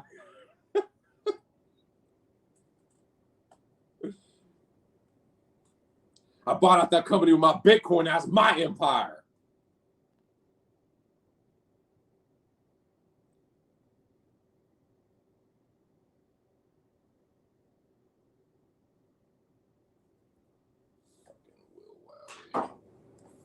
That's Jack. That shit that Jackson in the chat, that shit he put, that little tweet was about so-and-so versus so-and-so, Will Wowie versus at the end of the day. Oh, yeah. Facebook's been gone for me. Yeah, about the same amount of time, 3 or 4 years. Calderwood Murphy. So, yeah, Spicy. I haven't taken JoJo Calderwood, but that's another one where it's like, she's kind of a point fighter. Like, I think she's a better kickboxer than Lauren Murphy. But I feel like Lauren Murphy maybe has a little bit more dog in her than JoJo. But I like JoJo to win a decision there. I think Murphy's a little bit past it. I think that she's been able to kind of, and JoJo's not a whole lot younger, but she just like, I just think she's gonna get it done. I just think she's gonna be a little bit better on the feet and get the better work off and just kind of outpoint her. Murphy's another fighter that doesn't wear damage on her face very well. She gets busted up pretty easily, and I think JoJo's going to kind of bust her up a little bit, and it'll just give her the edge on to the in the eyes of the judges.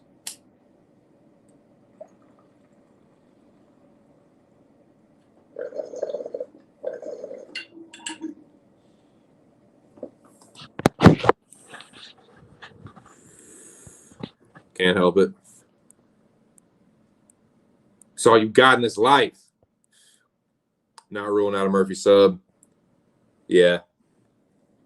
Yeah, that's definitely if I was a gambling man, it's what you call a stay away. I think women's MMA is just like a stay away in general, unless it's like Amanda Nunes or Valentina or Cyborg against a fucking Bellator jobber. Like, other than that, man, there's no like. Doesn't matter how much of a favorite they are. Doesn't matter how much they're favored. You cannot like put a lot of confidence in women's MMA.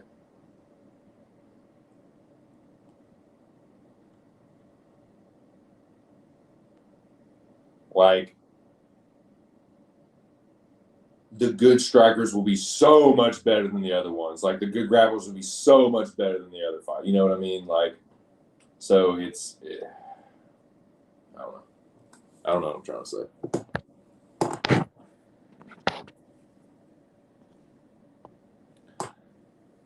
JoJo's IQ is jump into Maya's guard. Yeah, like JoJo is like does some questionable shit. Like, I just don't think that Lauren Murphy's gonna have enough for her. I'm saying, dude, like she does not wear it bad on her face. You crazy as fuck, dog. Nah, you're not crazy, dude. Not any crazier than me. Nah. Like I said, I think this is like, I was gonna say, man, this is kind of the card of like the low key cuties. Like, they're not like, it's not like Amanda Hebus or like fucking that Ricci chick. Goodness gracious. Not a mercy. She got a tater. But no, man, but it's there's some low key kind of cuties. Like, Panny isn't like too bad. Like, she can kind of look cute sometimes, and same with JoJo, and here is adding Lauren Murphy to that list, and that's cool too, bro.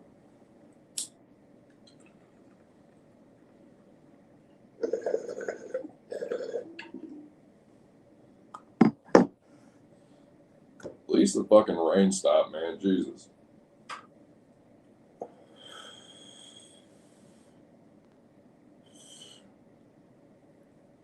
Yeah, I'm looking forward to this break, though, man. Looking forward to going to the beach. Looking forward to fucking planning these trips. I'm going to see my boy down in fucking Roanoke. It was a hop, skip, and a jump when I lived outside of Charlottesville, but it's a little bit further now. I got to plan that shit out. UFC cat. Fucking UFC cat. Yeah, I mean, Evil Weave and Dawodu is going to be a really, really fucking good fight, and I'm just super biased towards Mavsar.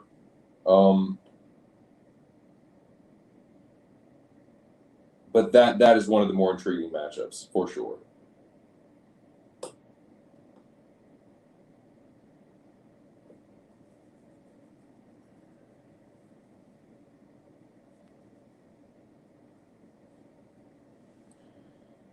Yeah, like, I don't think. Now, shout out to Moyes, man. Shout out to Big Moyes. The draw god spoke on this one. He said that this has potential for a draw. It absolutely has draw potential. Both of these guys have shown, Evil Weave and Dawodu have shown a propensity to go to the cards. They're both what you might call decisionators. Also, Hakeem Dawodu has literally has had a draw in World Series of Fighting and had 3 split decisions in the UFC. The guy, what that tells me is that the guy lets fights slip away from him. Movsar is not going to let that happen. Movsar is, whether he gets the finish or not, Movsar is going to be mashing on the gas for 30 minutes. He's going to be in his face. He's going to be striking, transitioning into grappling, looking for the takedown, looking to land ground and pound and control. I think Movsar is going to get it done. I think he's going to. He could put on a fucking. Dude, if he gets like a ground and pound TKO or something, he could put on a really standout performance. Because Dawodu's a good fighter, man. Tukagov isn't a bad win at all. You know, Austin Arnett isn't too bad.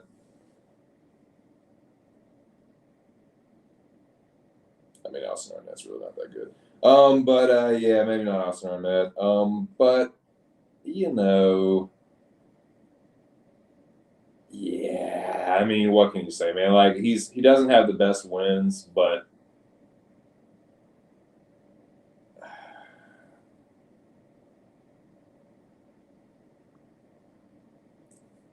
Tukagov is a good win. Tukagov is another guy that gets. I don't know, man. I think Yves Louis is a better fighter. I think he's going to win a decision. I could see him stopping Dawodu, though.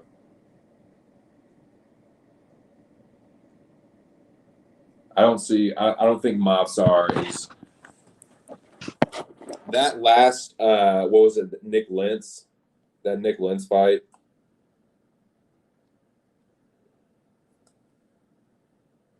Yeah, that was fucking bullshit. That was like a split decision or something. Like, Movsar clearly fucking won that fight, dude. Like, he has good sub defense. He has a good chin. He has a better overall skill set. Dawodu might be the slightly better striker, but hey, man, Movsar is kind of nice on the feet. Low key. The relentless takedowns, clinch work might be the deciding factor for Murphy. Who knows? Indeed. Oh, yeah, she's a little cutie pie. Not big on panty. That is fair. I hope Davis doesn't Mazo Kianzad. Yeah. Yeah. Davis is another one where it's like I'm fading Davis and Murphy. Maybe it bites me. It is women's MMA. You never fucking know. You never fucking know, dude. But I'm gonna fade both of them this time too. Yeah, I don't think Panty's like a good striker, but she's kind of a little overrated sometimes. But I don't think much of Alexis Davis, and kind of the same way with like Lauren Murphy. Like, Lauren Murphy is tough. She's been hanging around. She's been winning these fights a little bit older of age, but I like JoJo here. I like JoJo. I don't hate anybody for being on Murphy, though. Like, Murphy's definitely scrappy, and Davis, too, but we'll see. Oh, shit.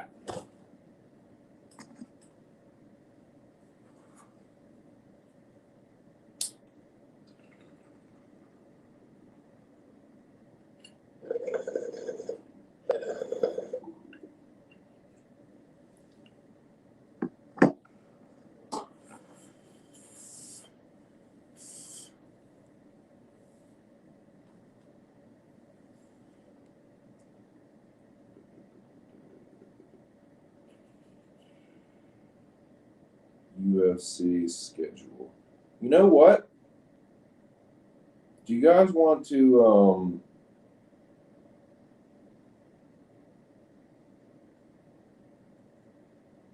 want to look ahead a little bit? Anybody want to look ahead a little bit? If not, we can definitely keep it on UFC 263. That's cool too. Lauren Mueller is okay too, but I'll definitely take Lena Landsberg over both Laurens. Yeah, I agree with that. I'm with that too.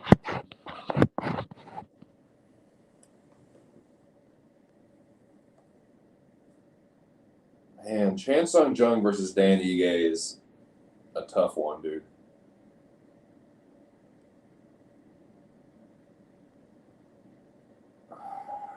That's sketchy because of the way that Chan fights. But Ige's tough too, but dude, Chan cracks, man. He gets fucking. Damn it.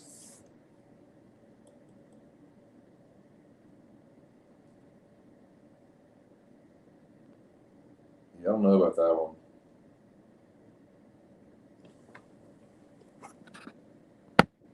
All over Ige.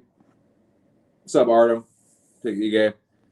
Yeah, Artem, I don't know if you heard or not, but this is my last stream for a while, dude. I'm gonna stream all day. I'm gonna do the live ceremonial weigh-ins. Like, I'm gonna make my picks on Twitter. Damn train. It's a damn cold train to West by God, Virginia, boys. At least I'm assuming it is. I don't know. I'm close to West Virginia here, though. Like, we're close to the fucking, like, 20 minutes from the border. What was I gonna say? Yeah, the Ige. Yeah, I like what I've seen from Ige. Like, he's tough. He has good boxing. He has good power.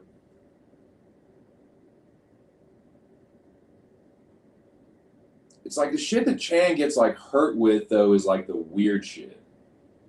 Like Chan is like so vulnerable to like low percentage spinning attacks. It's so weird, man. He got cracked by one with Ortega. Excuse me. He got cracked by Ortega with it. He got slept by Pantera with it. The dude just is like open to fucking getting cracked by spinning shit. Never seen anything like it before.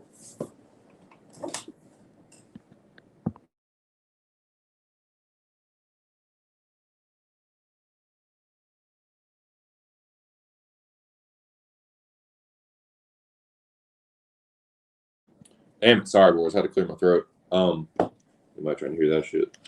But yeah, I think, man. Yeah, as much as I like the zombie, it's almost like I almost like can't fade Ige there. Like he's younger, he's more durable, he hits really hard. And as much as I like Chan, dude, the dude gets hit so fucking much. He's not gonna be able to take like 3 rounds of that from Ige if he just marches forward like zombie style. He does. I don't know, man. Chan is dangerous though. Ige gets hit a lot too. That's an interesting fight.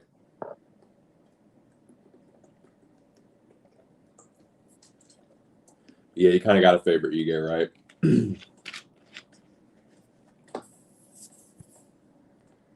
God damn, are you serious?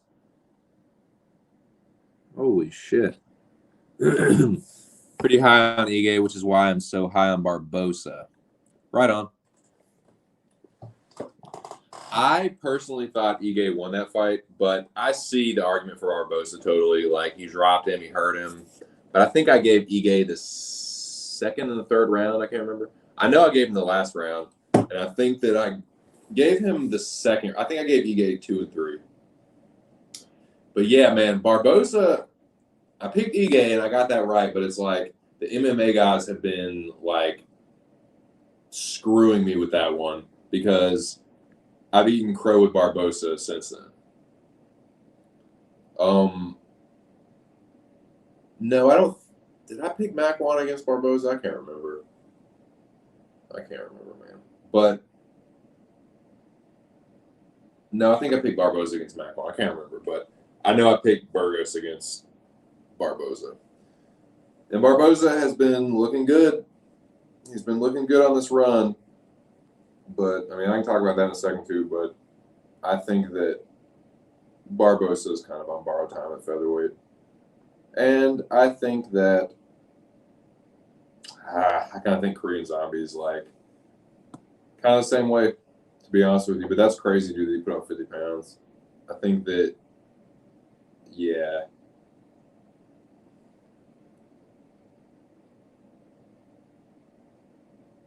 Take out the Dustin Poirier win, which is a great win. Bermudez, Moicano. Like, Moicano's a pretty good fighter, but it's like he's chinny. Old Frankie, like, after Ortega pretty much cracked his chin. Yeah, I think you kind of got to favor Ige.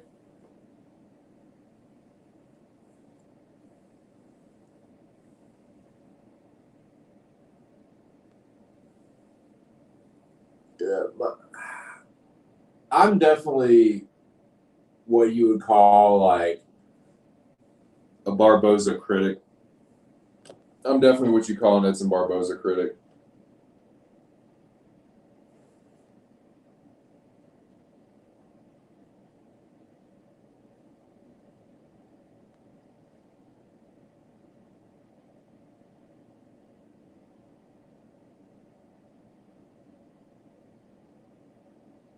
He definitely has good wins.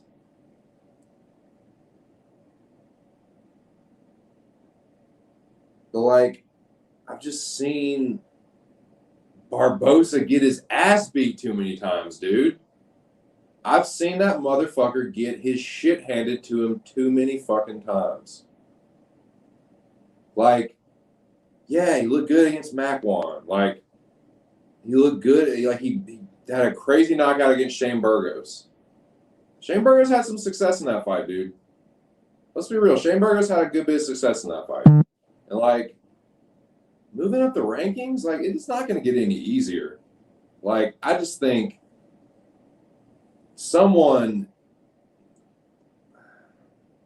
Burgos isn't even a top 5 featherweight striker.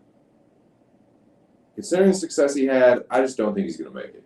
Like, Edson Barboza is a better fighter than I give him credit for most of the time. But the reason that I've been watching Edson Barboza for a hot minute, dude. I've been watching Edson Barboza for years.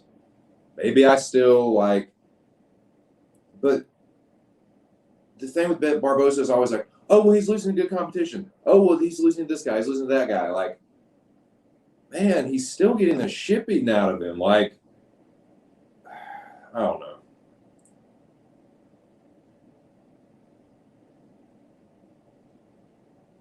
One, two, three, 4, 5, 6, 7, 8, 9, 10. He's literally 5-5 in his last 10 fights. 5-5 over the last 5 years. 35, cutting that weight still every single time to 145. I just don't think it's going to work out for him, but the guy will probably keep feeding me crow, and I'll keep looking stupid, and here you can keep doing the same thing. I'll keep fading Barboza, and you can keep being like, see, told you, dude, you should listen. And I'll be like, I know, but I probably won't. So there you go. There you have it. Yeah. Zombie versus Let's Fucking Go. Zombie via sub. Nice. Barboza almost finished him that fight. Are we thinking about Max and Yair? Barboza fan. Awesome kicking technique. Yeah. Oh, that's a good fight, dude. That's a good fight. Yeah, that's a really appropriate fight, too, actually. That's a great fucking fight. Because that's a great test for Giga and still for Barboza, too. Like, it will be the battle of the kickers, dude. That's a great matchup. I like that a lot, dude. That's a good fucking shout, Artem. That's a great fight. Please make that Sean Shelby and Mick Maynard, you fucking dweebs.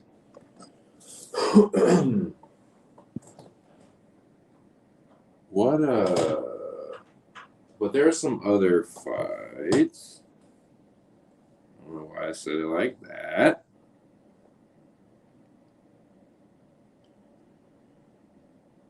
Yikes and away with the rest of that card, though. Yikes and away. Now this one. Oh, don't you hate that, man? That's why I don't want Chandler and Gaethje to fight each other. I know that's like coming. That's like inevitable, and I'm just like, ah, like fuck, dude. Because I like dude. Gaethje is my favorite fighter, and I like Chandler a lot, dude. I don't want to see them fight each other, but they're probably going to, and Gaethje's gonna knock him out. But yeah, this fight, dude. This fight here. Cyril Gane and Alexander Volkov. I know for a fact that a lot of people that's going to split MMA Twitter. It's going to split MMA YouTube. It's going to split this community down the middle. I know there's going to be a lot of people that are going to be on Alexander Volkov. I know there's going to be a lot of people that are on Cyril Gane. I think that's a very important fight. I think that's the winner of that fight will be more than likely the next contender. I would have to think so. Like, it looks like Francis is going to fight Derek Lewis. I'm still telling you to this day, until I'm proven otherwise, John Jones is full of fucking shit. He's still selling wolf tickets. That motherfucker is not going to heavyweight. This is all he's just retired, and he's just like weight training because he wants to, and he's just being a fatty. He's just like, he's not preparing for heavyweight. John Jones, hey, prove me wrong. Prove me fucking wrong. The motherfucker's been selling these wolf tickets for like 8 years. I'm not buying them. He's full of shit. But anyways, let's just say hypothetically John Jones is not in the picture. It's gonna be Derek Lewis, and then it'll probably be the winner of this fight, right? I don't really know. Like, or it's hard to say Rosenstrike because Rosenstrike just lost to Gane. You know what I mean? And like Sakai, like beating Sakai does not get anybody a title shot. So I think that Cyril Gane versus the winner of this fight should probably get the next title shot, is what I'm saying. It'll probably be Derek Lewis next, and then the winner of this fight, I think, is more than likely going to be your next contender. So, Jimmy, Volkov, pretty confident. Nice. I like it. He was moving up no problem when Stipe was champion. Yeah, exactly. Well, exactly.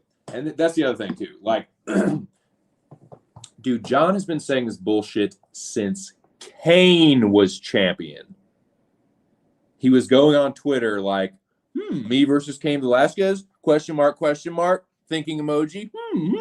You know, he's been doing that he's been playing that fucking little game for years on Twitter. Whoever's this heavyweight champion. Could you imagine me versus so-and-so? Like, just shut the fuck up, John. You're not going to heavyweight. You're a fucking liar. John Jones is a liar. Pathologically. If he moves up to heavyweight and he signs a fight, cool. But it looks like what he's doing is this is a big, elaborate exit strategy. He doesn't want to look like he's pussy to fight Francis or any of those other heavyweights, but John is, to me, is just too fucking narcissistic to take the loss at this point. Especially, I think, with people accusing him of like having lost 3 times, I'm one of them, and like ragging him for the PED use. Again, I'm one of them. But to actually take a loss on paper, I don't think John. I think he's too egotistical for that. Like, he's not gonna. That's his one thing that he can hold over everyone's head. That's the one thing that because John is a troll. He loves dangling that in front of people's faces. Oh, well, you can say this, that, and the third about my track record with PED abuse and all the shady shit that I've done and all the morally questionable things that I've done and like just the lying and all that shit. Like, you can say what you want about that, but on paper, you know, all I have is a DQ loss in my handful. So I really don't think that John wants to risk taking that. And I don't think he's going to risk getting knocked out by Francis. And I don't think he's going to risk getting styled on by one of those like somebody like Cyril. Like, it's not Stipe and DC anymore, dude. Because that's what I think John was thinking. John, and I've said this before. I've been on record with this before. I really, really think that John thought that Cormier was going to win the rematch. He thought Cormier was going to beat Stipe again in the rematch, and then Cormier would have won the trilogy with Stipe, right? Then Stipe would be out of the picture. Then he would just go right up to heavyweight and snatch that belt off DC and ride off into the sunset as double champ. But that didn't happen. Stipe turned the tide, and he was the one that won the trilogy. So then it's Stipe and Francis, both of which are like, I think to me, like, you know,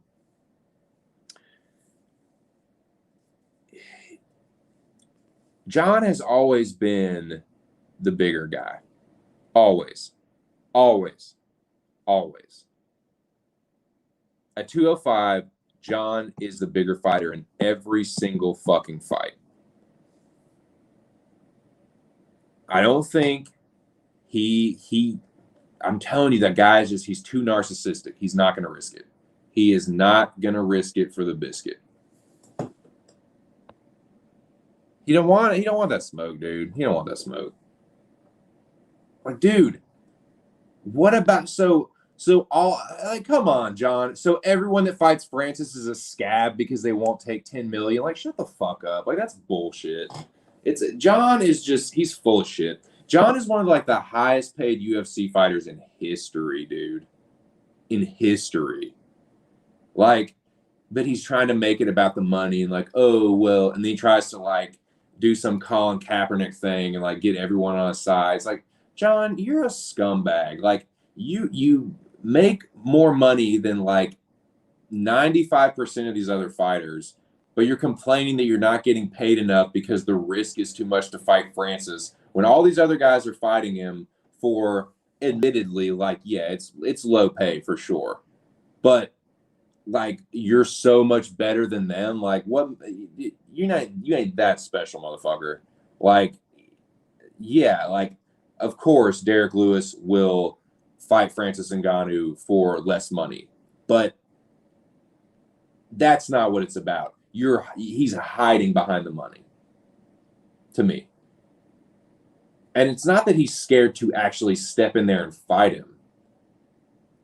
I don't believe that. I don't believe John is like a psychopath like that. He's not scared to fight Francis.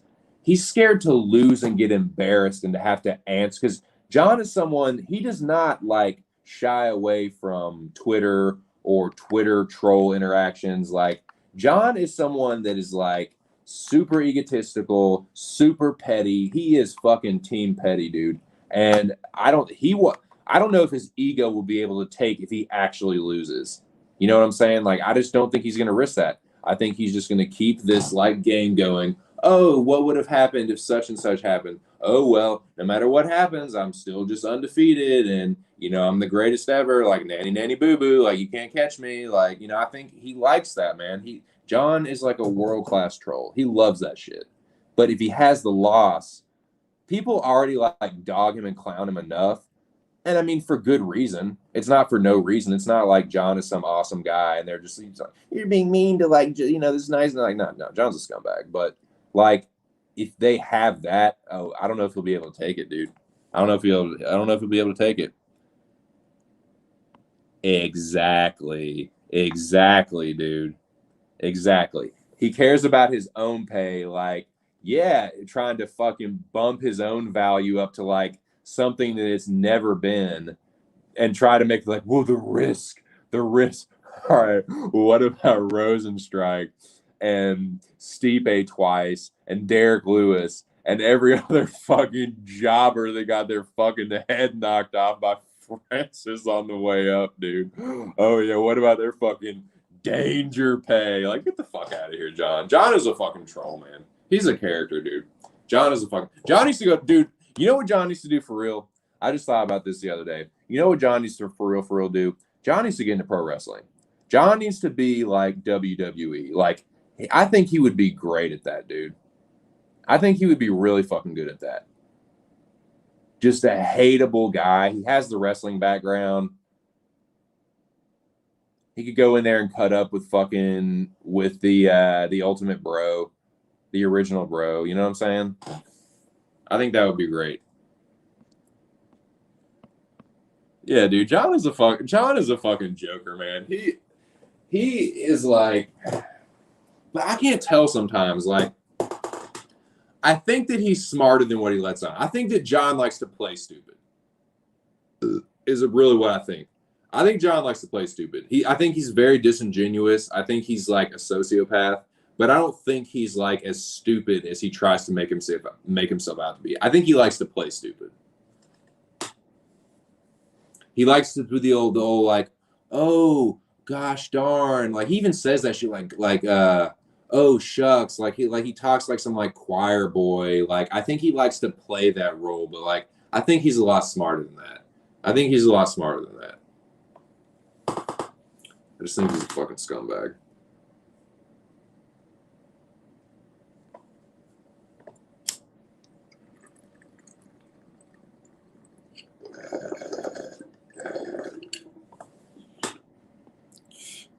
Dude, he'd be such a good heel. Yeah, that's true, though. He is kind of cringy on the mic. Oh, my God. Colby would be great.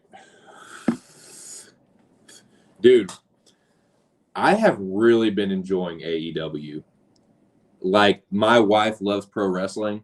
Like, loves it. She has a network. But we've been watching AEW. That shit is awesome. Like, they have JR as their announcer. Jericho is over there still, dude. Jericho still cuts a promo like nobody's fucking business. Like on the mic, your boy still got it.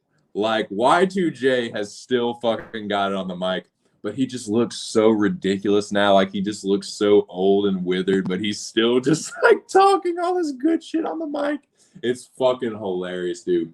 I love watching AEW. It reminds me, it just like takes me back to the Attitude Era. Because like they're more like that. Like they can cut their own promos and they talk shit. They curse a lot more. It's more natural. And like the wrestling, I enjoy the wrestling. Like, you know, I think the women overall are like cuter and like, I don't know, man. Like, yeah, there's characters like Jericho and shit over there. And like, I don't know, man. I've really been enjoying AEW. Jones versus WrestleMania, brother. It'd be great. Oh, man, dude, yeah. Fuck yeah. The crossover, dude. Because Jones, you could have, dude, with John Jones, oh, my God, he could have, like, oh, man, any number of, you could go any number of directions with that. Like, he could have another, like bodyguard, too, or, like an entourage that he rolls with, or I don't know, man. There's just like a bunch of different directions you could go. He would be a great heel. But I think that would be a perfect, like, because John is like, he would just be, I feel like he would be a great heel. He already is. He's already a good heel in UFC, but like, yeah, he would have to ramp up his mic skills. But like, a lot of the guys on WWE, they fucking suck on the mic. Like, that is one thing that the wrestling is really good. Like, the quality of the wrestling has definitely gone up in WWE, but like, the promos is just like, man, like now like AEW is much more like the old days. Fucking Jericho's still ridiculous too. I love it, man.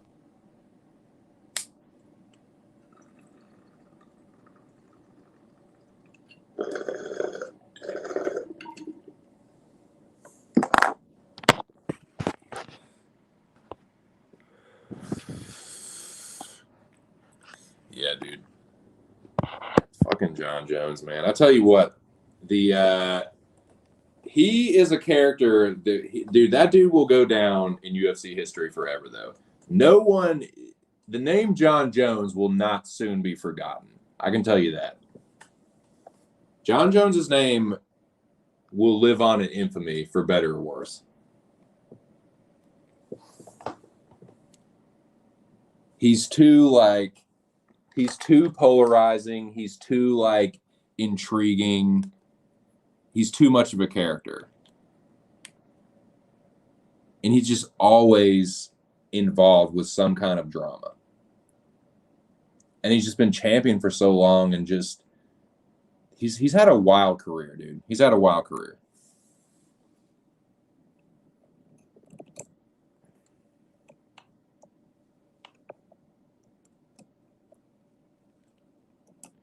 Yo, Jimmy, I don't know if you're still in the chat or not, but I was just thinking, didn't you say you were like from Rochester or you lived in Rochester at some point? I have a buddy that's from Rochester, and I was just thinking this, man, like small world, because I was like, well, I'm sure like my buddy probably knows like who John Jones is at least or whatever. But I wouldn't be surprised, Jimmy, if you knew who my buddy was. Like you're probably around the same age. Like Rochester is like it's one of those like cities that's kind of big but kind of small. Everybody kind of knows each other, you know, kind of shit. I wouldn't be surprised at all if like it's just crazy. But yeah, John Jones. I was thinking about that, like, man, I wonder if because like John Jones is from upstate New York. He's from Rochester. I was like, I bet my buddy knows John Jones. I bet he's seen him or something, you know.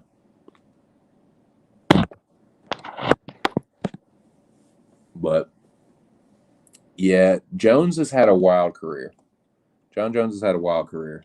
And I personally think that he's retired for good. Maybe he'll prove me wrong. But I think that he's retired for good. I think he'll drag the shit out as long as he can. I think he'll go some other avenue. I would love to see him in wrestling. I think it'd be perfect for him. Or have him like at NXT or something. Be the NXT champion, come over to AEW and challenge like, dude, what about them fucking releasing Braun Strowman, dude? What the fuck? You released the biggest, one of the most popular, literally the biggest dude on your fucking roster. Like, Braun Strowman is a fucking behemoth of a man. And like a larger than life figure that everybody loves. And you just fucking get rid of him? Like, there must have been some serious like bad blood between him and McMahon. Like I asked my wife about that, and she said that like she believes that there must have been some shit going on behind the scenes, that like the promos and shit that Strowman was cutting, that he must have been like he must have been like genuine about it. Like there was genuine like disdain there, and like maybe it was just like, okay, this is just bad. We need to cut ties. Oh my God, dude. I would not be surprised. I might DM you and like text you this dude's first name and ask you if you know anybody by that name, dude. I won't be shocked at all, man. Cause he was like, he's definitely like probably, you know, pretty sure he's in his like mid-30s or whatever. I wouldn't be surprised at all, man.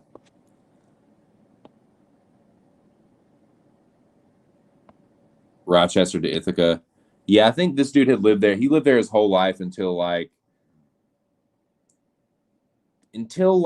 I want to say like mid 2010s or something, and he moved to Virginia, and then like he started like chilling and partying with some of the same people that I knew, and that's kind of how dude, I'll tell you what, man, Charlottesville, oh my God, you want to talk about just like a fucking just an incestuous little brothel, dude, where just everyone just fucks everybody and knows everybody, and just like it's just so weird like that. But yeah, like he like was like messing around with this girl that was friends with one of my exes, kind of shit.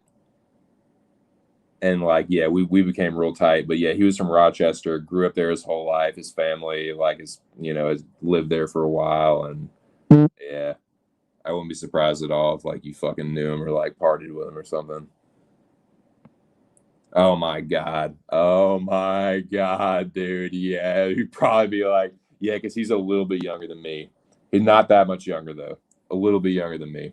I'm not sure, but yeah, he said that he knew people from like said that people like that area, like they it's all like, because he said that he used to go party in some college that was like not far away from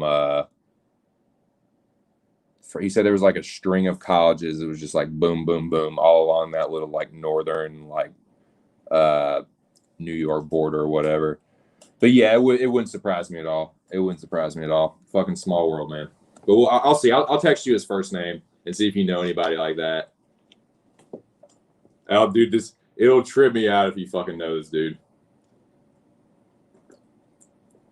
But yeah, I haven't talked to him in a little while actually. But last time I talked to him, he was doing good. But yeah, I'll see. It'll bug me out, dude. It'll bug me the fuck out.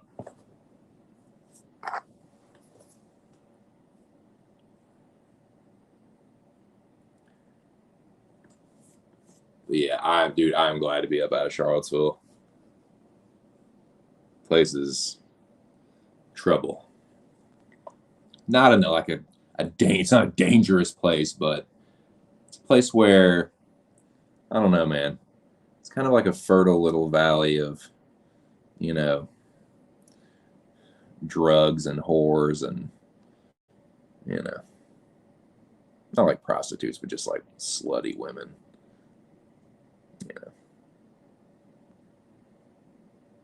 slutty women and aristocracy and arrogance and fucking hipsters and douchebaggery and yeah, fucking craft brew and art festivals and fucking bullshit. So glad to be up out of there, dude.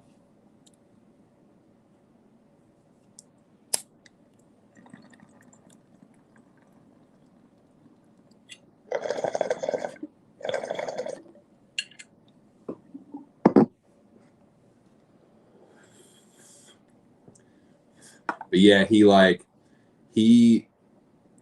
was friends.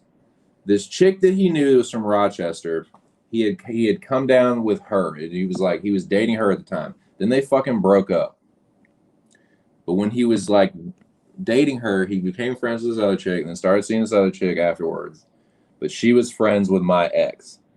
And so I didn't know any of this at the time, but then like when me and him, we worked at the same place, like we were coworkers, and we started fucking hanging out, whatever. Like we would all like a bunch of us would all go to the same watering hole after work.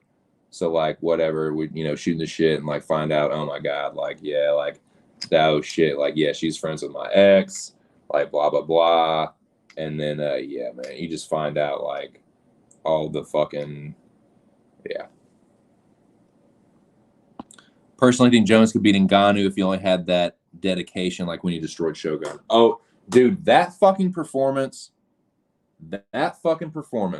is, to me, that's one of the strongest John Jones performances I've ever seen in my life.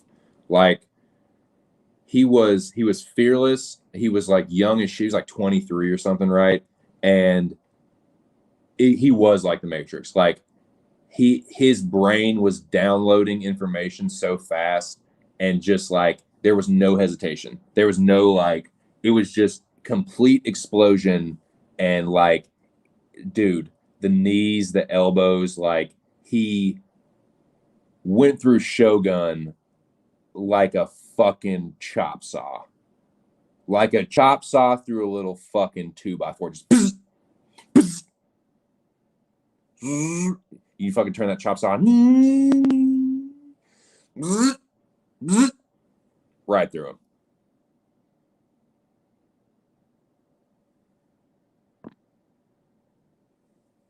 I mean, that's true. Exactly. You can take all the performance enhancing drugs in the world. You still will not, unless you have the hand-eye coordination and you have been playing baseball long enough, you will never ever be able to hit you ain't going to hit a fucking Jordan Hicks 102-mile-an-hour heater. Not in your fucking life. With a gun to your head, you better say goodbye to your family. You ain't never going to hit it. So yeah, you have to have the skill. It's like, and that kind of turns in. It's an interesting debate, isn't it? It's an interesting debate, isn't it, here? Because then it kind of turns into like a Lance Armstrong thing, where it's like, yeah, okay, he's on PEDs, everyone, but like a lot of people are probably on PEDs. Not everyone, but like Lance Armstrong, yeah, he was doping, but so was like you go down like number 2, 3, 4, 5, 6, 7, 8, like they're all doping too. They said that if you were to remove him and every other cyclist that had doped and give those Tour de France's to that guy, it would be like number 50 or something, like all the way to like everyone that was doping. Like, so yeah, I mean, it's an interesting debate, man. Like, I think that regardless of where you put John Jones on like the GOAT of all time, like where he like, is he the best that's ever fucking done it? I think that during the 2010s, I don't know, definitely during the mid 2010s, that period, that like 2010 to 2015, John Jones was the greatest of all time.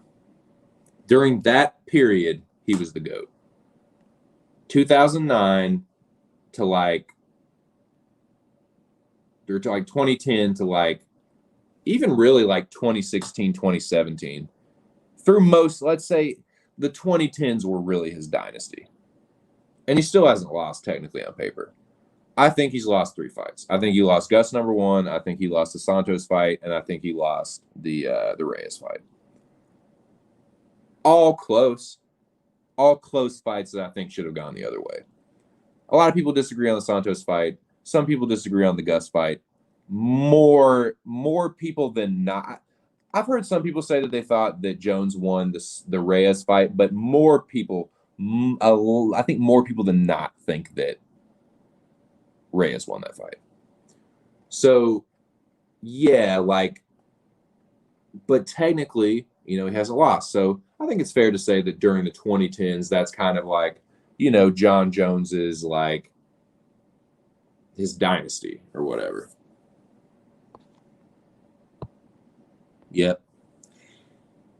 Yeah, exactly. Okay, so then that becomes like, okay, the PEDs, it's not just like when people think about like steroids, like anabolic steroids, where it's like pure muscle mass. No, it's a performance enhancing drug. So you are increasing your stamina, you're increasing your ability to train at a high level and to get your body ready and peaking at a time that would normally you would not be able to, or recovering so that you can be training and you can be pushing it at a higher pace when the guy is normal. The other guy is having to like rest and recover. You've already recovered and you're pushing through your next workout.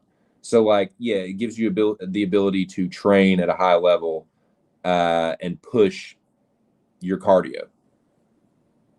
EPO, for example, other shits like that.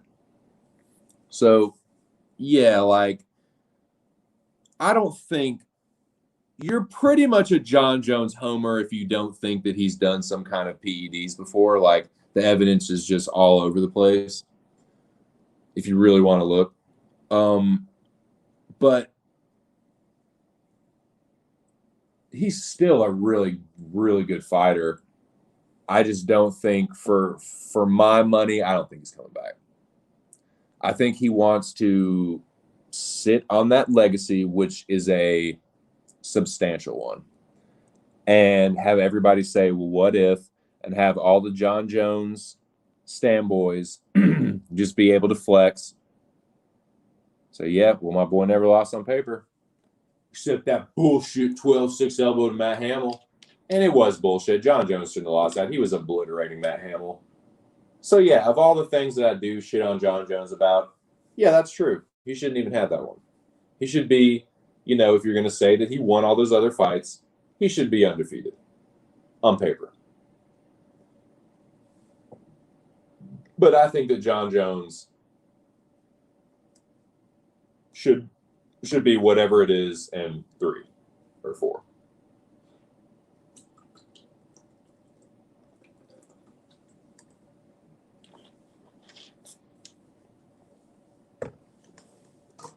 John Jones is someone that's been able to weaponize confidence and been able to weaponize the aura of invincibility.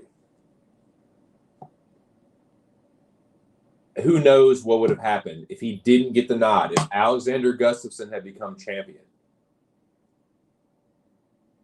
How would that have affected John Jones's mental state? He wasn't a stable person at that point. That's when he was going through all the shit. So it just makes you wonder, man. You never know. You never know how things can go. But you know what? It can't happen any other way than it did. We'd be in a parallel universe if that was the case. And it'd be getting harder and harder to tell. You'd be underwater where thoughts can breathe easily. So, we are where we are. It's 2021. I don't think John's coming back. I don't think Khabib's coming back. It's the end of an era, man. It's the end of an era.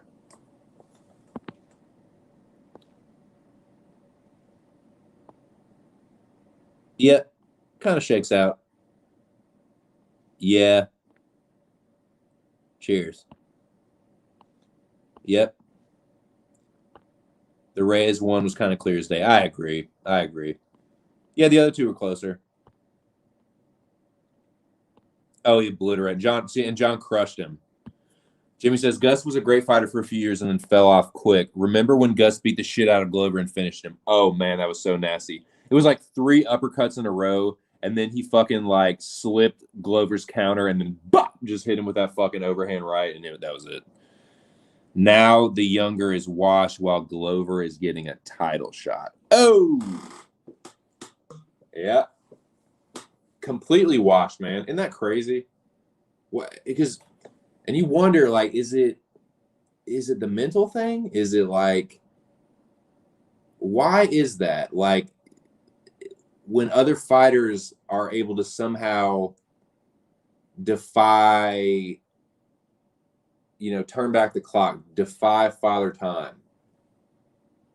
Guys like Glover, Jan Blachowicz. It's funny. You look at light heavyweight now, and there's like young killers in the division.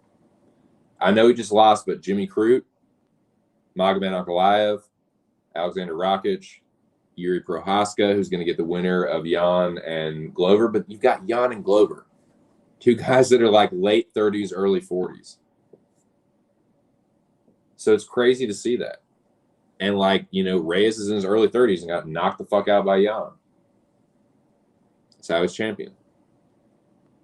Jan turned back Israel Adesanya. Kept the belt. It's wild, man. Do you think the rules should be changed, or was it a bad call by Mazzagatti? Are you talking about the John Jones, the 12-6 elbows? That was really, and hey, man, I was all over Anthony Smith there.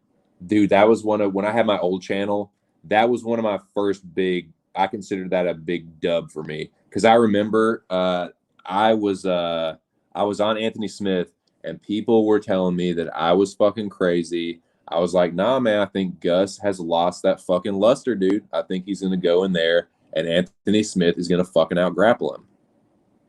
And sure enough, he did. And yeah, I'm the same, dude. Like, I've faded Gus ever since then. How can you not? Like, when a fighter shows you that they got that fucking quit in them, especially at that point, it's different if it's like they've shown that kind of like pattern, or like I'll give you an example, like Oliveira. Like Oliveira showed like he quit a couple times, enough to where you could call him a quitter, but he was able. It happened at a point in his career where he was still young enough that he dug down, he found his fucking, he found that heart, and showed that fucking he has guts, dude. And but if you're at that point where it's like you're showing it later in your career, I think that's more a sign of not necessarily being like a coward necessarily, but just more like you're just kind of done. Like you're just kind of like you're not really, like, your heart is no longer in the sport. You know what I'm saying? Like yeah, Gus is still a great fighter, but it's like he doesn't have that like that killer like instinct anymore. Like he just seems like he kind of like a Reyes vibe. Like, oh, I should have gotten the belt, and like he won fights after that, but like I always felt like Gus was just kind of like the just sour grapes, dude. And I think he should have won. I think he won the first 3 rounds of the John Jones fight, and then John won 4 and 5.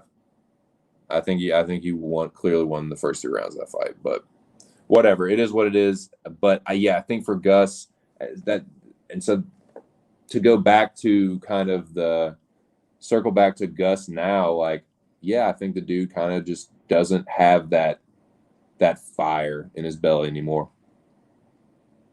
And Glover still has it. Glover still has the hunger. Maybe that's what it is. It's that mental, like, hunger that, like, I'm going to be fucking champion. I don't care what you say. I don't care what happens. I don't care how many times I get knocked out. I am going to be fucking champion. He believes that. And, like, you have to have that confidence. Whether you win, lose, or draw. Win, lose, or draw. You can have that confidence and still get knocked the fuck out. But if you don't at least have the confidence and believe in yourself, you're going to get smoked every time. Yeah. It's so stupid. The amount of vicious strikes that get thrown in the UFC that are legal, and that one is illegal? You fucking kidding me? You fucking kidding me? No, dude. Like, what? What's up high? What's up high? I don't get it. I don't get it. Elbows are more dangerous. Okay. Just like all that shit's fucking dangerous though. Like all that shit is incredibly dangerous.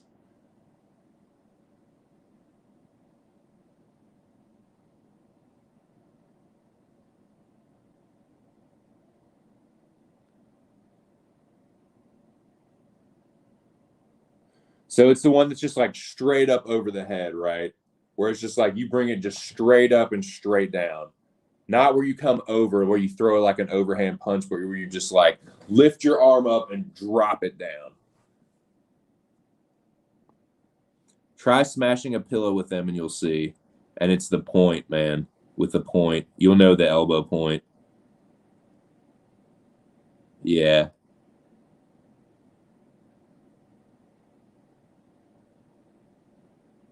Yeah. Well, dude, that's like oh man. Remember that fucking elbow? Remember that elbow that Dan Henderson knocked Hector Lombard out with? Holy moly. Dude, so in karate, well, in Shotokan anyway, you have before you do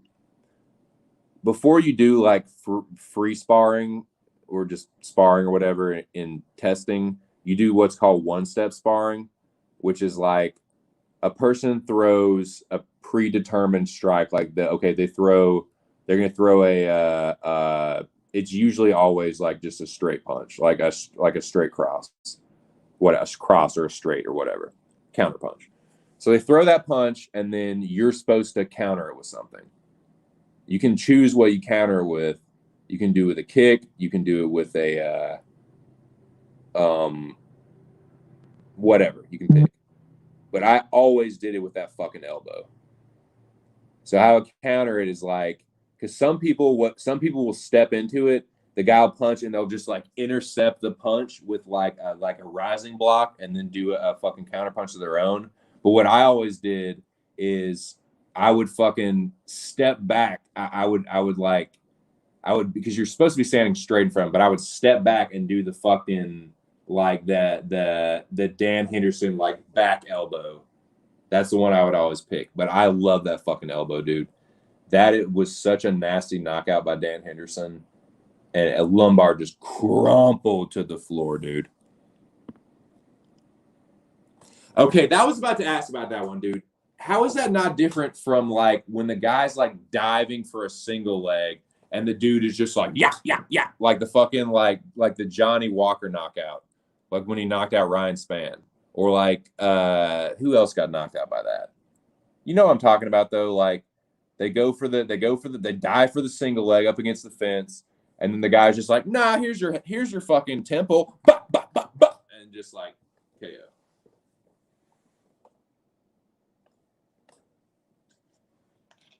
Wild with them rules, man. Them rules is wild. But yeah, that's what happened, the DQ. But I don't know, man. Fucking John Jones. Like what will the world be like without Captain Hook? What will the UFC be like without John Jones? Well, we're about to find out. I think we're about to find out. I think the John Jones era is coming to an end. think there's just kind of a changing of the guard, man. Like, I think we're going to see Francis, you know, kind of be the face of heavyweight for a little while. I think we're going to kind of see, like, maybe we should do that, man. Maybe we should just kind of talk about, like, what time is it right now? Who knows? We got a little time before the ceremonial weigh-ins. I want to kind of talk about the states of the division. This is going to be my last time streaming for a little while. I'll be taking a break. So, man, yeah, like, I just say I love talking about title pictures and shit. So we can just go through divisions, man. Just kind of talk about the state of the divisions and, you know, what's kind of next. Like, what's kind of, you know, look ahead to the future. You know, I'll be gone for a couple weeks, so might as well touch on, you know, at least a couple fight cards or whatever. I'll be around in chats and shit. I just won't be streaming. And I definitely won't be on fucking Twitter. Fuck that thing. Fucking cesspool. Fucking teenage feces just spewing everywhere. Makes me fucking sick.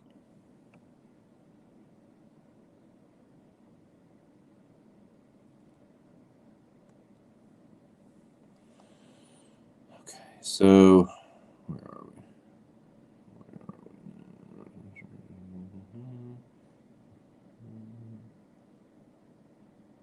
Here we are. Okay. Yeah, so Cyril Gane versus Volkov is really important. That's a really important fight for the heavyweight division. Let me now look at the rankings. Let's go to the rankings, boys. Let's look at these fucking rankings. Shout out to everybody that's joining me. Yeah, Jimmy, I'm taking a break, dude. Taking a fucking break. Deactivating Twitter.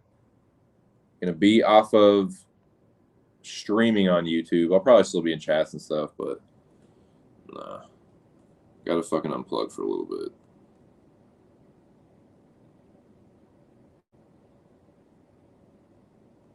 So, yeah. So Gane's number 3 and Volkov's, this is a top 5 heavyweight fight. I think, yeah, the winner of this has got to get the title shot after Lewis. I think they're trying to make that fight right now. I think that's kind of just to be determined right now. Honestly, dude, and I know there's a lot of Stipe fans out there, and I have a lot of respect for Stipe Miocic. I really do. I picked him against Cormier I picked Cormier in the first one. Or no, I'm sorry. I picked Stipe. I think I picked Stipe. I think I picked Stipe in all fucking 3 of them. But yeah, I respect the shit out of Stipe Miocic. He was a very honorable champion that defended his title a couple different times, and it was against some fucking killers. And that dude, like, you can't really question his legacy. But I think that he would be doing nothing but tarnishing it. Not greatly, but a little bit. Like, you can't take away from the fact that Stipe was champion and he defended his title and he was an honorable champion. But I don't think you want to go out with 2 knockout losses to Francis, because I think that's exactly what happened if he got in there with Francis again. I think Francis would just slump him, and that's not necessary. You know what I mean? Like, you don't have anything to prove, Stipe. You're the champ, man. Like, there are some people that will consider you the people's champ for all time. Man, Stipe, like, people hold Stipe in fucking high regard, dude. He has nothing to prove to the people, man. The people love Stipe. You know, he might not get a lot of love from, like, maybe UFC or whatever, but the people, you ask the people, they fucking love Stipe Miocic, dude. He's a salt of the earth, blue collar, firefighting, just fucking blue collar, all-American motherfucker. Even though, you know, he has fucking Croatian heritage. But yeah, dude, I mean, what else is there to prove, man? He's got a family. he has a full-time, like, dude, you have a full-time job, like you're beloved in the community, like you're good, like Stipe's not going broke anytime soon. His family's straight, like I don't see the point, man. But I'm not a fighter. I'm not a fighter. I think it's the same logic as can't knee a down opponent. Okay. Which you can actually do in one, yeah. Fucking John Jones. Yeah, you can only break someone's face and limbs, but no 12-6 elbow. Twitter's it's loaded. Oh, they're fucking full of it. I remember hearing some politician that barely knows the sport made that stupid 12-6 elbow because it looked bad. Yeah. Yeah, I think he gets slumped, unfortunately, but man, I've been wrong before. I'll definitely continue to be wrong, I'm sure, in the future. But yeah, that's my picks. I'm gonna put them out on Twitter. Like I said, I'm gonna be deactivating that motherfucker, but I will at least have maybe I'll leave it up on Monday. No, I'll have it on Sunday so people can like see because I at least want to put out my last picks and then I'll put out the last results. I'll do that, yeah, and I'll deactivate it on Sunday evening probably. But yeah, so I only took two underdogs, Vin Germini and Chase Hooper. I can't believe Chase Hooper's an underdog against this fool that missed by 2.5 pounds. But yeah, he's gonna smoke this dude. I think he's gonna take him down, beat the shit out of him. I could even see Chase Hooper getting another TKO, ground and pounder, like ground and pounding the shit out of him. Dude gives up his back and whoop, rear naked choke. I don't know. We'll see. But yeah, I got Hooper and Vin Germini. But those are my only two underdogs, man. I think it's gonna be. I think it's gonna be what do the boys say? It's gonna be a little chalky. Do y'all feel? Jackie Boy doesn't think so. Jackie's got like 5 underdogs. But best of luck to everybody, man. I'm playing it a little more safe this week, but it also could be because I got my shit handed to me last week by going dog heavy. So maybe I'm just kind of pussing out this week, but I don't give a shit. I'm not feeling I think the Moreno and these are both rematches in the main and co-main. I think that Adesanya and Figueiredo are both going to hold serve. I think that Leon Edwards is going to just have his way with Nate Diaz. And I think that, Craig is one that is like, I want to pick Paul Craig, but I think that Hill is just going to be too much for him on the feet. And what was I can't remember what the other main card fight was, but yeah, I don't see too much craziness. I don't see too many apple carts getting turned over, but man, usually whenever I say that, they kind of do. Post your picks here on the community tab. Oh, yeah, on YouTube. Yeah, dude, that's a good call. Man, I really need to take more advantage of that. Maybe I'll do that a little bit more because I like YouTube more than Twitter. I have for the last couple years. I've only had Twitter for a few months, and I just hate it already. Like, it's cool. Like, there's certain things I really like about it. I like how quickly you can network with people and get followers and all that. But it's just so much negativity and like, there's just like so many little teenage fuck faces, dude, or people that are like, if they're not high schoolers, if they're not just straight up high school trolls, they're like 22-year-olds that like they just graduated from college and got a fucking like they're all these fucking like IT nerds and like they got just got their first internship and like they think they fucking know everything, dude. So yeah, he's so much of that bullshit. And like, I'm not hating on people. Like my fucking, like my cousins in IT and shit. It's like, whatever. My point is like, the kids on Twitter, like they think they fucking know everything. And I just, and in fairness, I'm kind of like that too, but there's that. And then that's the timeline. But then the chat groups, man. The fucking chat groups, like, they're cool at first, but then it always just like gets polluted, man, and toxified, and like just shady shit going on. Like there's someone, I had this chat group, and there's someone that just keeps blocking this person in my chat group, can't figure out who it is, and it's just really bothering me. Like just someone in there is like being sneaky and being shady, and it's like I only have people in there that like are people that frequent my channel, you know? And so it's like someone that I, thought I was cool with, and they're just fucking playing this game, like just keeps blocking this person for no reason. And yeah, I don't know who it is. It's really fucking bothering the shit out of me, to be perfectly honest with you. So yeah, just shit like that. That's just an example. That's just one example. That there's all kinds, like the number of chat. Dude, there's one point I was in like fucking 6 or 7 chat groups. It's like, what? Like this, I can't possibly keep up with all this. It's overwhelming, man. Overwhelming. And I'm the kind of person, like, I get into something like that and I just get addicted to it. I have an addictive personality. When I'm interested in something, I dive into it. So yeah, that's not the kind of thing I need to break away from that. I need to break away from fucking Twitter. And YouTube, I'm taking a break.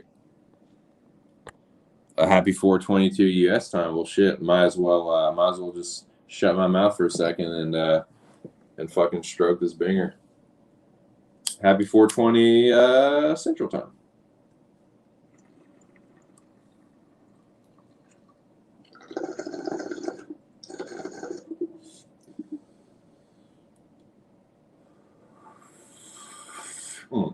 Lovely.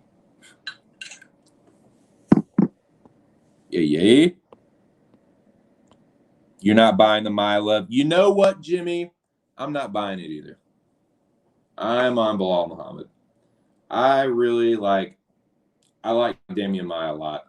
I was saying I went on this this Damian Maya kiss ass, but he's a nice dude. He's a good dude. He's a fucking very honorable martial artist, but nah, I think he's a little bit past it. And I think Muhammad, like his volume, and I think he'll just be the better striker, and his anti-wrestling will just it'll keep the fight on the feet. And I was saying I could even see like a late stoppage, like a TKO for Bilal, but I'm going to say that Bilal kind of cruises to a decision. And, I see what a lot of I can see like Bilal maybe having him up against the fence and like hurting him, and like Maya even maybe like going down into guard a lot or some shit like that. But I see maybe a couple of hairy moments for Muhammad, but I think he'll get it done.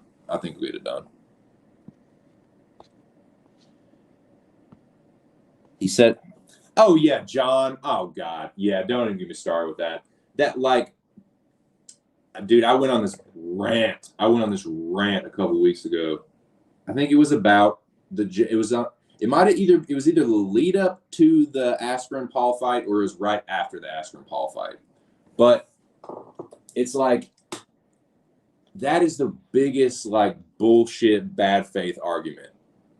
Like, dude, boxing has been around for over 100 fucking years. Modern boxing. I know in ancient terms, yes, Greco-Roman wrestling goes back to the beginning of time. I know all shit. But what I'm saying is the modern spectator sport that people pay for, that fighters make money off of, like prize fighting, as far as prize fighting is concerned, on a serious level, boxing has been around for over 100 years. There are more established interests in boxing. There's more money. There's more dirty money. There's just more global involvement. It's on a global scale.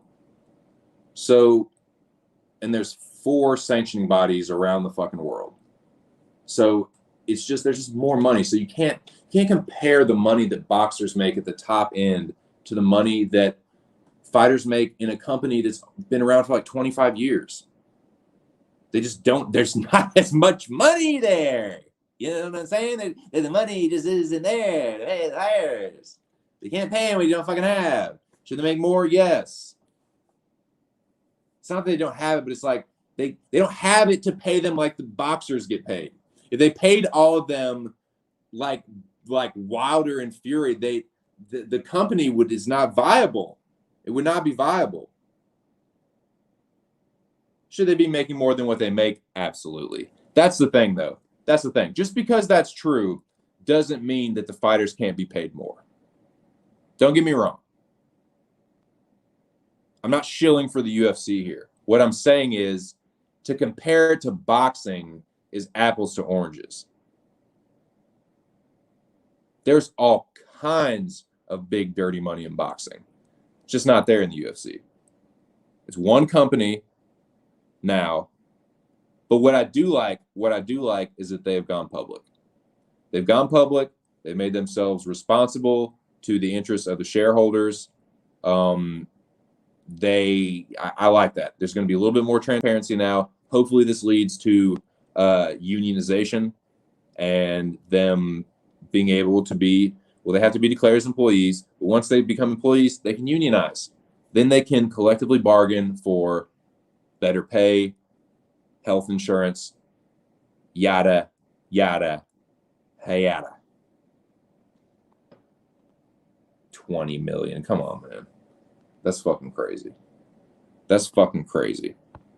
There's no possible way you can be in these routines and have notifications on that would drive. Oh my God, yeah. It's just, dude. And it's like, now I've started being selective with like which ones. And it's like, I could mute it and I could turn off the note, but still, I would still see it if I went into, I wanted to be able to go into the DM thing and not see any like highlighted, and I just couldn't turn that off for some reason. It's just like, it's starting to drive me slowly insane. And like I said, someone's been fucking around in my chat, and like it's really starting to bother me. And I was like, you know what? I'm done. Fuck Twitter.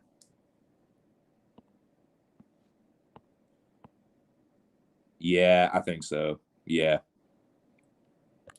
Like, and no, the UFC fighters, they should be paid more, man, because that's bullshit too. Just because there's more money in boxing, and just because the top end boxers get paid more money, Dana White uses that to shut everything down, and that's bullshit. That's bullshit too. Dana White does not have to pay them what boxers make to pay them a more, respectable, not a wage, but a fucking salary, or what? Not a salary. I don't know. I don't even know what it would technically be called. To give them better pay. He doesn't have to pay them what fucking boxers make to pay them more. So that's a bad faith argument too. And that's the one that Dana White, it's bullshit to say that because John Jones isn't making $20 that he's getting $20 million to fight Francis, that he's getting underpaid, and woe is me for UFC fighters that sign these dirty contracts. That's the other thing too, man. That's the other thing that pisses me off. Yes. Dana White's a scumbag. Yes, they're underpaid. Yes, these are fucking shady, dirty-ass slave contracts. Don't fucking sign them then. Don't sign them then. Go holler at Scott Coker. Go holler at the dude that owns PFL. Holler at the dude that owns bare knuckle boxing. Once you sign the contract, you are agreeing to the terms in the contract.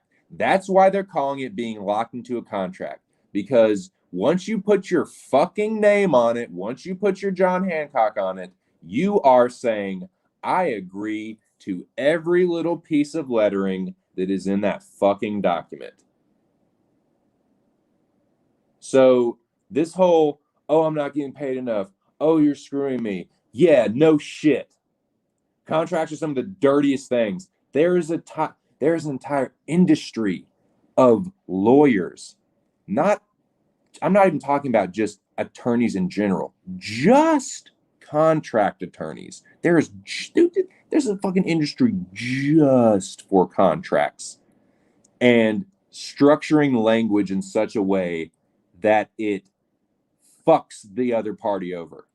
There's lawyers that go to school just for that. So yeah, you don't say. You cannot claim ignorance at this point. the UFC has been exposed. So if it's that much of a problem, don't sign the fucking contract. But that doesn't mean that that's the end of the conversation. They should be paid more money. That's ass backwards, because if you paid them more money, you would get them, you would get better fights, you would get better fighters. That's just how I feel. Man, that's a good question, dude.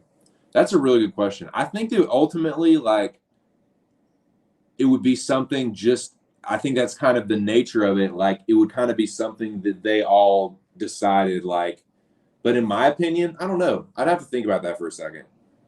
I'd have to think about it. You know, obviously, it's going to be someone that's like super well. Think about fighters that are super well liked and well respected. But it would also have to be someone that would be willing to champion that. Not someone that like would agree with them, but someone that would be willing to shoulder all of that responsibility. You know what I'm saying? Like, that's going to be a good bit of responsibility, man. So it would not only have to be someone that everybody likes, but also someone that is willing to do all that shit. So yeah, that's a tough one, man. That's a good question. That's a really fucking good question. I don't know.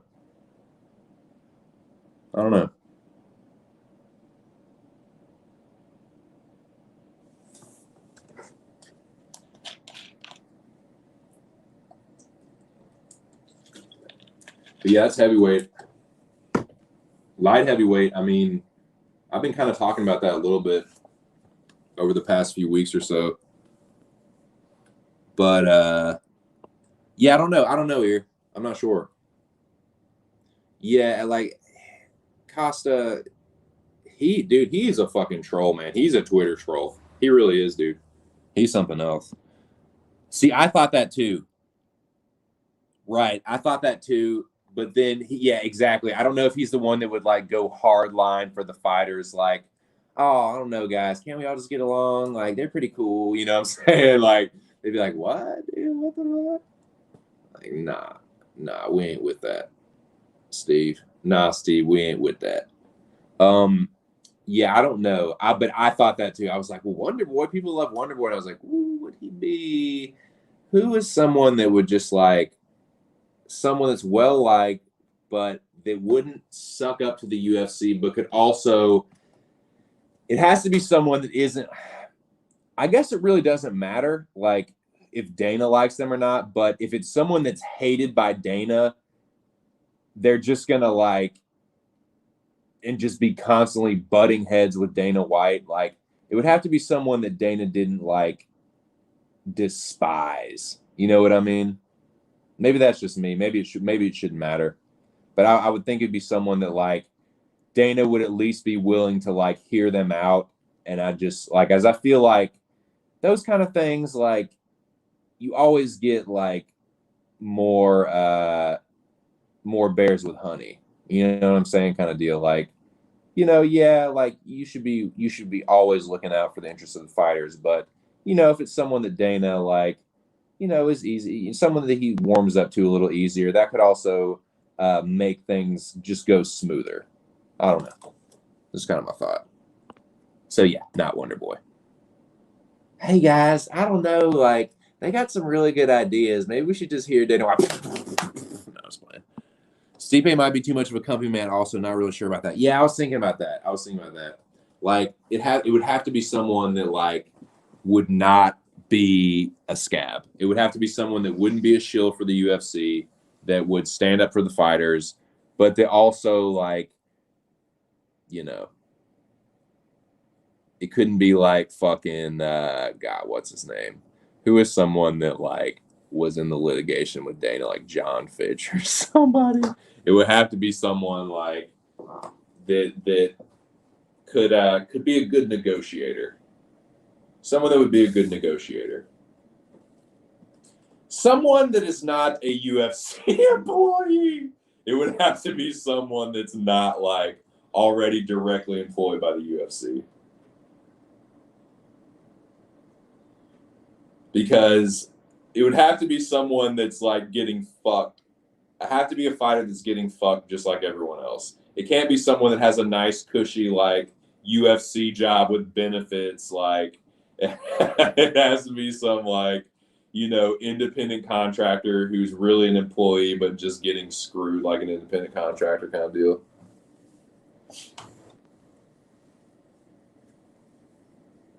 I don't know, man. That's just kind of what I was thinking. But who, man? Who would do that? Who would be good at that? I don't know.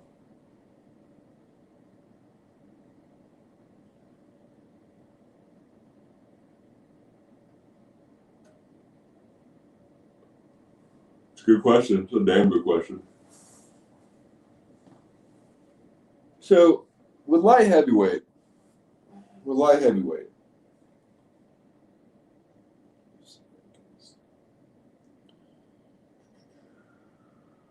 yeah, I think Yuri's going to get the winner of Jan and Glover.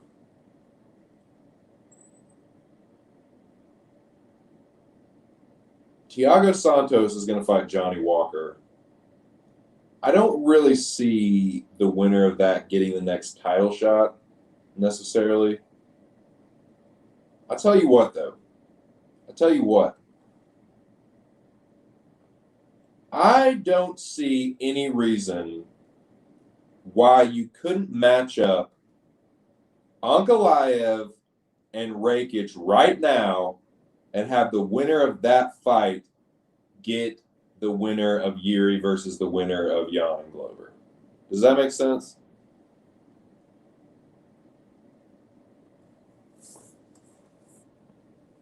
That's not a bad shout. Yeah, somebody like Randy Couture. Somebody that, like, yeah, might not agree with Dana, but someone that he will respect. You know, it's got to be somebody that Dana at least respects. So yeah, that's a good shout. Fuck yeah, getting real warm there. But yeah, because it's pretty straightforward as far as like, yeah, who's going to get the next title shot. Jan Glover's already booked for UFC 266, which is in a few months. But I really don't see why you couldn't make Rakic and Ankalaev right now. I think they're two of the better prospects in that division.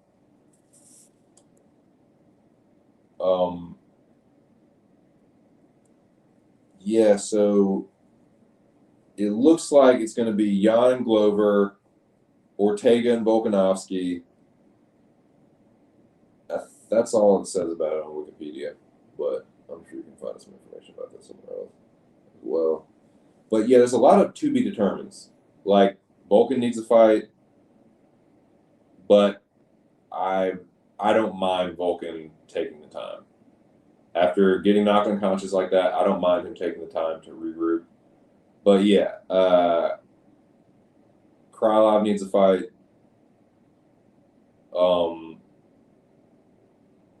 Yeah, so it says Yuri to be determined, but it's all but a foregone conclusion that he's getting the next title shot.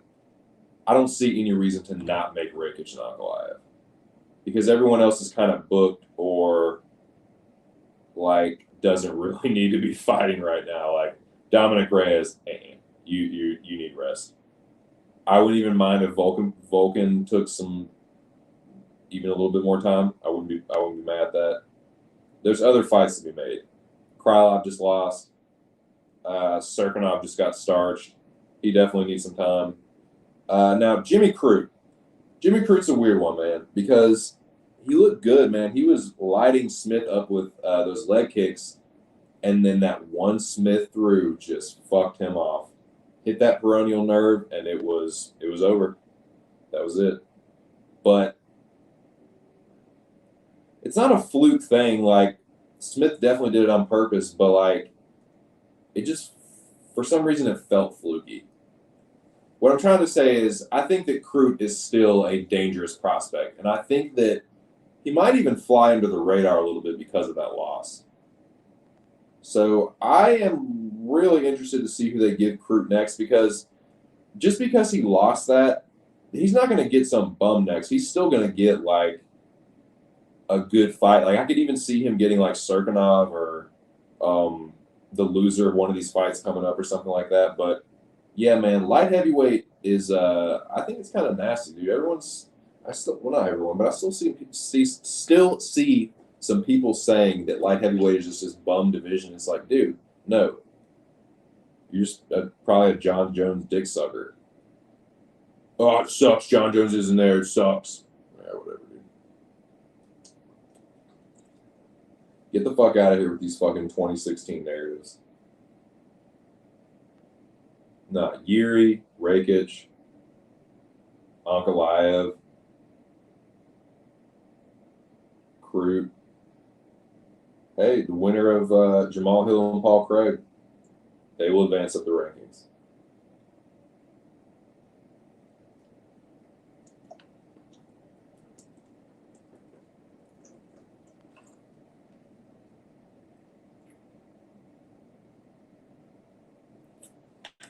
Super chat saying.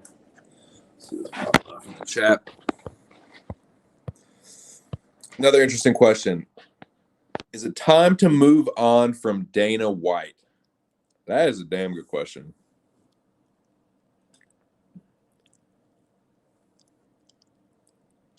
If I had to close my eyes,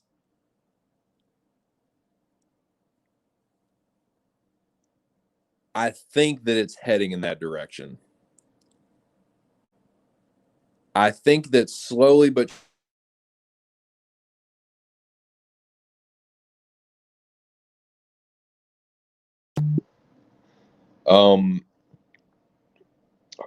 give me 1 second, boys. The old lady just tried to call me. I'm gonna text her back real quick. But yeah, that's an interesting question, man. Let me know what y'all think. Man, that gives me pause, dude. I might have to really think about that. Like, damn, good questions, boys. Hold on. Let me text the old lady back real quick.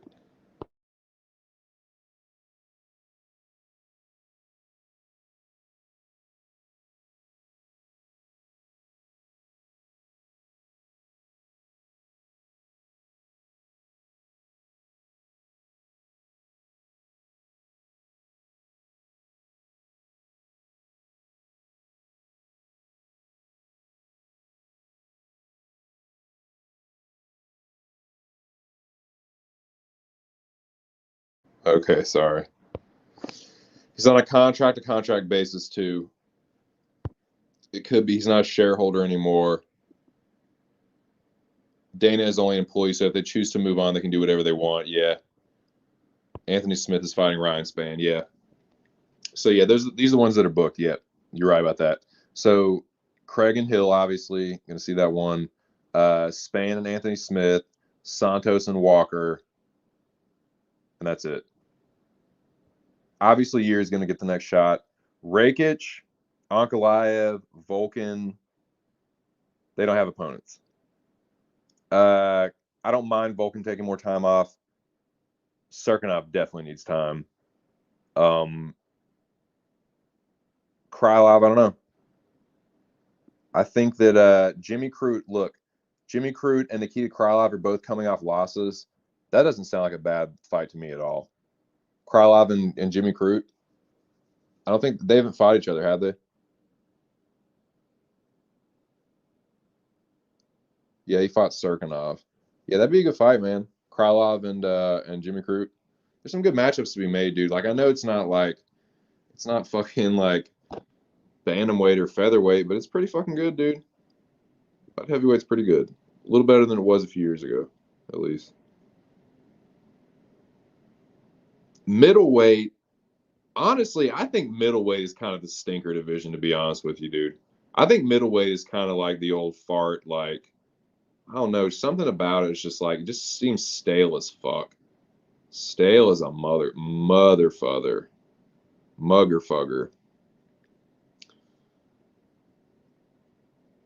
It just seems like just recycled just shit. Like rematches and fucking even the championships are rematch and like Whitaker be rematch with Adesanya, Costa rematch. Is like fuck, man.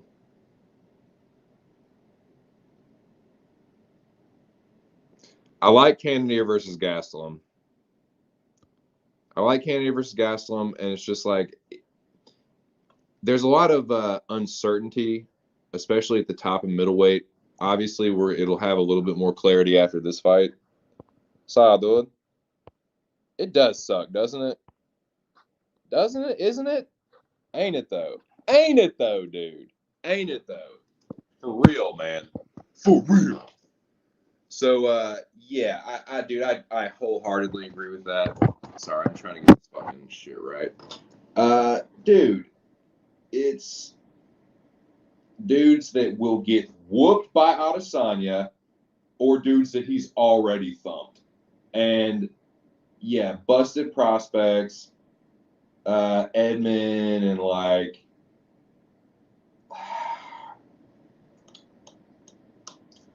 Holland, like, man, womp womp. So, yeah, middleweight is depressing, dude. Middleweight is fucking depressing. Fucking.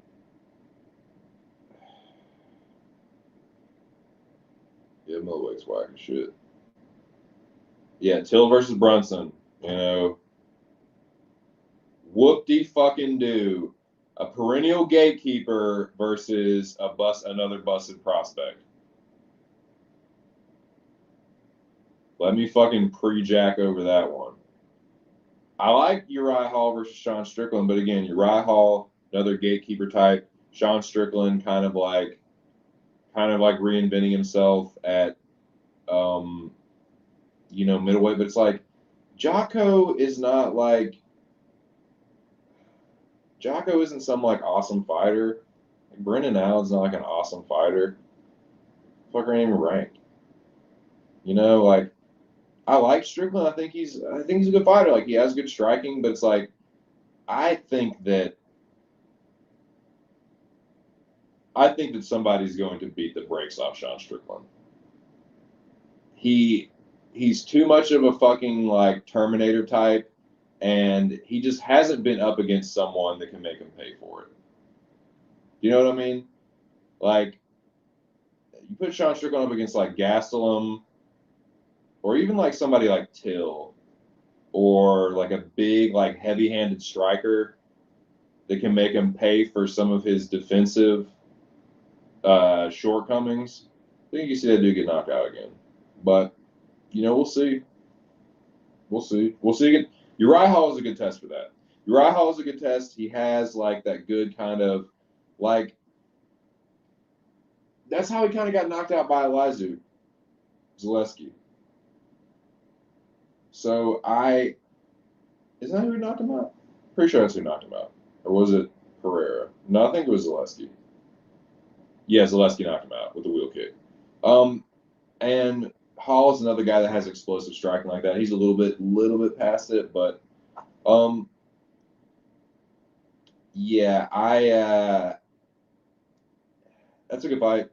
It's a good test for Strickland. It's a step up. You've been fighting these prospects, and he fought Usman at 170, but didn't have a whole lot of success in that fight overall. But I tell you what, I like Sean Strickland as a fighter. Like he has good stand up. I just don't. I just think he's just going to end up getting knocked out. But like Gastelum, like I like Kelvin. Like I've always been kind of a Kelvin fan, but dude, he's just kind of just fell off a little bit. He can only like. I think that I don't know if he's another guy like kind of like Moreno to me. Then the future is it's yet to be determined with Brandon Moreno, but I can kind of see Moreno going like this, like, and really just in terms of one fight, like, had an incredible performance against Adesanya, and he got hurt way more than Moreno did, but Moreno did get lit up. So maybe never mind. That's a bad comparison. The point I'm making is I don't like Gastelum he has a certain ceiling. He can only get to a certain point to me. Get to like top 5, and then he'll get turned back by the champion or the guy that's about to fight the champion. Kelvin Gastelum is definitely a gatekeeper. Definitely, he might be the gatekeeper because I don't think you can call Brunson a gatekeeper really, because he might actually I don't know though. Honestly, I knocked him the fuck out in the first round. It's tough, man. Middleweight's tough. Middleweight's tough to make sense of. But yeah, Adesanya is kind of lacking the vision. Knocked out Whitaker. Knocked out Costa. Beat Vittori before. Probably gonna beat him tomorrow. Cannonier fucking didn't even get there. Cannonier got fucked up by Robert Whitaker. Brunson knocked out by Robert Whitaker. Knocked out by fucking Adesanya in the first round. Hermanson got ragdolled by fucking Marvin Vittori. Till got pieced up by Whitaker. You know what I'm saying? I don't know, man. Yeah, middleweight's stale to me, dude. Middleweight's kind of stale to me.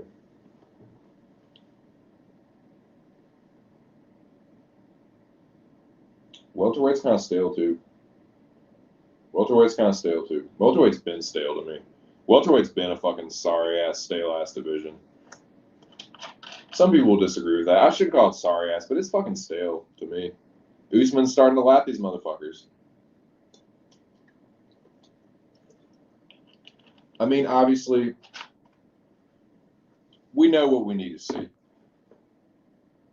We all know what we all want to see at welterweight, boys. Let's not kid ourselves. You're either on the Usman side or you're on the Woodley side. You're on the Usman side or you're on the Covington side.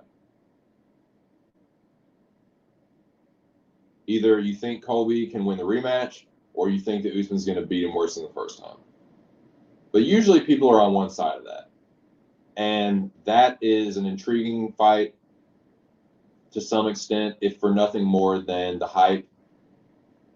Colby will always, especially with Usman, he can really lean into that character. And they had the first fight to. The thing about that is it's not one of those, what will happen when they clash. The hype for that is a different hype than, because you can show footage of the first fight. You can talk about the first fight, certain instances when they're yelling back and forth at each other. The hype is just a little bit more for some reason, the hype I feel is always just a little bit more in a rematch. Think about how hype the Dustin Conner rematch was. Think about how hype the fucking John Jones DC rematch was. Think about how hype the fucking I don't think of any good rematch and how fucking crazy it is. Because you can go off shit from the first fight.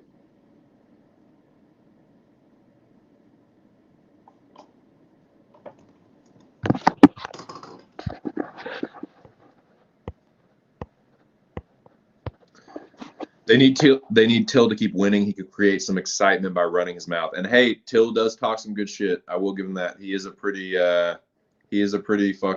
character, man. No, it says Kelvin is probably the lowest ranked guy I feel would whoop Strickland. Yeah. Yeah.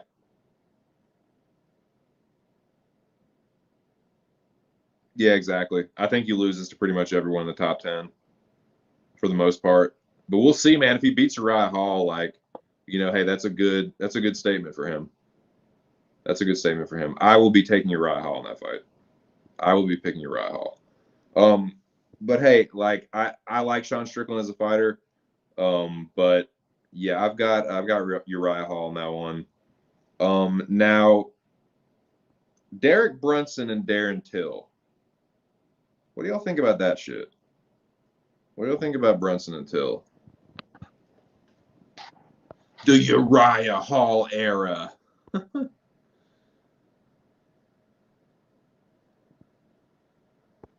Welterweight. Sorry, I'm jumping around. We'll come back to the Brunson and Till, but yeah, welterweight. As far as welterweight, welterweight has some potential matchups. Luque versus Masvidal. Yeah, I like that, man. That's a good fight, dude. That'll be a nice little stand-up fight. Man, that's a good one. Well, didn't Hamzat get removed? Didn't he fucking get removed from the rankings or something? Could have sworn that happened. Could be wrong. Kadyrov will not be pleased. No, I can't remember. For some reason, I thought. What the fuck? But yeah, new. What's all this new shit?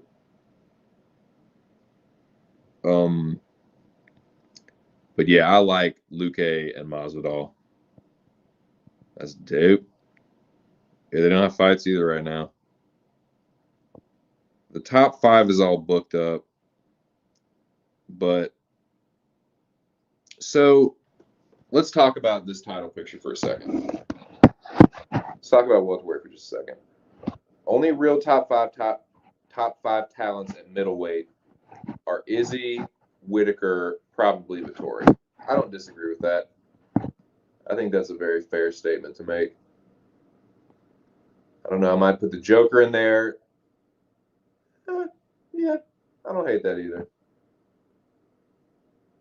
Yeah, it's like, yeah.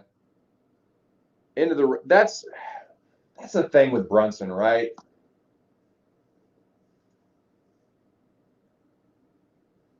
To me,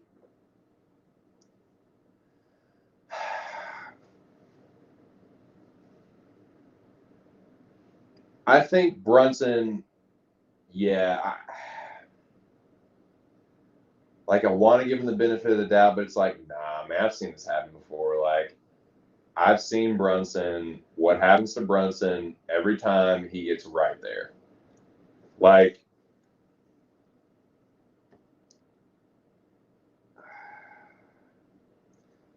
nah, dude, I think Till might actually knock Brunson out. I think Till might actually knock him out. Till has pretty good takedown defense, and he's got good counter striking, and Brunson is like, sorry, Brunson is still kind of sloppy. Like, I think Till's just a cleaner striker. I think he's more accurate. I think he's going to land the more accurate punches. I think I've got Darren Till in that fight. I've seen what happens to Brunson when he faces a sharp striker. He gets fucking put down. The only reason Edmund couldn't do it is because he's a fucking greenhorn. He's a greenhorn with no takedown defense. Till actually has decent takedown defense. Yeah, that's a good fight. I like Till in that fight, though.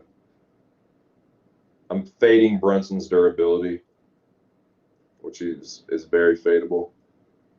I mean, he's looked good, but it's like he looked good against Kevin Holland, and and Holland hurt him in the second round. Kevin Holland hurt him. I think Till can't hurt him, But yeah, I don't know.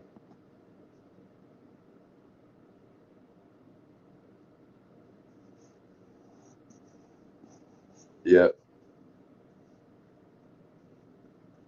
Till's a bad matchup for him. Seriously, like Till's a sniper, and Brunson, like, yeah, you can get away with that shit with like Edmund and like Holland, guys that you can take down. Edmund is still wet behind the ears, and Holland is like, has shown a lack of takedown defense. Tills actually has pretty good takedown defense, and he's a sniper. I think he's gonna snipe him. Um, Yeah, I might even pick Till by first round knockout. But the matchups that I would like to see for Adesanya, I would like to see the Robert Whitaker rematch. I wouldn't mind seeing that. I think it's fair at this point that Whitaker probably deserves it. I think that he needs to be. They need to just go ahead and announce Whitaker as the winner of as getting the winner of Adesanya and Vettori. Then I think that I mean it's probably going to be the winner of what like Cannonier Kelvin or Brunson Till.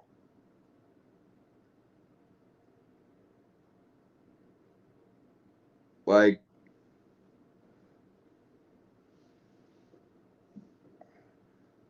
assuming Darren Till wins, I'd like to see Adesanya versus Till.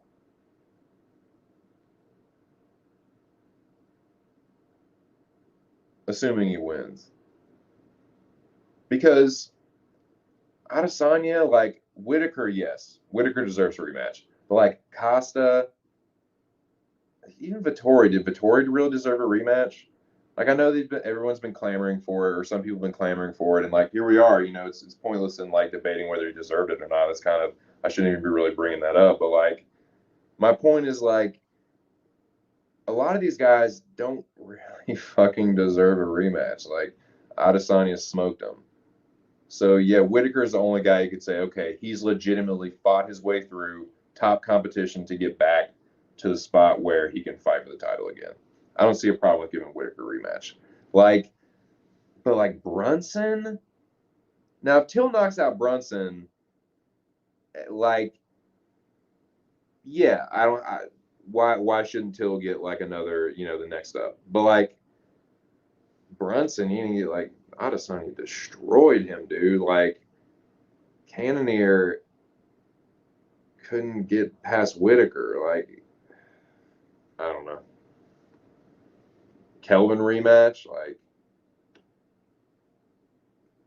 I don't know. Oh man, the build up to that one would be interesting.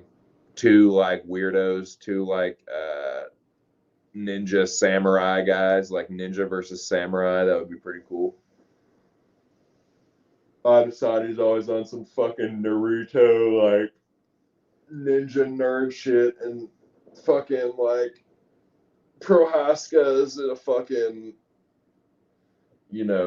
into the Book of the Five Rings and the samurai like Bushido code and all that shit. That'd be a good one, man. That'd be a good, interesting matchup. Fucking interesting matchup. So yeah, that was middleweight. Now welterweight.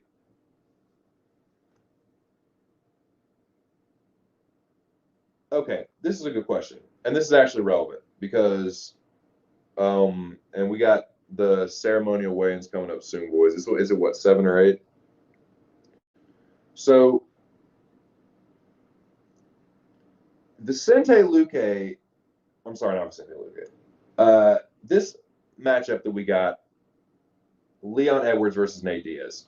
Where does the winner of this fight stand? I gotta take a piss. That's the next question. Where does the winner of this fight stand? Nate Diaz and Leon Edwards. For either one of them. Everyone pretty much wants Colby versus Usman, but then what?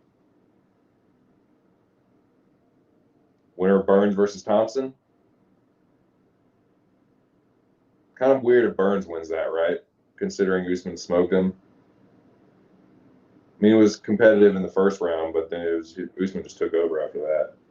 Usman showed himself to just be a cut above Burns.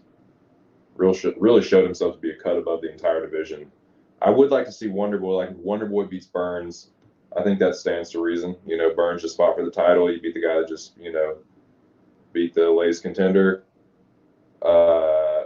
Yeah, I'd like to see Wonder Boy versus Usman. I think that's one of the last interesting matchups he really has. And yeah, the Edwards, like, yeah, I think Edwards would possibly, you could throw him in there too. But I'm just curious what y'all think about that. Like, yeah, certainly a win over Nate Diaz. A win over Nate Diaz should not get anyone a title shot, but considering the streak that Edwards has been on, should that be taken into consideration? Just curious what y'all think. I'll be right back.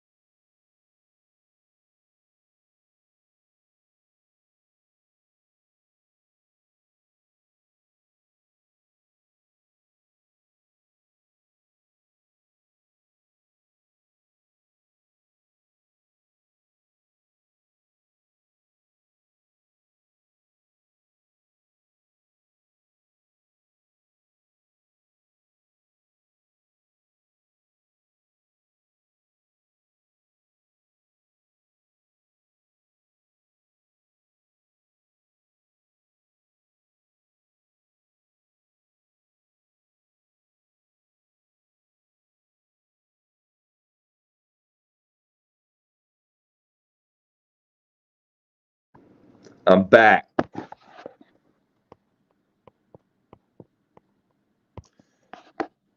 Izzy pulled scheduling bullshit so he wouldn't have to fight Whitaker next. So Vettori was stepped up. Interesting. Yeah, I heard about that. I heard about some shit about he was ducking Whitaker.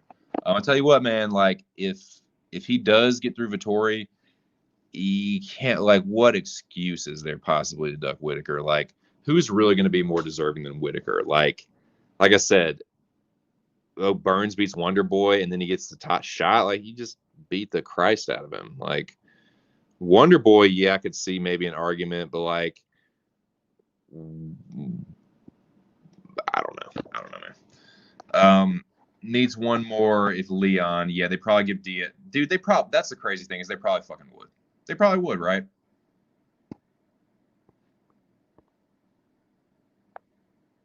Ear says, "Oh, Leon gets the next title shot," and I mean that people have been clamoring for that for a minute. Like, Edwards has been up in that conversation for a good hot minute. I really like. To me, the writing is on the wall. To me, like, it's going to be Usman and Colby. Like, Colby's going to get the rematch. He just beat Woodley. Like, Colby is really the most deserving of anybody. They're going to make that next. But I guess what I'm talking about is like, let's assume. Okay, I guess it depends on how it goes too. Like, if Colby beats Usman, maybe they make a trilogy. But if we're assuming, let's just say hypothetically, Kamaru defeats Covington again. Talking about what happens after that. Like I said, there's more of an argument for Wonder Boy. You can't really make a case for Burns if he beats Thompson. The case for Edwards is not certainly beating Nate Diaz. It's the streak he was on, I guess, and the fact that he probably deserved it a little, sometime during the pandemic. But it was a combination of things. Like, he was having visa issues. I think he might have avoided or ducked the Wonder Boy fight, and then some other shit happened that was beyond his control. So I think it's kind of a combination of things that, like, Edwards is kind of the spot he's in. And I'm just wondering, like, he's just still in just in some muck and mire to me. Leon versus Jorge needs to be made already.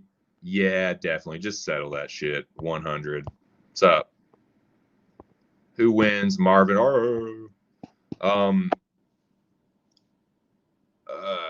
Leon beats Nate impressively. He will definitely wait for the winner. I guess that makes sense, right? I mean, that's one rematch. Considering that Usman is fucking lapping the division,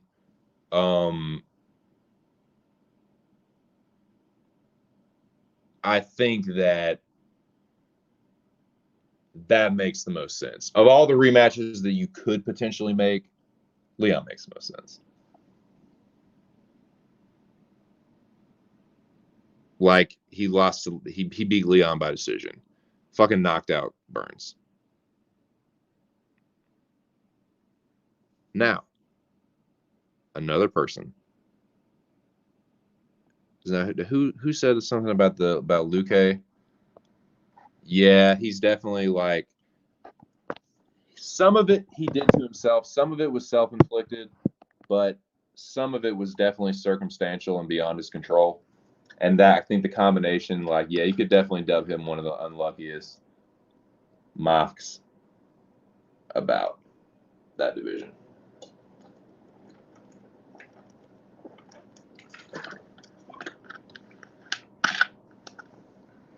But yeah, those are definitely some interesting matchups, boys.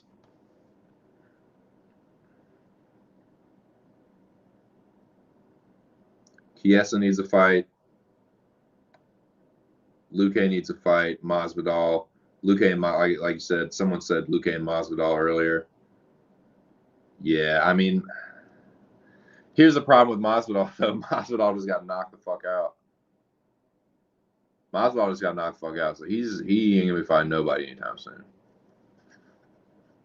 He's probably medically suspended.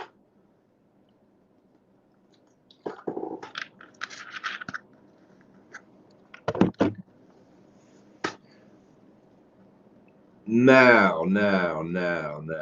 Oh, what do y'all think about that? What do y'all think about Sean Brady and Kevin Lee? What do you think about Sean Brady and Kevin Lee? Just curious. Jack it, boy. What's up, Jack? Hopefully Leon destroys Nate, so finally he gets some much needed respect. Yeah, I think he will. I think Leon is gonna handle Nate pretty easily. I think Diaz might like win the 5th round or something, but I think Edwards is gonna bank those early 3 rounds, bust him up. I think Nate's face will be a mess by the 4th round. And yeah, I think it'll just be clear that Leon has won the fight by 5 rounds. The only stoppage I can kind of see would be a doctor stoppage, and Nate is always live for a sub, but I don't think he's subbing Leon Edwards. That's not happening. I think Leon's gonna win a pretty comfortable decision, or maybe a doctor stoppage. Because I'm not saying he has a good jab, and I think the jab is the one that busts the face up, man. And shit, what was that notification? God damn it.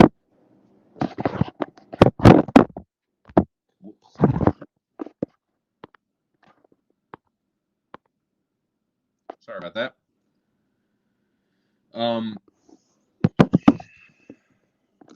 Yeah, I like Sean Brady. I think Kevin Lee is too ballsy for his own good. Yeah, I like Sean Brady too. I've heard some people saying maybe Kevin Lee is too much, like he's too much of a step up for Sean Brady. But man, like Kevin Lee is so weird. Like,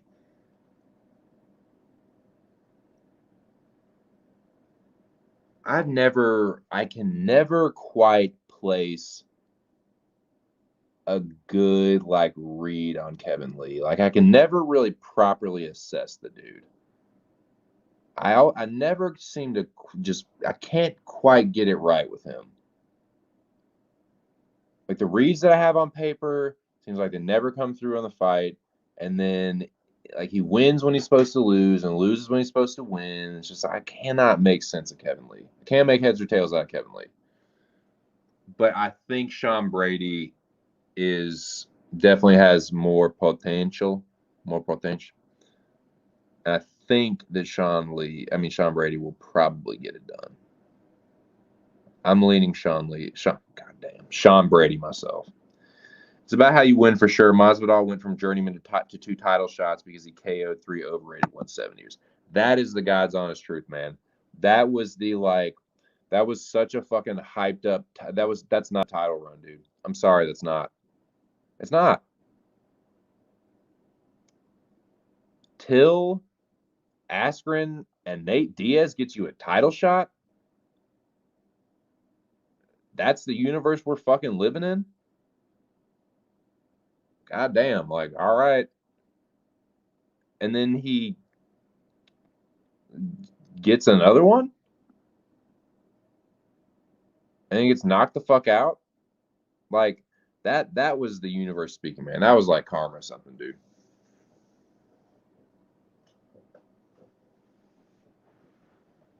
Because he should have never gotten that rematch in the first place.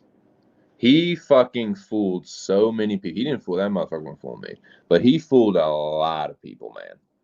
That fucking jobber, that fucking hype job journeyman fooled a lot of fucking people. And I knew that Usman was going to knock that motherfucker out. I thought it would be later. I think I said fourth round knockout. But I knew he was going to knock that motherfucker out. I called Usman knocking out Burns and Masvidal, and people called me crazy. I said, no, he's going to knock these motherfuckers out, man. I'm telling you. His striking's getting better. He don't fuck around. I think I called him to beat Covington by decision. But, yeah, I definitely called Burns by knockout and Masvidal by knockout. And, yeah, Masvidal, he fucking fooled a lot of people. He didn't fool me, but he fooled a lot of people. He's a fucking jobber. But yeah, so, but Luque versus Usman would be a good fight, man. Tell me I wouldn't like to see Vicente Luque versus Usman. But yeah, Edwards, he's right there. He's probably going to be in line, right, if we're honest. Sean Brady getting rushed to a title fight dude, Brady is not ready for Usman. He's not ready for Usman. He's not ready for Covington. He's probably not even ready for Wonder Boy and Burns, like that level. Like, dude, they need to give Sean Brady. I tell you, what would be a good test for Sean Brady. You know who'd be a really good test for Sean Brady is somebody like Chiesa or maybe like Jeff Neal. I don't think beating Kevin Lee is really. I guess that's a pretty good test. I guess that's a decent. That's fair. That's palpable. Jake Matthews, Kevin Lee, slowly kind of rack it up.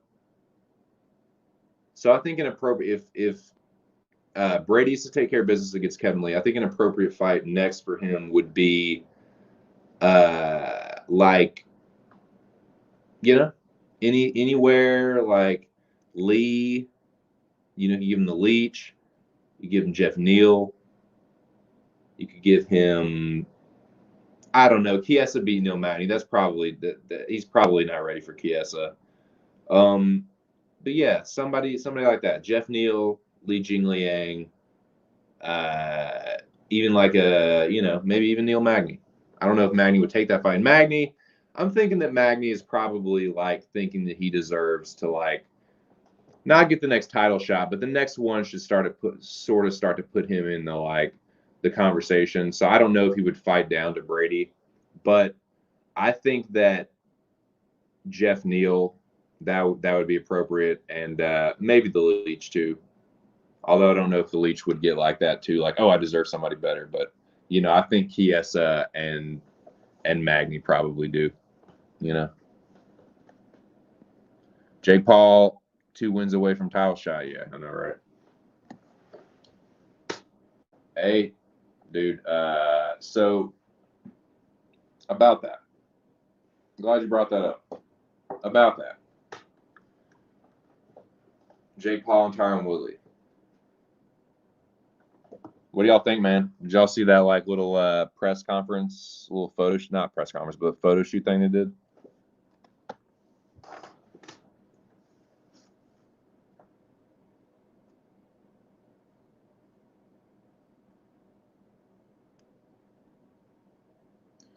Oh yeah, so the Bellator stream has started. So yeah, Bellator is going on. I forgot about that. Bellator is never on my fucking radar. The UFC is like really the only thing MMA wise that's on my radar. Like, tell me what happens with PFL. Tell me what happens with fucking, and I'll probably tune into Bellator the Bellator at some point. But Yeah. Yeah, let me check when the ceremonial weigh-ins are. But yeah, I'm gonna be streaming for a minute, man. I'm gonna be streaming for a few hours at least more.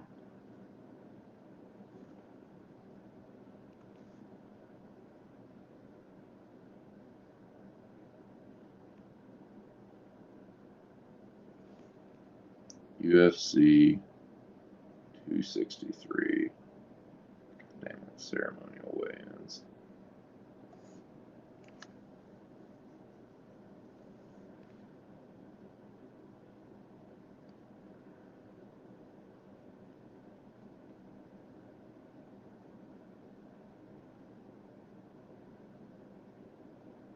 Because I want to see. God damn it. Pop up shit.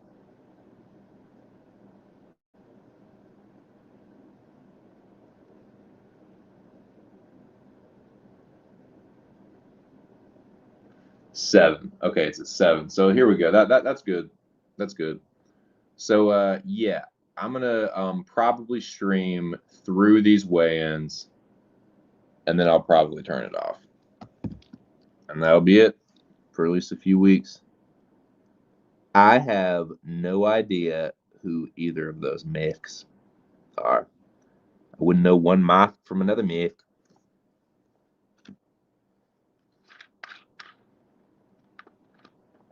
I know Lima. Isn't Lima fighting? Douglas Lima?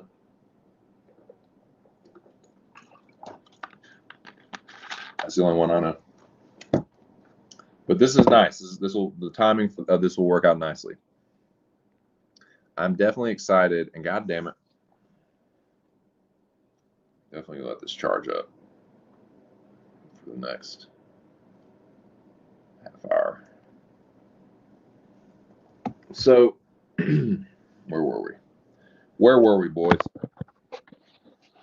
I think I'm about to fucking smoke some more of this Gorilla Breath. Fucking dank ass 22% THC having fucking hybrid knocking me on my dick, dude. It's fucking good nugget. It's a good nugget, man. It kind of has like a coffee smell to it. Kind of like an earthy coffee smell to it.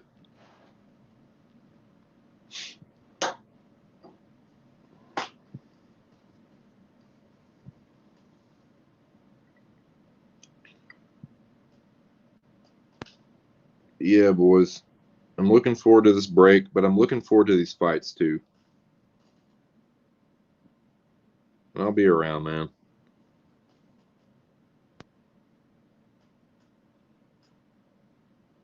Definitely won't be on fucking Twitter though. Fuck that place.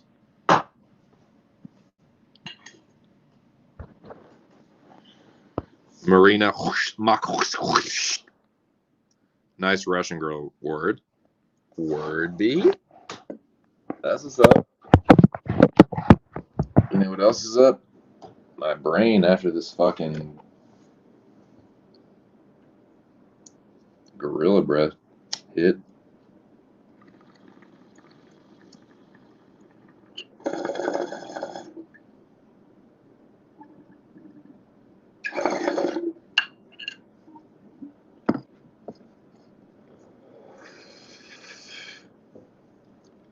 About week. So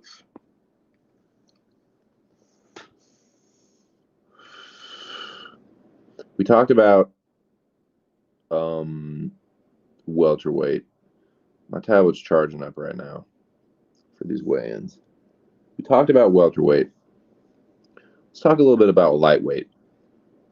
Lightweight's always a hot button weight class when it comes to the UFC. A lot of attention on it. A lot of people, a lot of the biggest stan accounts are for lightweight fighters. Like I said, a lot of attention on that division. Let's talk about the lightweight title picture for a second, boys. We know who the major players are.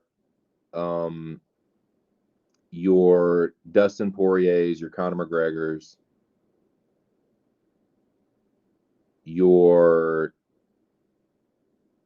we know who the champ is. We already know. I'm not talking about Do Bronx. We know Do Bronx is the champion, but we're talking about title picture. So, and we don't know who the champ is going to fight next. So we're talking about Poirier, McGregor, Gaethje, Chandler. I mean, Chandler lost, so he's going to be out of the picture for a second. He'll need at least one more. But, you know,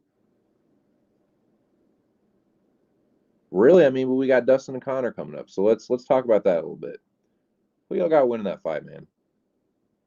Who y'all got winning that trilogy? Dustin Poirier or Conor McGregor?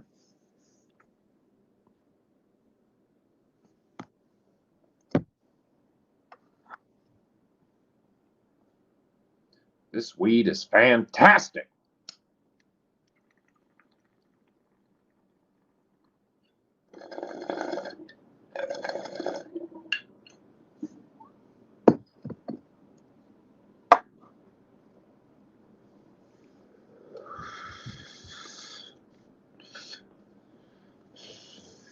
The winner of Dustin Poirier and Conor McGregor will undoubtedly get the next title shot.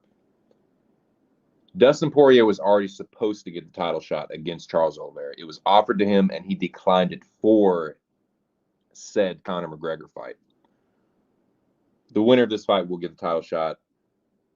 They would be the not only like ranking wise, but from a meritocracy standpoint, still, I think.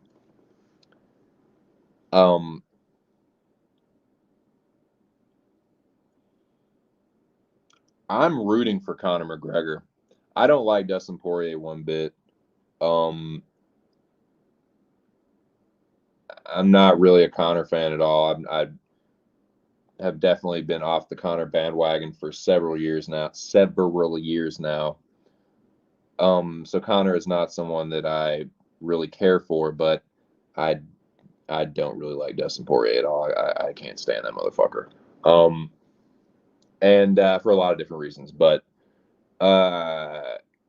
yeah, I mean, if he beats Conor again and solidifies that trilogy, he's gonna get the next title shot. He was already gonna get it anyway. So that's not really a question, but this Conor and Dustin fight. Now, look, Dustin Poirier is a much better fighter than he was in the first fight. I think Conor underestimated Dustin. I think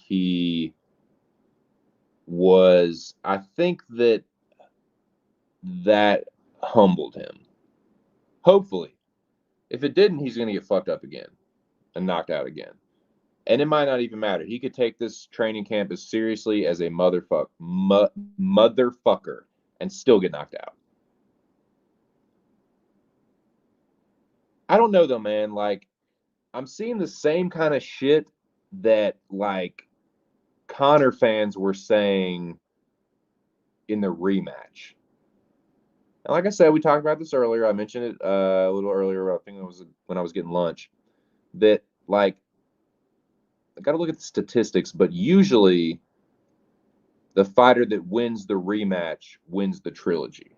It's not always true, but I don't know.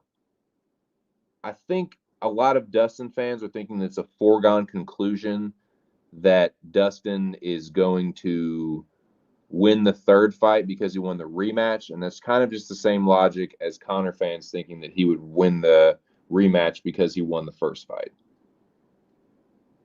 And I'm just kind of wondering if Dustin, like, he can kind of be kind of a hothead sometimes, and he can kind of get sucked into mental warfare. It happened in the first fight. And if he sleeps on, I don't know, he probably won't, right? He'll probably prepare for this. He'll probably, win the trilogy. But if he doesn't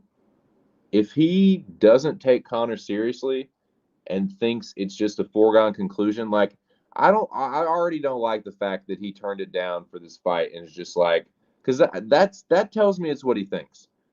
It doesn't matter. I know 100% that I'm going to beat Conor, so I don't even need the title shot now. Okay, you better win. You better win. Like, you had the title shot. You had it. You've been bitching, pissing, and moaning about it for years and years and years, and how, oh, they didn't do, whatever. How you're this loyal company man, all you want is just all this bullshit. Like, you had the title shot. You turn it down because you're like, oh, no, I'll get Conor. I'm gonna let me just dust off Conor real quick again, and then I'll just be right back in it. Like, okay, but you got to dust off Conor again. And like, Conor almost knocked you out in the second fight too. He admitted it. Like, Conor hurt him with that shovel hook, that right shovel hook, and yeah.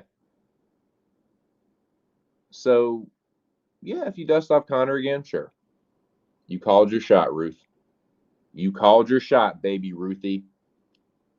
But if you don't, and you lose to Conor McGregor,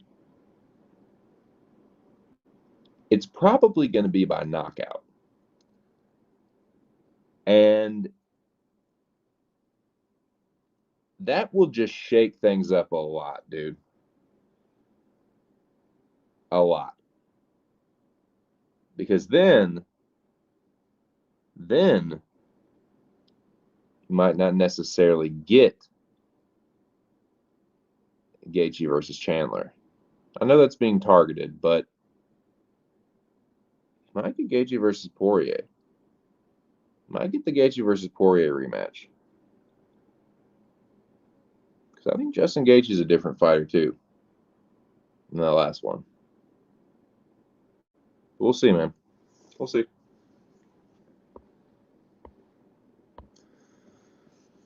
Yeah. Oh, they will. Half my blood is Cajun. I hate Dustin too. He's inspired. Oh yeah, all about the. Yeah, he's a fake nice guy. He's a fake nice guy. Oh yeah, see that's the thing. It's like I hate not liking Dustin too because I like, dude, have a lot of family from New Orleans. I'm trying to get down there actually again soon. But yeah, I love that. I love the culture down there. I love all that shit, man. I'm all about that Southern Louisiana culture. I think it's fucking cool as shit. But like Poirier is he just comes off as a buster, dude. I just don't like him, dude. I just don't like that motherfucker. Like he just like something about him. I just want to fucking bust him in the face, dude. I don't know what it is, man. He just got that smug, like sneer, that little. I just don't like him.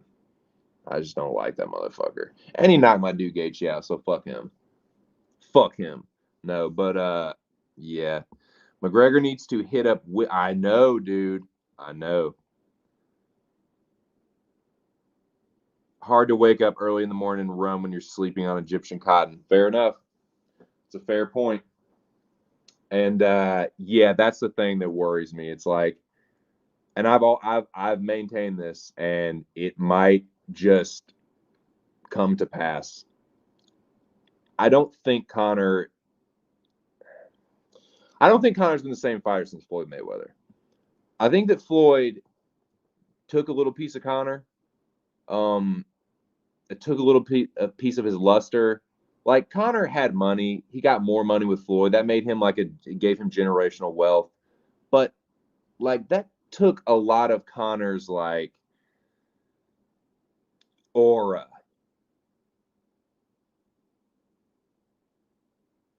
And Khabib took the rest. I just don't. I'm rooting for McGregor. I'm definitely rooting for McGregor. I don't know if I'm going to pick him.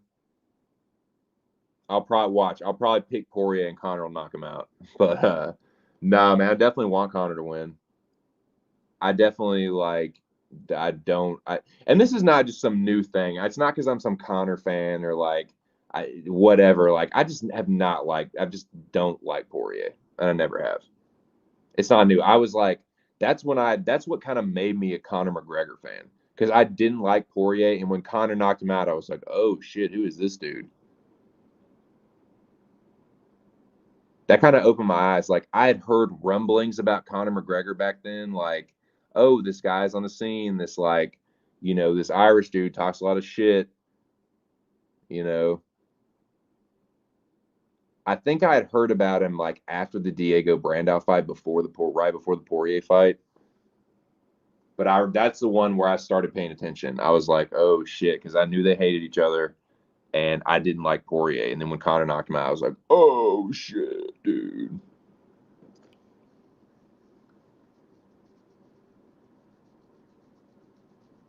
But maybe it's a Louisiana bias thing too, because although I do have a lot of family down there, I love my aunts and uncles and cousins, and um uh yeah, like it's always been like an Arkansas LSU rivalry thing. So I've always had a little bit of a like Louisiana, like yeah, probably an LSU fan, that kind of shit. But yeah, no, Poirier's a really good fighter. I definitely respect his fighting ability. I just don't fucking like him, and I hope Conor knocks him the fuck out. But who knows, dude? Who knows what'll happen? But that's an interesting one because that will shape the sort of like narrative of 55, right?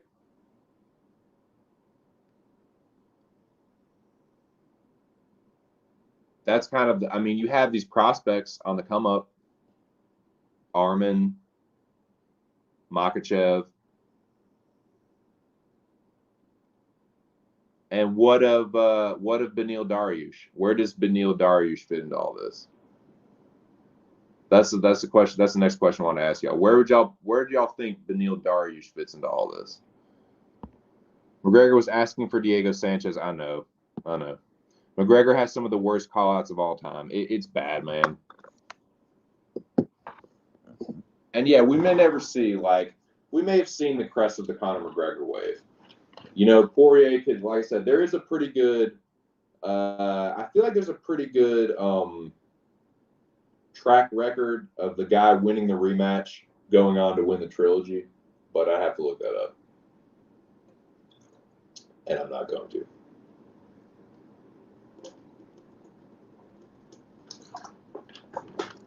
What time is it? 6:43.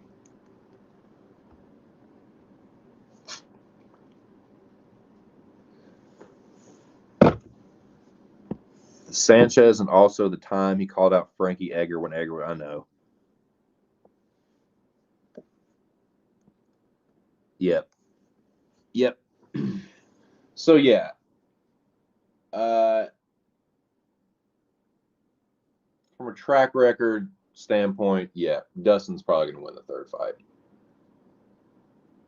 But if he goes into thinking that way, which is, I don't know if he's going to be thinking that, but the fact that he was like, nah, I'm good. I'll wait. He said, I'll wait. Let Charles just take the belt. He's like, I'll wait. I'll be Conor and him. Okay. We'll see, Buster. We'll fucking just see then, won't we, Dustin? Mr. I'm so confident, but I go tooth and nail with fucking Dan Hooker and get starched by Michael Johnson. Okay. You beat a Conor, an unfocused Conor McGregor. Okay, tough guy. We'll see. We'll fucking see. I know, Dustin, you ain't never gonna hear this, but I'm gonna say it anyway. Deep down, who you're gonna have to see again. You know who you're gonna have to see again. The dude that had you hobbling around for weeks.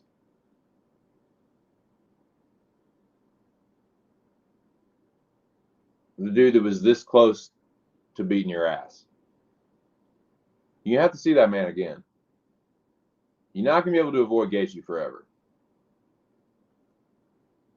Justin Gaethje is going to be coming with that Leon Edwards energy.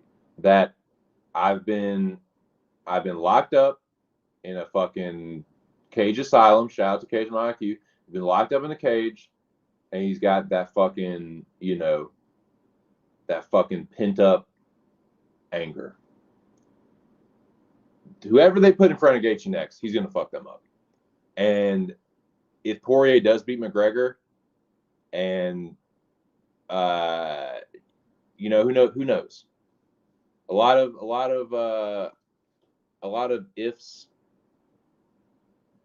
ands, or buts. A lot of fucking ins and outs and what have yous. But I think eventually down the road, yeah, Dustin's gonna have to see Justin Gaethje again. I think it's gonna be a different fight too.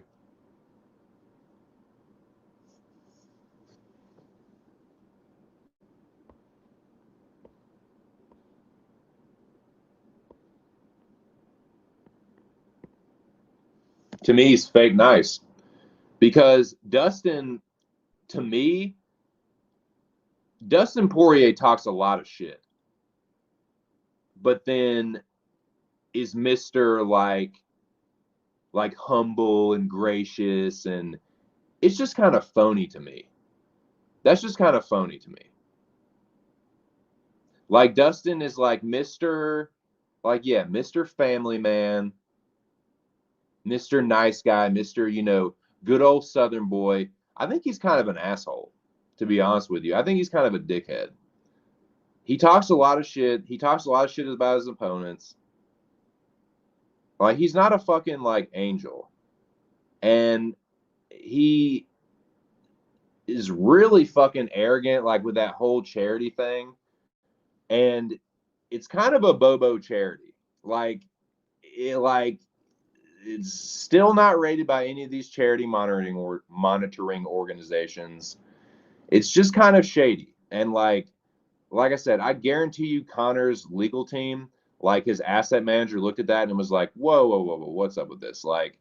And I think it was I don't know, man. To me, Dustin, nah. And I know it's a lot of my bias, but nah, Dustin, to me, I just get a fucking phony baloney, fake nice guy. He just, I just don't like. Some about Dustin I just have never liked. Some about him I've never liked. There's plenty of people that are family man, family guy. I feel like that's the thing. It's he's a good guy because he has a family and he's a family man. I know plenty of family men that are fucking assholes, dude. That people are like, oh, he's a family man. That doesn't mean shit. Oh, he's a family man. Cool. He can still be an asshole too. And to me, he's a fucking fake ass dickhead.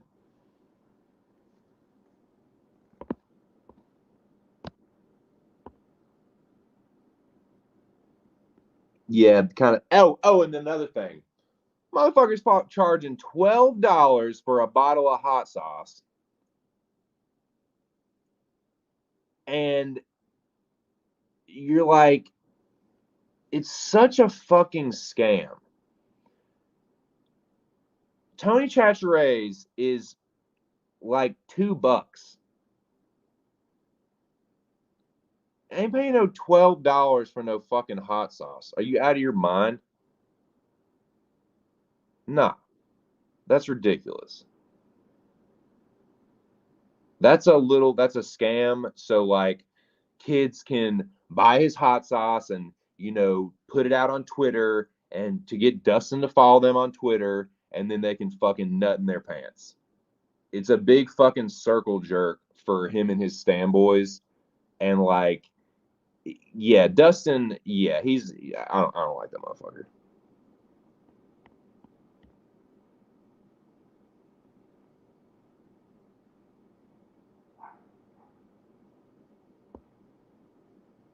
Yeah, I mean, that's definitely a fucking good story, right?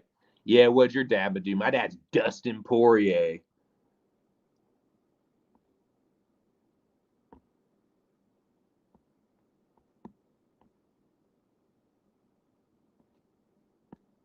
Make yourself 300 million. Yeah, dude.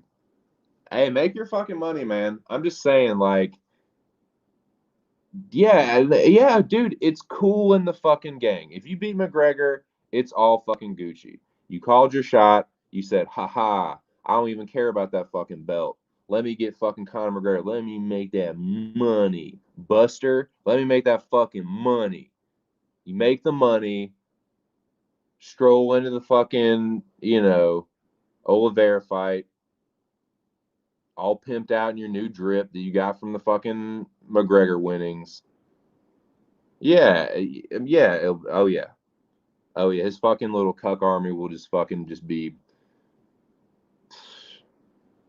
They'll be ecstatic. But if he loses, be looking. Well, he'll be rich, but I guarantee you won't be looking silly, but he will be feeling a little silly. I guarantee you. I guarantee you. I don't care what he says. I don't care what anybody else says, because inevitably that's what'll happen. If Dustin does lose to Connor, inevitably all his little fucking little bitch ass standboys will say, "Oh well, he's real. Like, shit, you ain't get that money." He's like, "You ain't get that Dustin Poirier. Oh yeah, you fought Connor." You know what I'm saying? Like, but nah, you will have lost out on the title shot that you had in your lap for some money. Ain't much gonna square that. No amount of money will get you the UFC belt. Not really.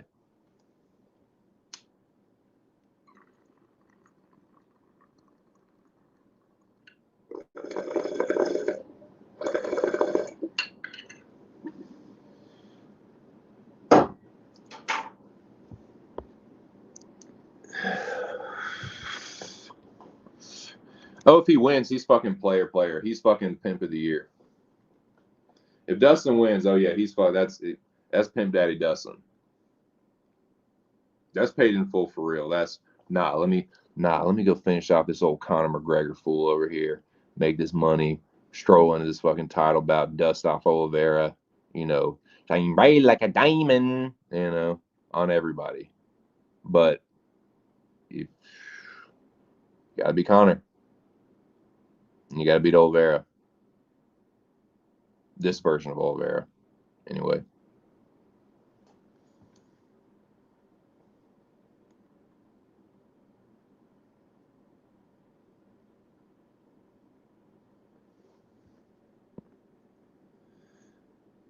Yep, that's true. If he can't beat McGregor, again, he never deserves the belt anyway. Yeah. Like, I think it's about a 60-40 that Poirier will win. A lot of people think it's like 90-10 or like 100% that Poirier will beat him. I tend to think Poirier will probably win, but yeah, I don't know, man. I don't know. I think this is closer than what some people think.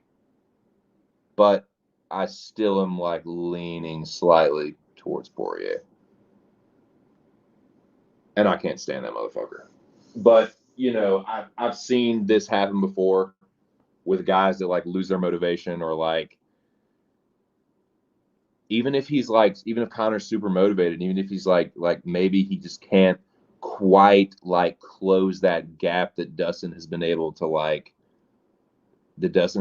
make with him just constantly fighting top competition. And Connor, like, let's be honest, like Dustin's fighting, Gaethje and Khabib, and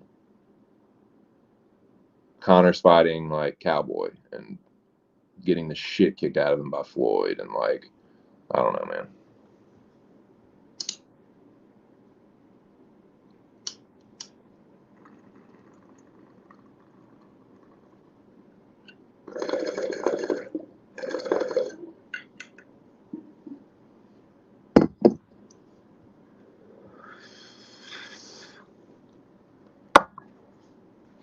Let's see what we got going on. Well, boys, the weigh-in should be starting in about 5 minutes. I'm pretty excited. These face-offs are going to be gnarly, dude.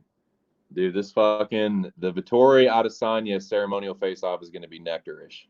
It's going to be a little nectarish. Conor boxing messed up his stance and footwork. I agree. He didn't like. He used to throw that left hand from so much further out. Like that. That was always, and that like.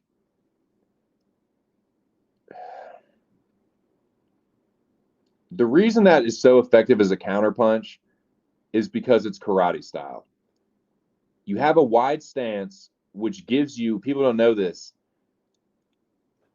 when you widen your stance, the reach on your arm extends. Because like my sensei would always make us do the like get lower and look how much further your arm goes out. So Conor would keep that long stance. So when people lunged in, he was further away than what they seemed, and he like blended the boxing punching with the karate stance. That was the sweet spot for McGregor.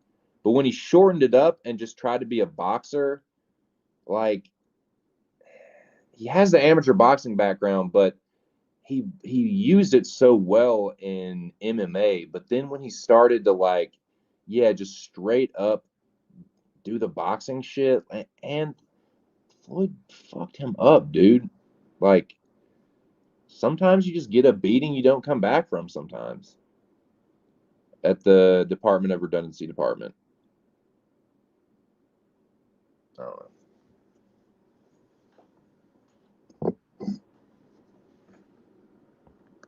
Think he can fix it. Leg kicks were his only real issue. True, and like Dustin even admitted, Conor hurt him. Conor hurt him in that fight, and Conor has good striking. He still has heat in that left hand. You know, if Dan Hooker's fucking hurting you, Conor can hurt you. So yeah, if Dustin doesn't take this seriously, it looks like he is though. To be fair, it looks like Dustin is taking this seriously. That's why I favor him. I still just think he's like a little bit better of a fighter at this point in their careers, but some people are really sleeping on Conor McGregor, and I don't know if that's the smartest thing. I don't know, man. That's just my thoughts on it. Like, yeah, I'm probably gonna pick Dustin. Like, yeah, he's probably gonna win, but I'm not like so sure as some people, dude. Conor's still dangerous, and you underestimate somebody like that, especially early. I'm telling you, man, ain't like Dustin's never been clipped and put away before. Concerned about his heart, will more than anything. Don't really see top level guys cower from leg kicks in the first. Yeah, that's and maybe the game has moved on from Conor. Maybe that's what it is. Maybe, you know, MMA has evolved from Conor McGregor. Maybe that's what it is.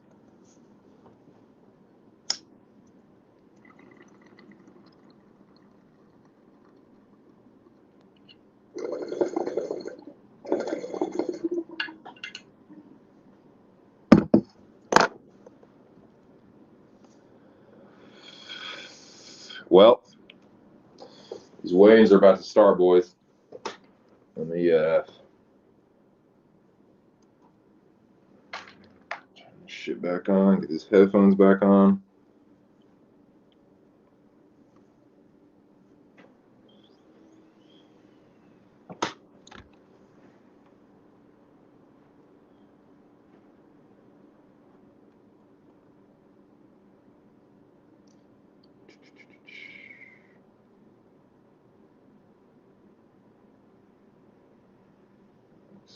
Let's see, YouTube.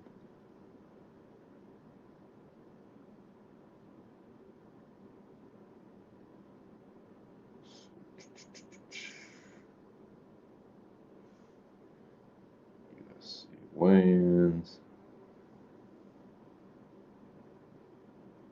Ceremonial weigh-ins. Boom. Settings.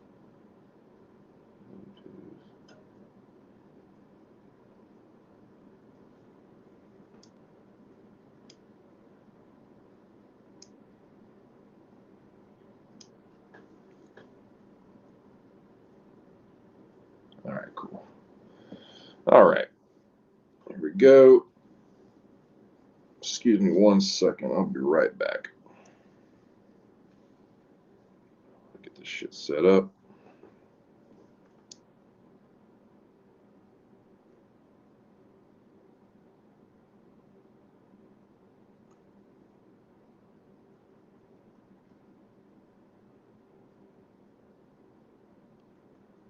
Okay, so we're getting ready to kick this off. This is ceremonial weigh-ins. I will be right back.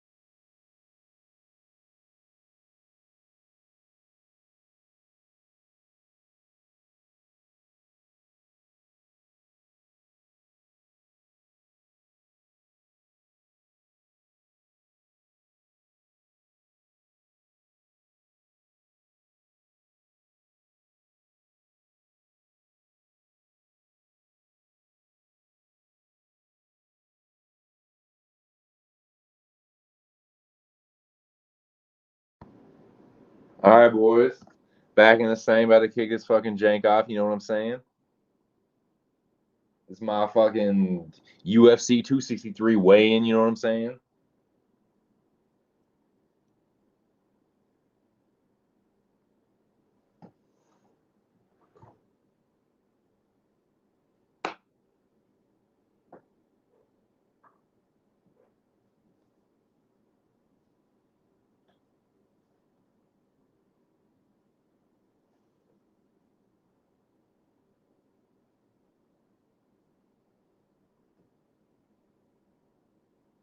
See if he's fucking something weird shit.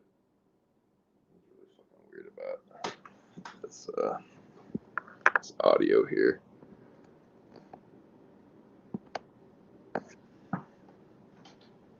Yeah, I think I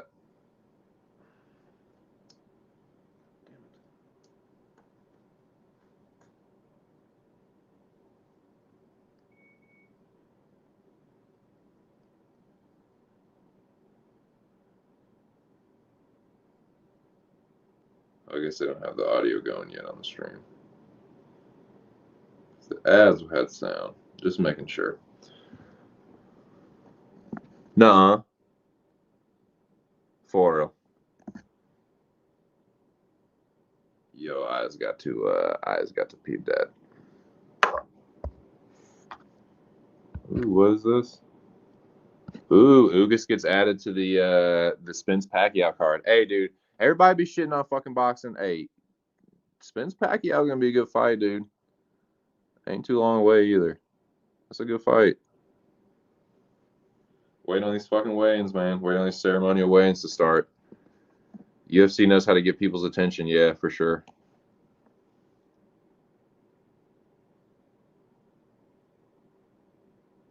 Why is this sound fucking mookie dookie? I can't hear a motherfucking thing. It's all muffled.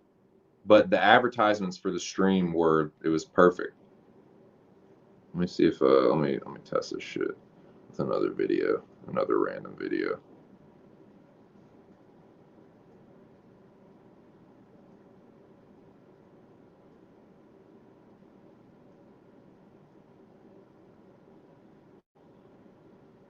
Get a sound of spine on this one. Yep. Yep, it's just that stream. I don't know. It hasn't really kicked off yet, boys. They're just waiting. We're just waiting now. In a holding pattern. I'll tell you what, while I'm doing that, I'm going to fucking repack this banger one time. This is like the fucking 4th or 5th bowl. Maybe the 4th. I think 3rd or 4th. Maybe the 3rd, 4th, 7th, 18th. Doesn't matter.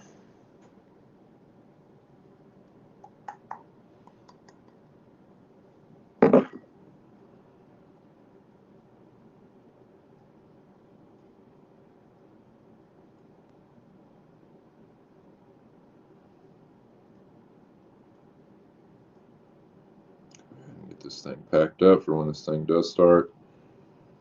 Just waiting on these fucking, if you're just joining me, you're in the Cage Asylum. Cage is your Cage My IQ. Make sure you subscribe to Cage My IQ on YouTube. He is your reigning, defending, undisputed rain dance champion until the end of fucking time. That's right, boys. Your boy Just My 2 Cents is going on hiatus after the stream. The rain dance competition has been called off forever. Cage is the lineal champion until the end of time. But yeah, this is Just My 2 Cents. This will be my my farewell stream for a little while. Taking a break. Taking a much needed break from social media. Deactivating Twitter. Not streaming on YouTube for a little while. And I'm fucking stoned as a bitch. About to get more stoned as a bitch. And yeah, I see nerds gathering. I see lights and cameras. I'm not seeing a lot of action.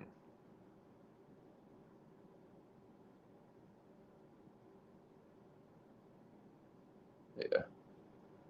But yeah, while we wait, I'll have a casual toke.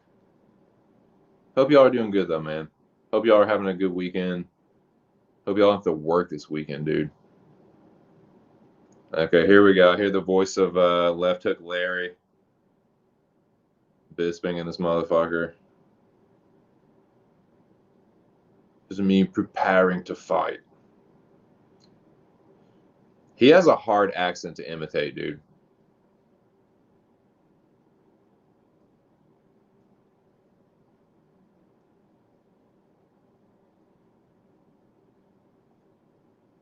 He's been cutting a little promo for the UFC Institute or whatever. Yeah. Yep. Yeah, here it is. Yeah, it's coming through now. Ow! God damn it.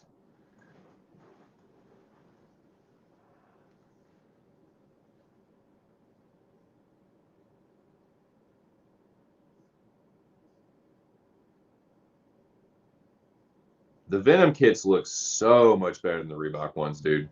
Like, is he? Yeah, I don't think Alvarez is a southpaw. Gaethje fights orthodox mostly. Trying to think, is Chan? I can't remember. Probably not ever, but probably the best lightweight. I mean, southpaw.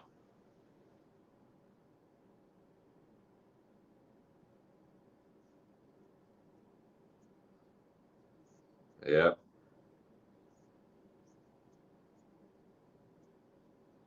Here we go, boys.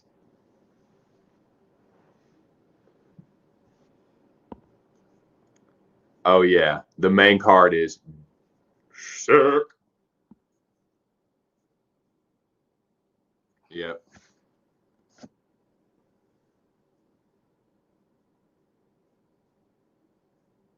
Oh, the only Southpaw McGregor. Oh, is Poirier the only Southpaw McGregor's ever fought? Sorry. McGregor.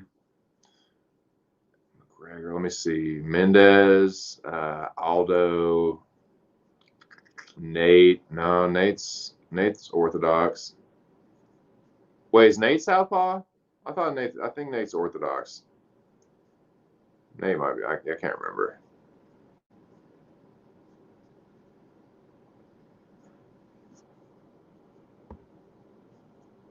Good God. Sorry about that one, dude. God. Did it snap when you were tuning it or something? Oh, shit. Yeah, dude. Fuck that. Sorry. Good God. Ariane, Luciana, Joe Rogan. I'm shorter than all these guys.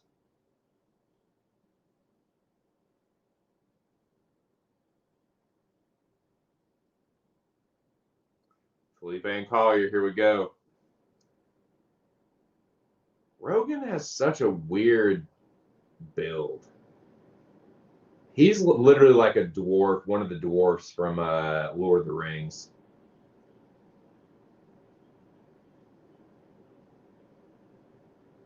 $264.5 for Collier.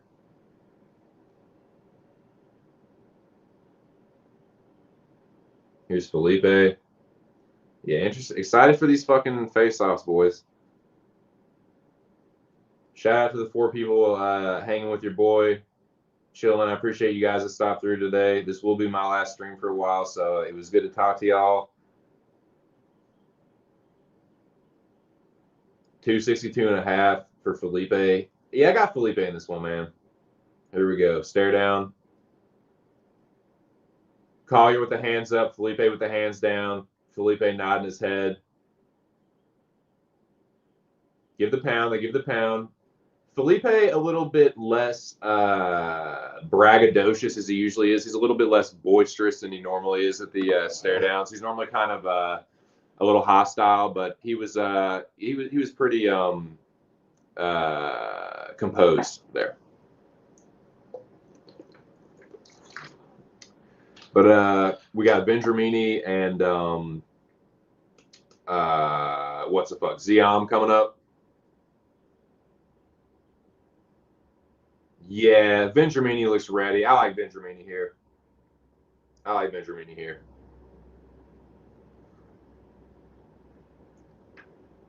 Forrest Ziam.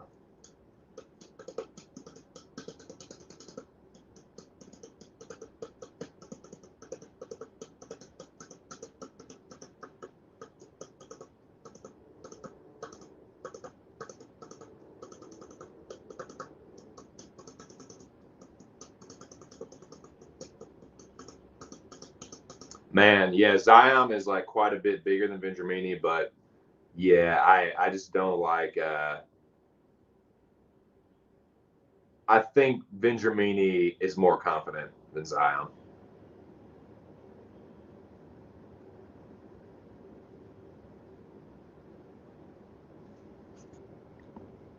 Terrible. Collier's a little bit bigger. Yes, very fat, I see. All right, here we go. The only guy that missed weight.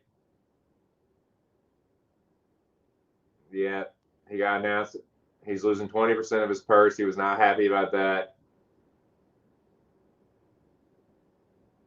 Yeah.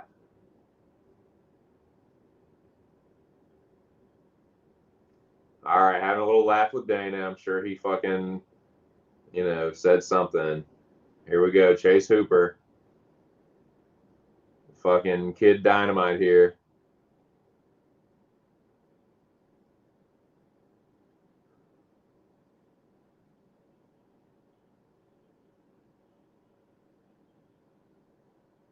Let's have a look at the stare down. Yeah, I'm going with old Chase Hooper here.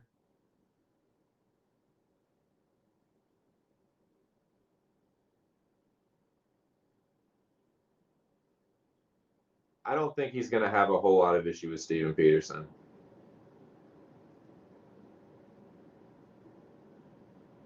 I think Leroy's a little bit better than Peterson.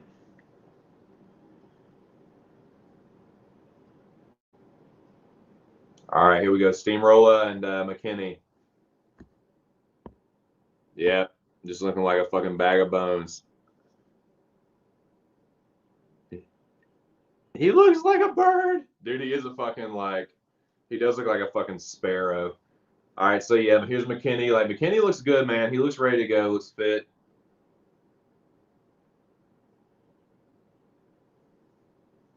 And here's the steamroller, frevola. I gotta go feed this cat here in a little bit too, so this will be perfect. Perfect timing and all of this. The steamroller frevola, getting everybody hype up. He said, "Get on up, flexing."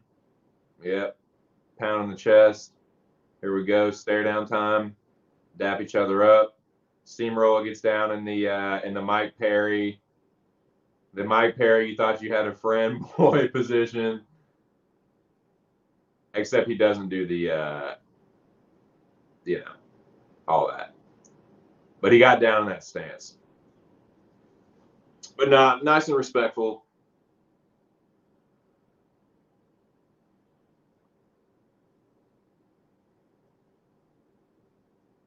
All right, we got Panny and Alexis Davis coming up now. Oh, yes. Who can forget the great slippery Pete Barrett? Yeah, Frevola looks good. I got Frevola there. I got the steamroller. And here we go, Alexis Davis.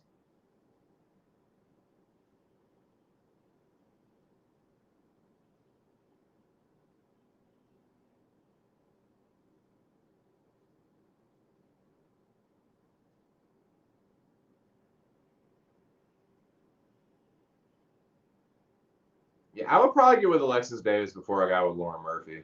But here we go, Panny.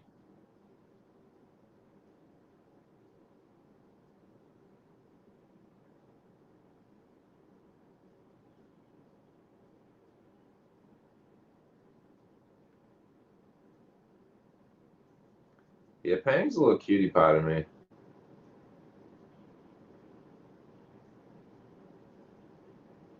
Yeah, I like Panny here, though.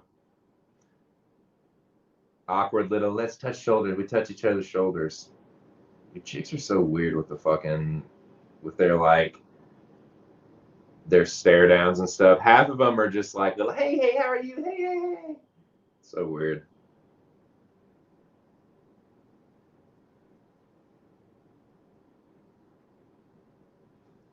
Hey, this one's going to be good, man.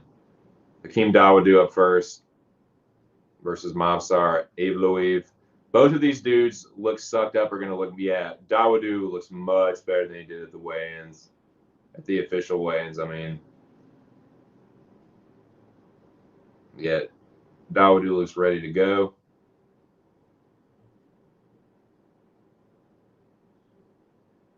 Here comes Mobsar, Abe Louiev. Oh, yeah.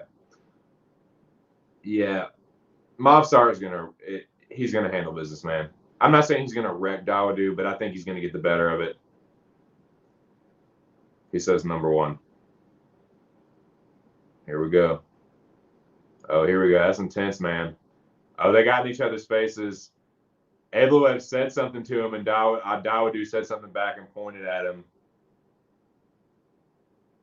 Dawodu or Evloev. Oh, I did not expect that to be the intense one, man.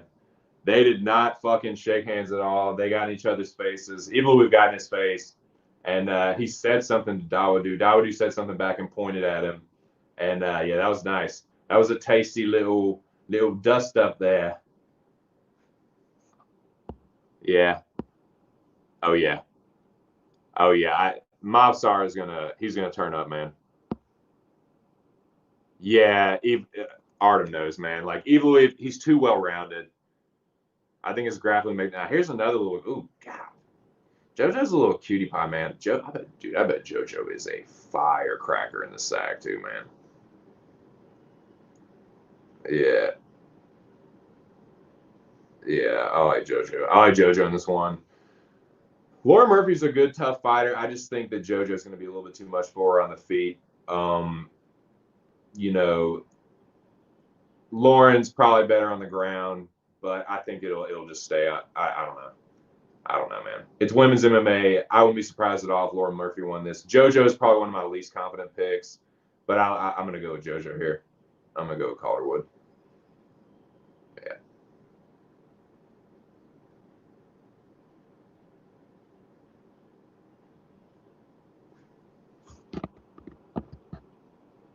Yep. Yep.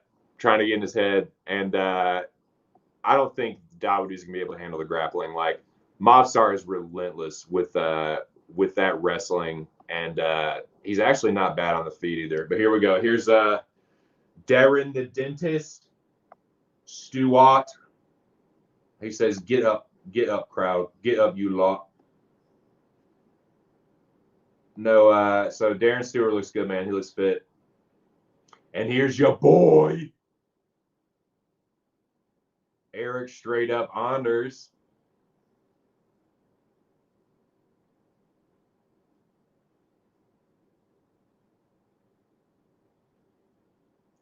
$205 for your boy. There's Anders. Handshake. Hands behind the back for Anders. Stewart put his hands behind the back as well. They're just staring at each other. Stone cold death stare.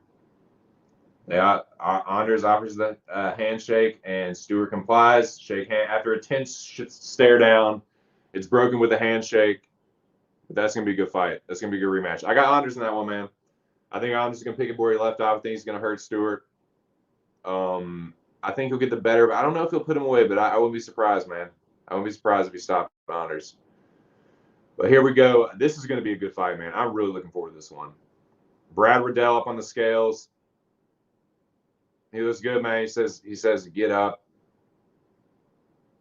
Get up, you buggers. And here we go. Pretty boy Drew Dober.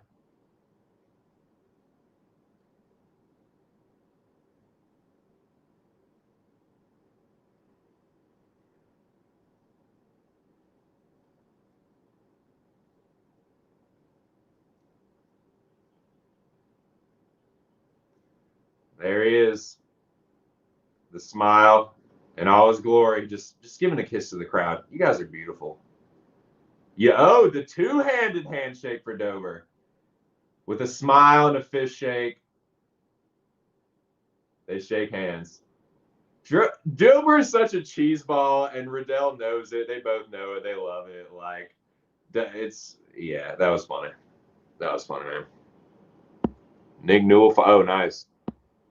Nick Newell is the one-arm fighter, right? Last chance for Stewart. Hey, I think, I think he might, dude, your boy might punch his fucking ticket, man. He might punch that fucking pink slip for him.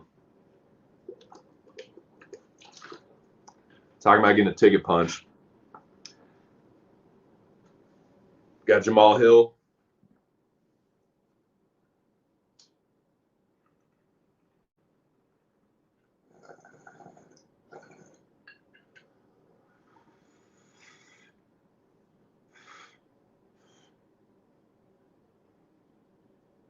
Yeah, Jamal Hill.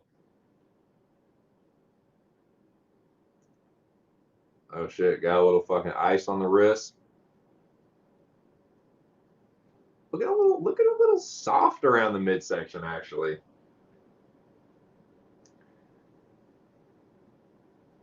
And here's Paul Craig. Paul Craig. And here we go. And here we go, laddie. Let's see what you got. Oh, Dana already knows. Oh, they already know. They're ready for this one. It's all right, mate. It's all right, Dana. I'll wait for tomorrow night to do ye. Yeah, that's a good one. Both shaking their head.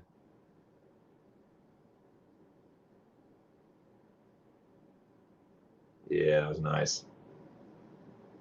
Yeah, that got him going. Yeah, Hill is fired up. Paul Craig as ever. Good shit. Shout out to the 5 people in here, man. Excuse me. Joe, what are those fucking Nikes you're wearing, dude? Fucking Joe Rogan. All right, here we go. Bully Bilal on the scales. We'll all expect. I'm interested to see what this stare down looks like size wise.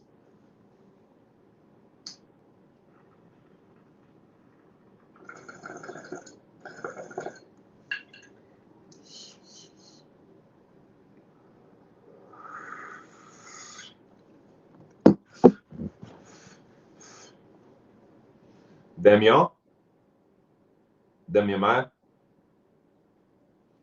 a true martial artist. He have a lot of respect for his opponent. He always show a lot of respect. His shake hand, he show a lot of respect. Damien a little bit bigger, like I thought he would be. Not a whole lot bigger though. Bow, of course, a nice. Yeah, nothing too surprising there. Muhammad faked a takedown, and Maya laughed. They had a little chuckle. That was a good one. All right, here we go. Edwards versus Diaz. Now, will this one get chippy? Will this one get chippy, boys? Predictions on this one. Do you think this one will get a little testy? Will this be a little dust up here? You know, you never know with Nate. All right, Nate's up first. Speaking of the Stockton bad boy. Yep, doing his boxing flex. His sort of like hands up defense flex at the same time, sort of Nate Diaz saying, you know how he does. It's like a flex, but it's like out up in like a boxing kind of thing. It's weird. That's how we do though. That's how Nate do. All right, here's Edwards. Man, Edwards is in good shape too. 170.5, here we go. Bow. Ready to go. Nice, man. Nice and intense. Nothing too crazy. Nate looking him up and down. Edwards staring at him. Nothing too bad. Nothing too bad. You know, they didn't shake hands or anything, but they didn't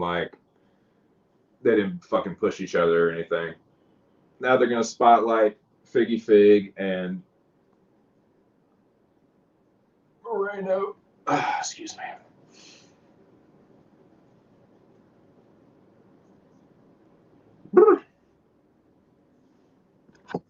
Yeah, I'm pumped for this one, boys.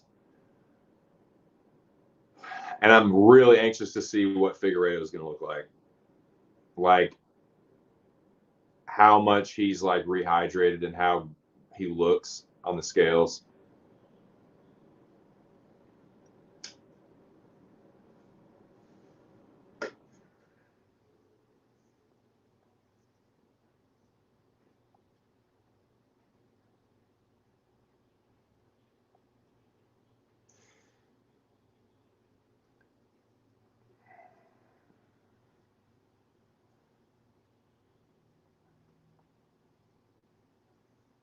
Yeah, showing all of Joe's biased ass commentary.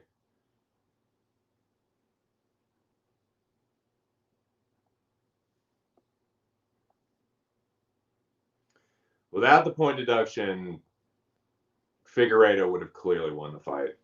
Clearly. Most people, if you're objectively looking at it, would see that Figueiredo won at least 3 rounds to 2. I thought it was 4 rounds to 1, but I don't hate 3 rounds to 2 for Figueiredo. Without the point deduction, there's no way you can really score it for Moreno. The draw is the best you can get for Moreno. So I just don't think he's going to be able to replicate that performance, man. I think that was like a career best performance from him. Going into the fire again like that with Figueiredo, I think he's going to get a knocked out this time. And I think he will, and I think that he will. You know? I think he will go back in the fire, and I think he will get knocked out. So, yeah, I got Figueiredo by 3rd round knockout. See, he's just saying, like, oh, I felt his power, and yeah. That was not 100% Davison Figueiredo.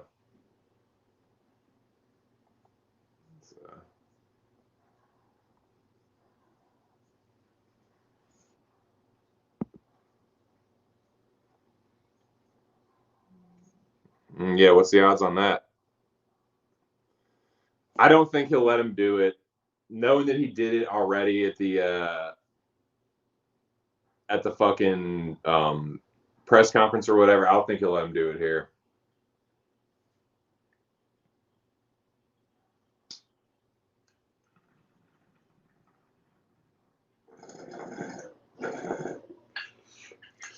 Now, Joe, make sure you stop and fucking suck him to completion before he steps up there. Contain yourself, Rogan.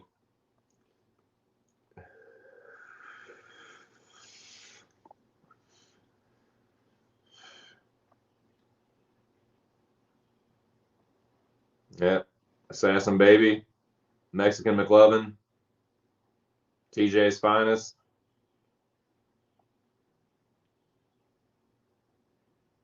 All right, here we go.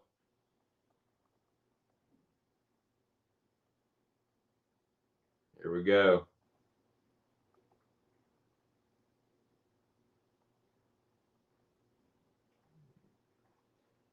Blowing kisses to the whole crowd. Got the shades on. He definitely looks better than he did this morning. That's for sure. He'll look even better in the cage tomorrow night. He looks better right now. He'll look even better tomorrow.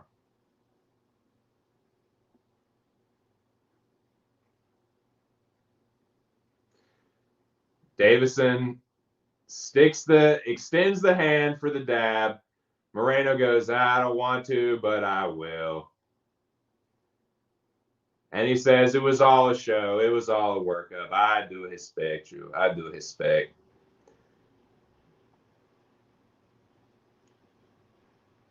That was good. I like that. I like that. Davison playing mind games.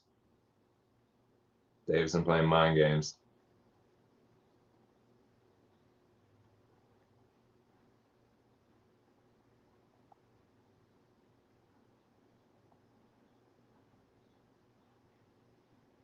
He said, let's fucking go. He did say the F word too. He said fucking, dude. With Davison, now they're booing Davison. Come on, man. He fucking dapped him up. He squashed the beef. Oh, that's fine. Translate. Portuguese, Portuguese, Portuguese.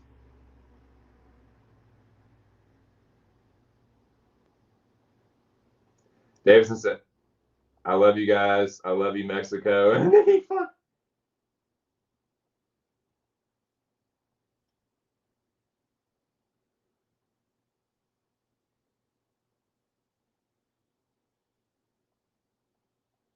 I'm going to put on a show for you guys. I'm going to knock him out in the first round. You're going to love me for it. Oh, dude. With the Conor McGregor style, dude. I'm going to put on a show for you guys. I'm going to knock him out in the first round, and you're going to love me for it, is what Davison said. Holy shnikes. Man, I'm pumped for that one.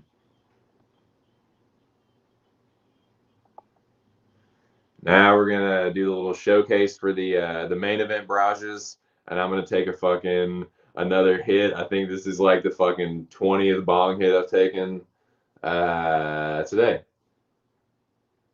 I'm the cringiest one. I'm the cringiest talker. Not you, me. Not you, me. Put your pants on right.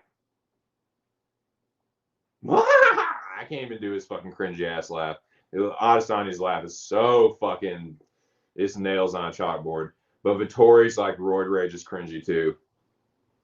It's God. I'm glad I don't have to listen to him talk. Well, I might have to listen to him talk, but I don't have to listen to him like at the press conference talking back and forth, like with a mic in their hand.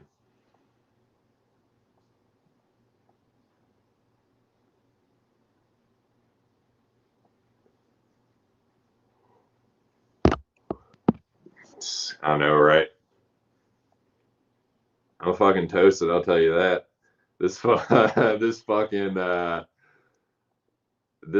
gorilla breath is killer, boys. 22%. It's pretty good for some fucking tree, for just from some flower, dude. But nah, it's some good nugget.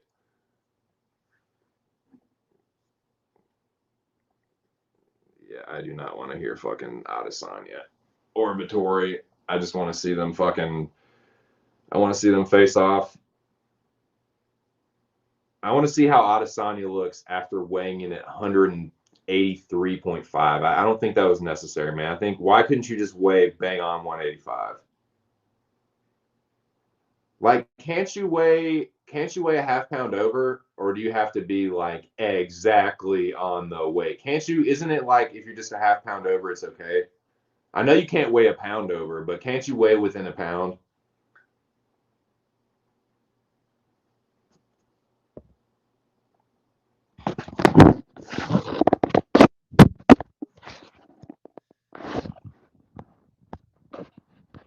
Izzy versus Vittori. The weirdo versus the psycho. Dude, it's true, man. You either get Vittori's like psycho cringy shit, or you get Adesanya's like cringy weeaboo shit. It's just a fucking cringe fest, boys.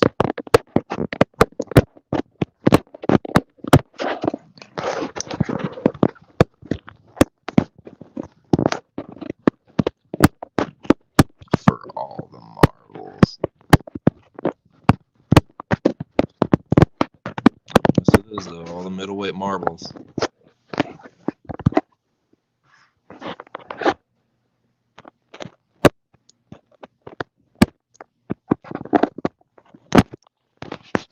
$184 and a half. Vittori's ready to go, fired up as you might imagine. And his opponent.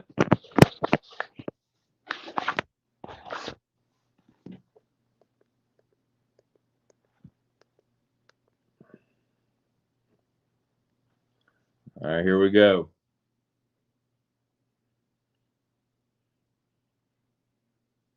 Adesanya looking about, puts up a piece.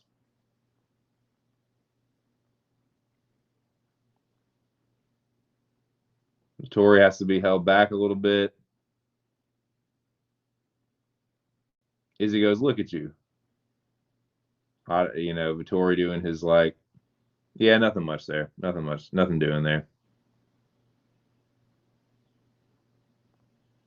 Vittori talking to Rogan.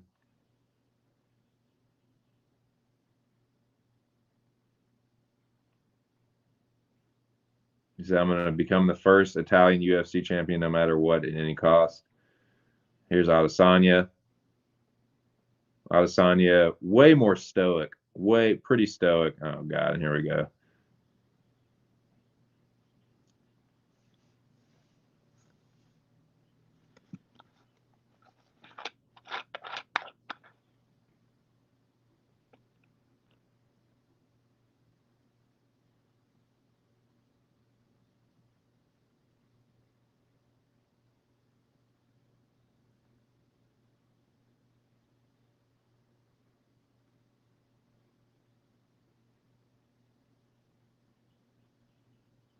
God. I'm not even going to repeat that fucking cringy ass shit. Like, dude, you're not Muhammad Ali with the raps, dude. Like, it's really bad, really cringy. That's it, though. Yeah, so, yeah, I got Adesanya. I think he's going to win. So, yeah, I'm going to put my picks up on Twitter. I will probably be deactivating my Twitter on Sunday evening. I'll put out my picks. I will put out my results, and then that will be my record for Twitter. And then I'll obviously like put my picks up on Tapology. I'll keep that going every week. I'll still put my picks out on Tapology every week. And yeah, I'm leaving the YouTube channel up. I will I will probably be gone for at least 3 weeks, maybe a month, maybe longer. We'll just see how it goes, man. I'll see how it goes. Well, so yeah, man, I want to appreciate everybody that came through. I appreciate everyone that came through as well. I'll say Noah, Ear, Artem, Jack, and Alex were in here earlier.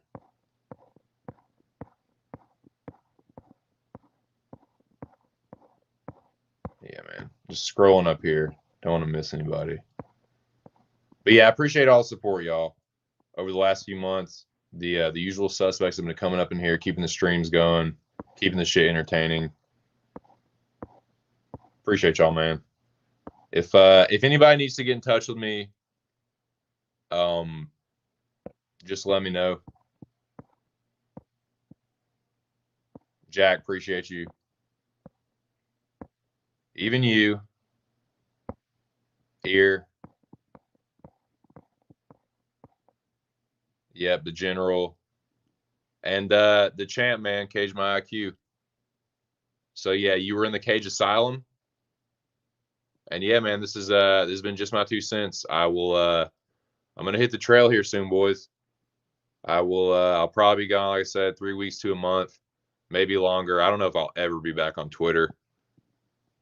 I don't know, man. I'll see about that. But I'm deactivating that fucking nightmare on Sunday evening. And I'll be around. I'll be around in the chats. I'll probably be at Pub Sports Radio's Fight Companion tomorrow night. So if I see some of y'all there, that'll be tight. But yeah, man, have a good weekend, y'all. And like I said, I really appreciate all of the people that have come through and supported this channel and supported me in this little YouTube venture of mine.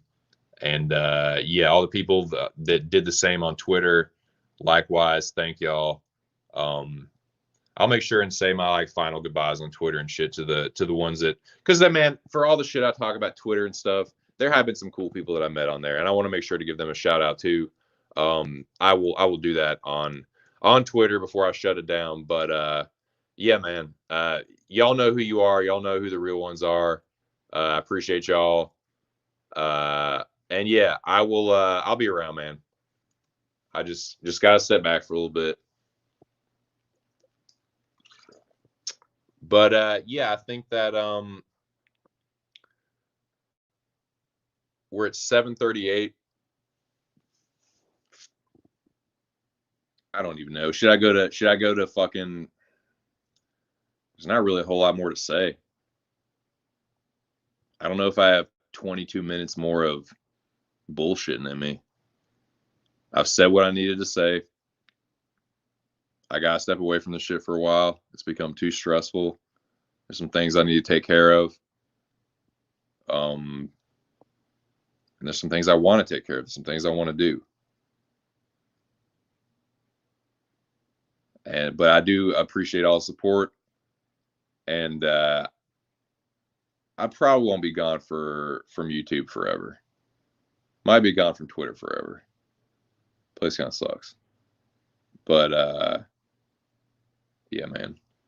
But I hope y'all have a good weekend, dude. Like, good luck on all of y'all's plays and picks and parlays and shit. Hope everyone enjoys these fights. I hope they're fucking, like I said, I think Dober, Riddell, Dawodu, and Evloev, and I think the co-main and the main events are all going to be good fights. I think the main event will be one way, more or less. Like, I think it'll be either a dominant performance by Vettori or to be a dominant performance by Adesanya. I don't think that's going to be a close fight, but I think it's going to be a good fight, if that makes any sense. Same with Moreno and Figueiredo. I'm a Figgy standboy. I think he's going to knock Moreno out. I don't think it's going to be in the first round. I think it's going to be in like the third round. But yeah, shout out to the Moreno fans, man. Good luck to y'all. And yeah, I think Leon Edwards is going to probably have his way with Nate Diaz. Might even get a doctor stoppage, but I'll probably say decision on that one. And yeah, who's the other one? I keep forgetting the other one before the Damian Maia and Bilal Muhammad. I really wanted to take Damian Maia, but I can't do it, man. I think Muhammad is just going to get the better of him. I think he's just going to be the better striker, and I think it's should be Damian Maia's last hurrah, is what I think. Or if you want to give him some fucking scrub that he can like choke unconscious, that'd be cool too. Give him one last win, but I think it's his last. Like, I don't think he's gonna get any further than this. Could be his last fight. But yeah.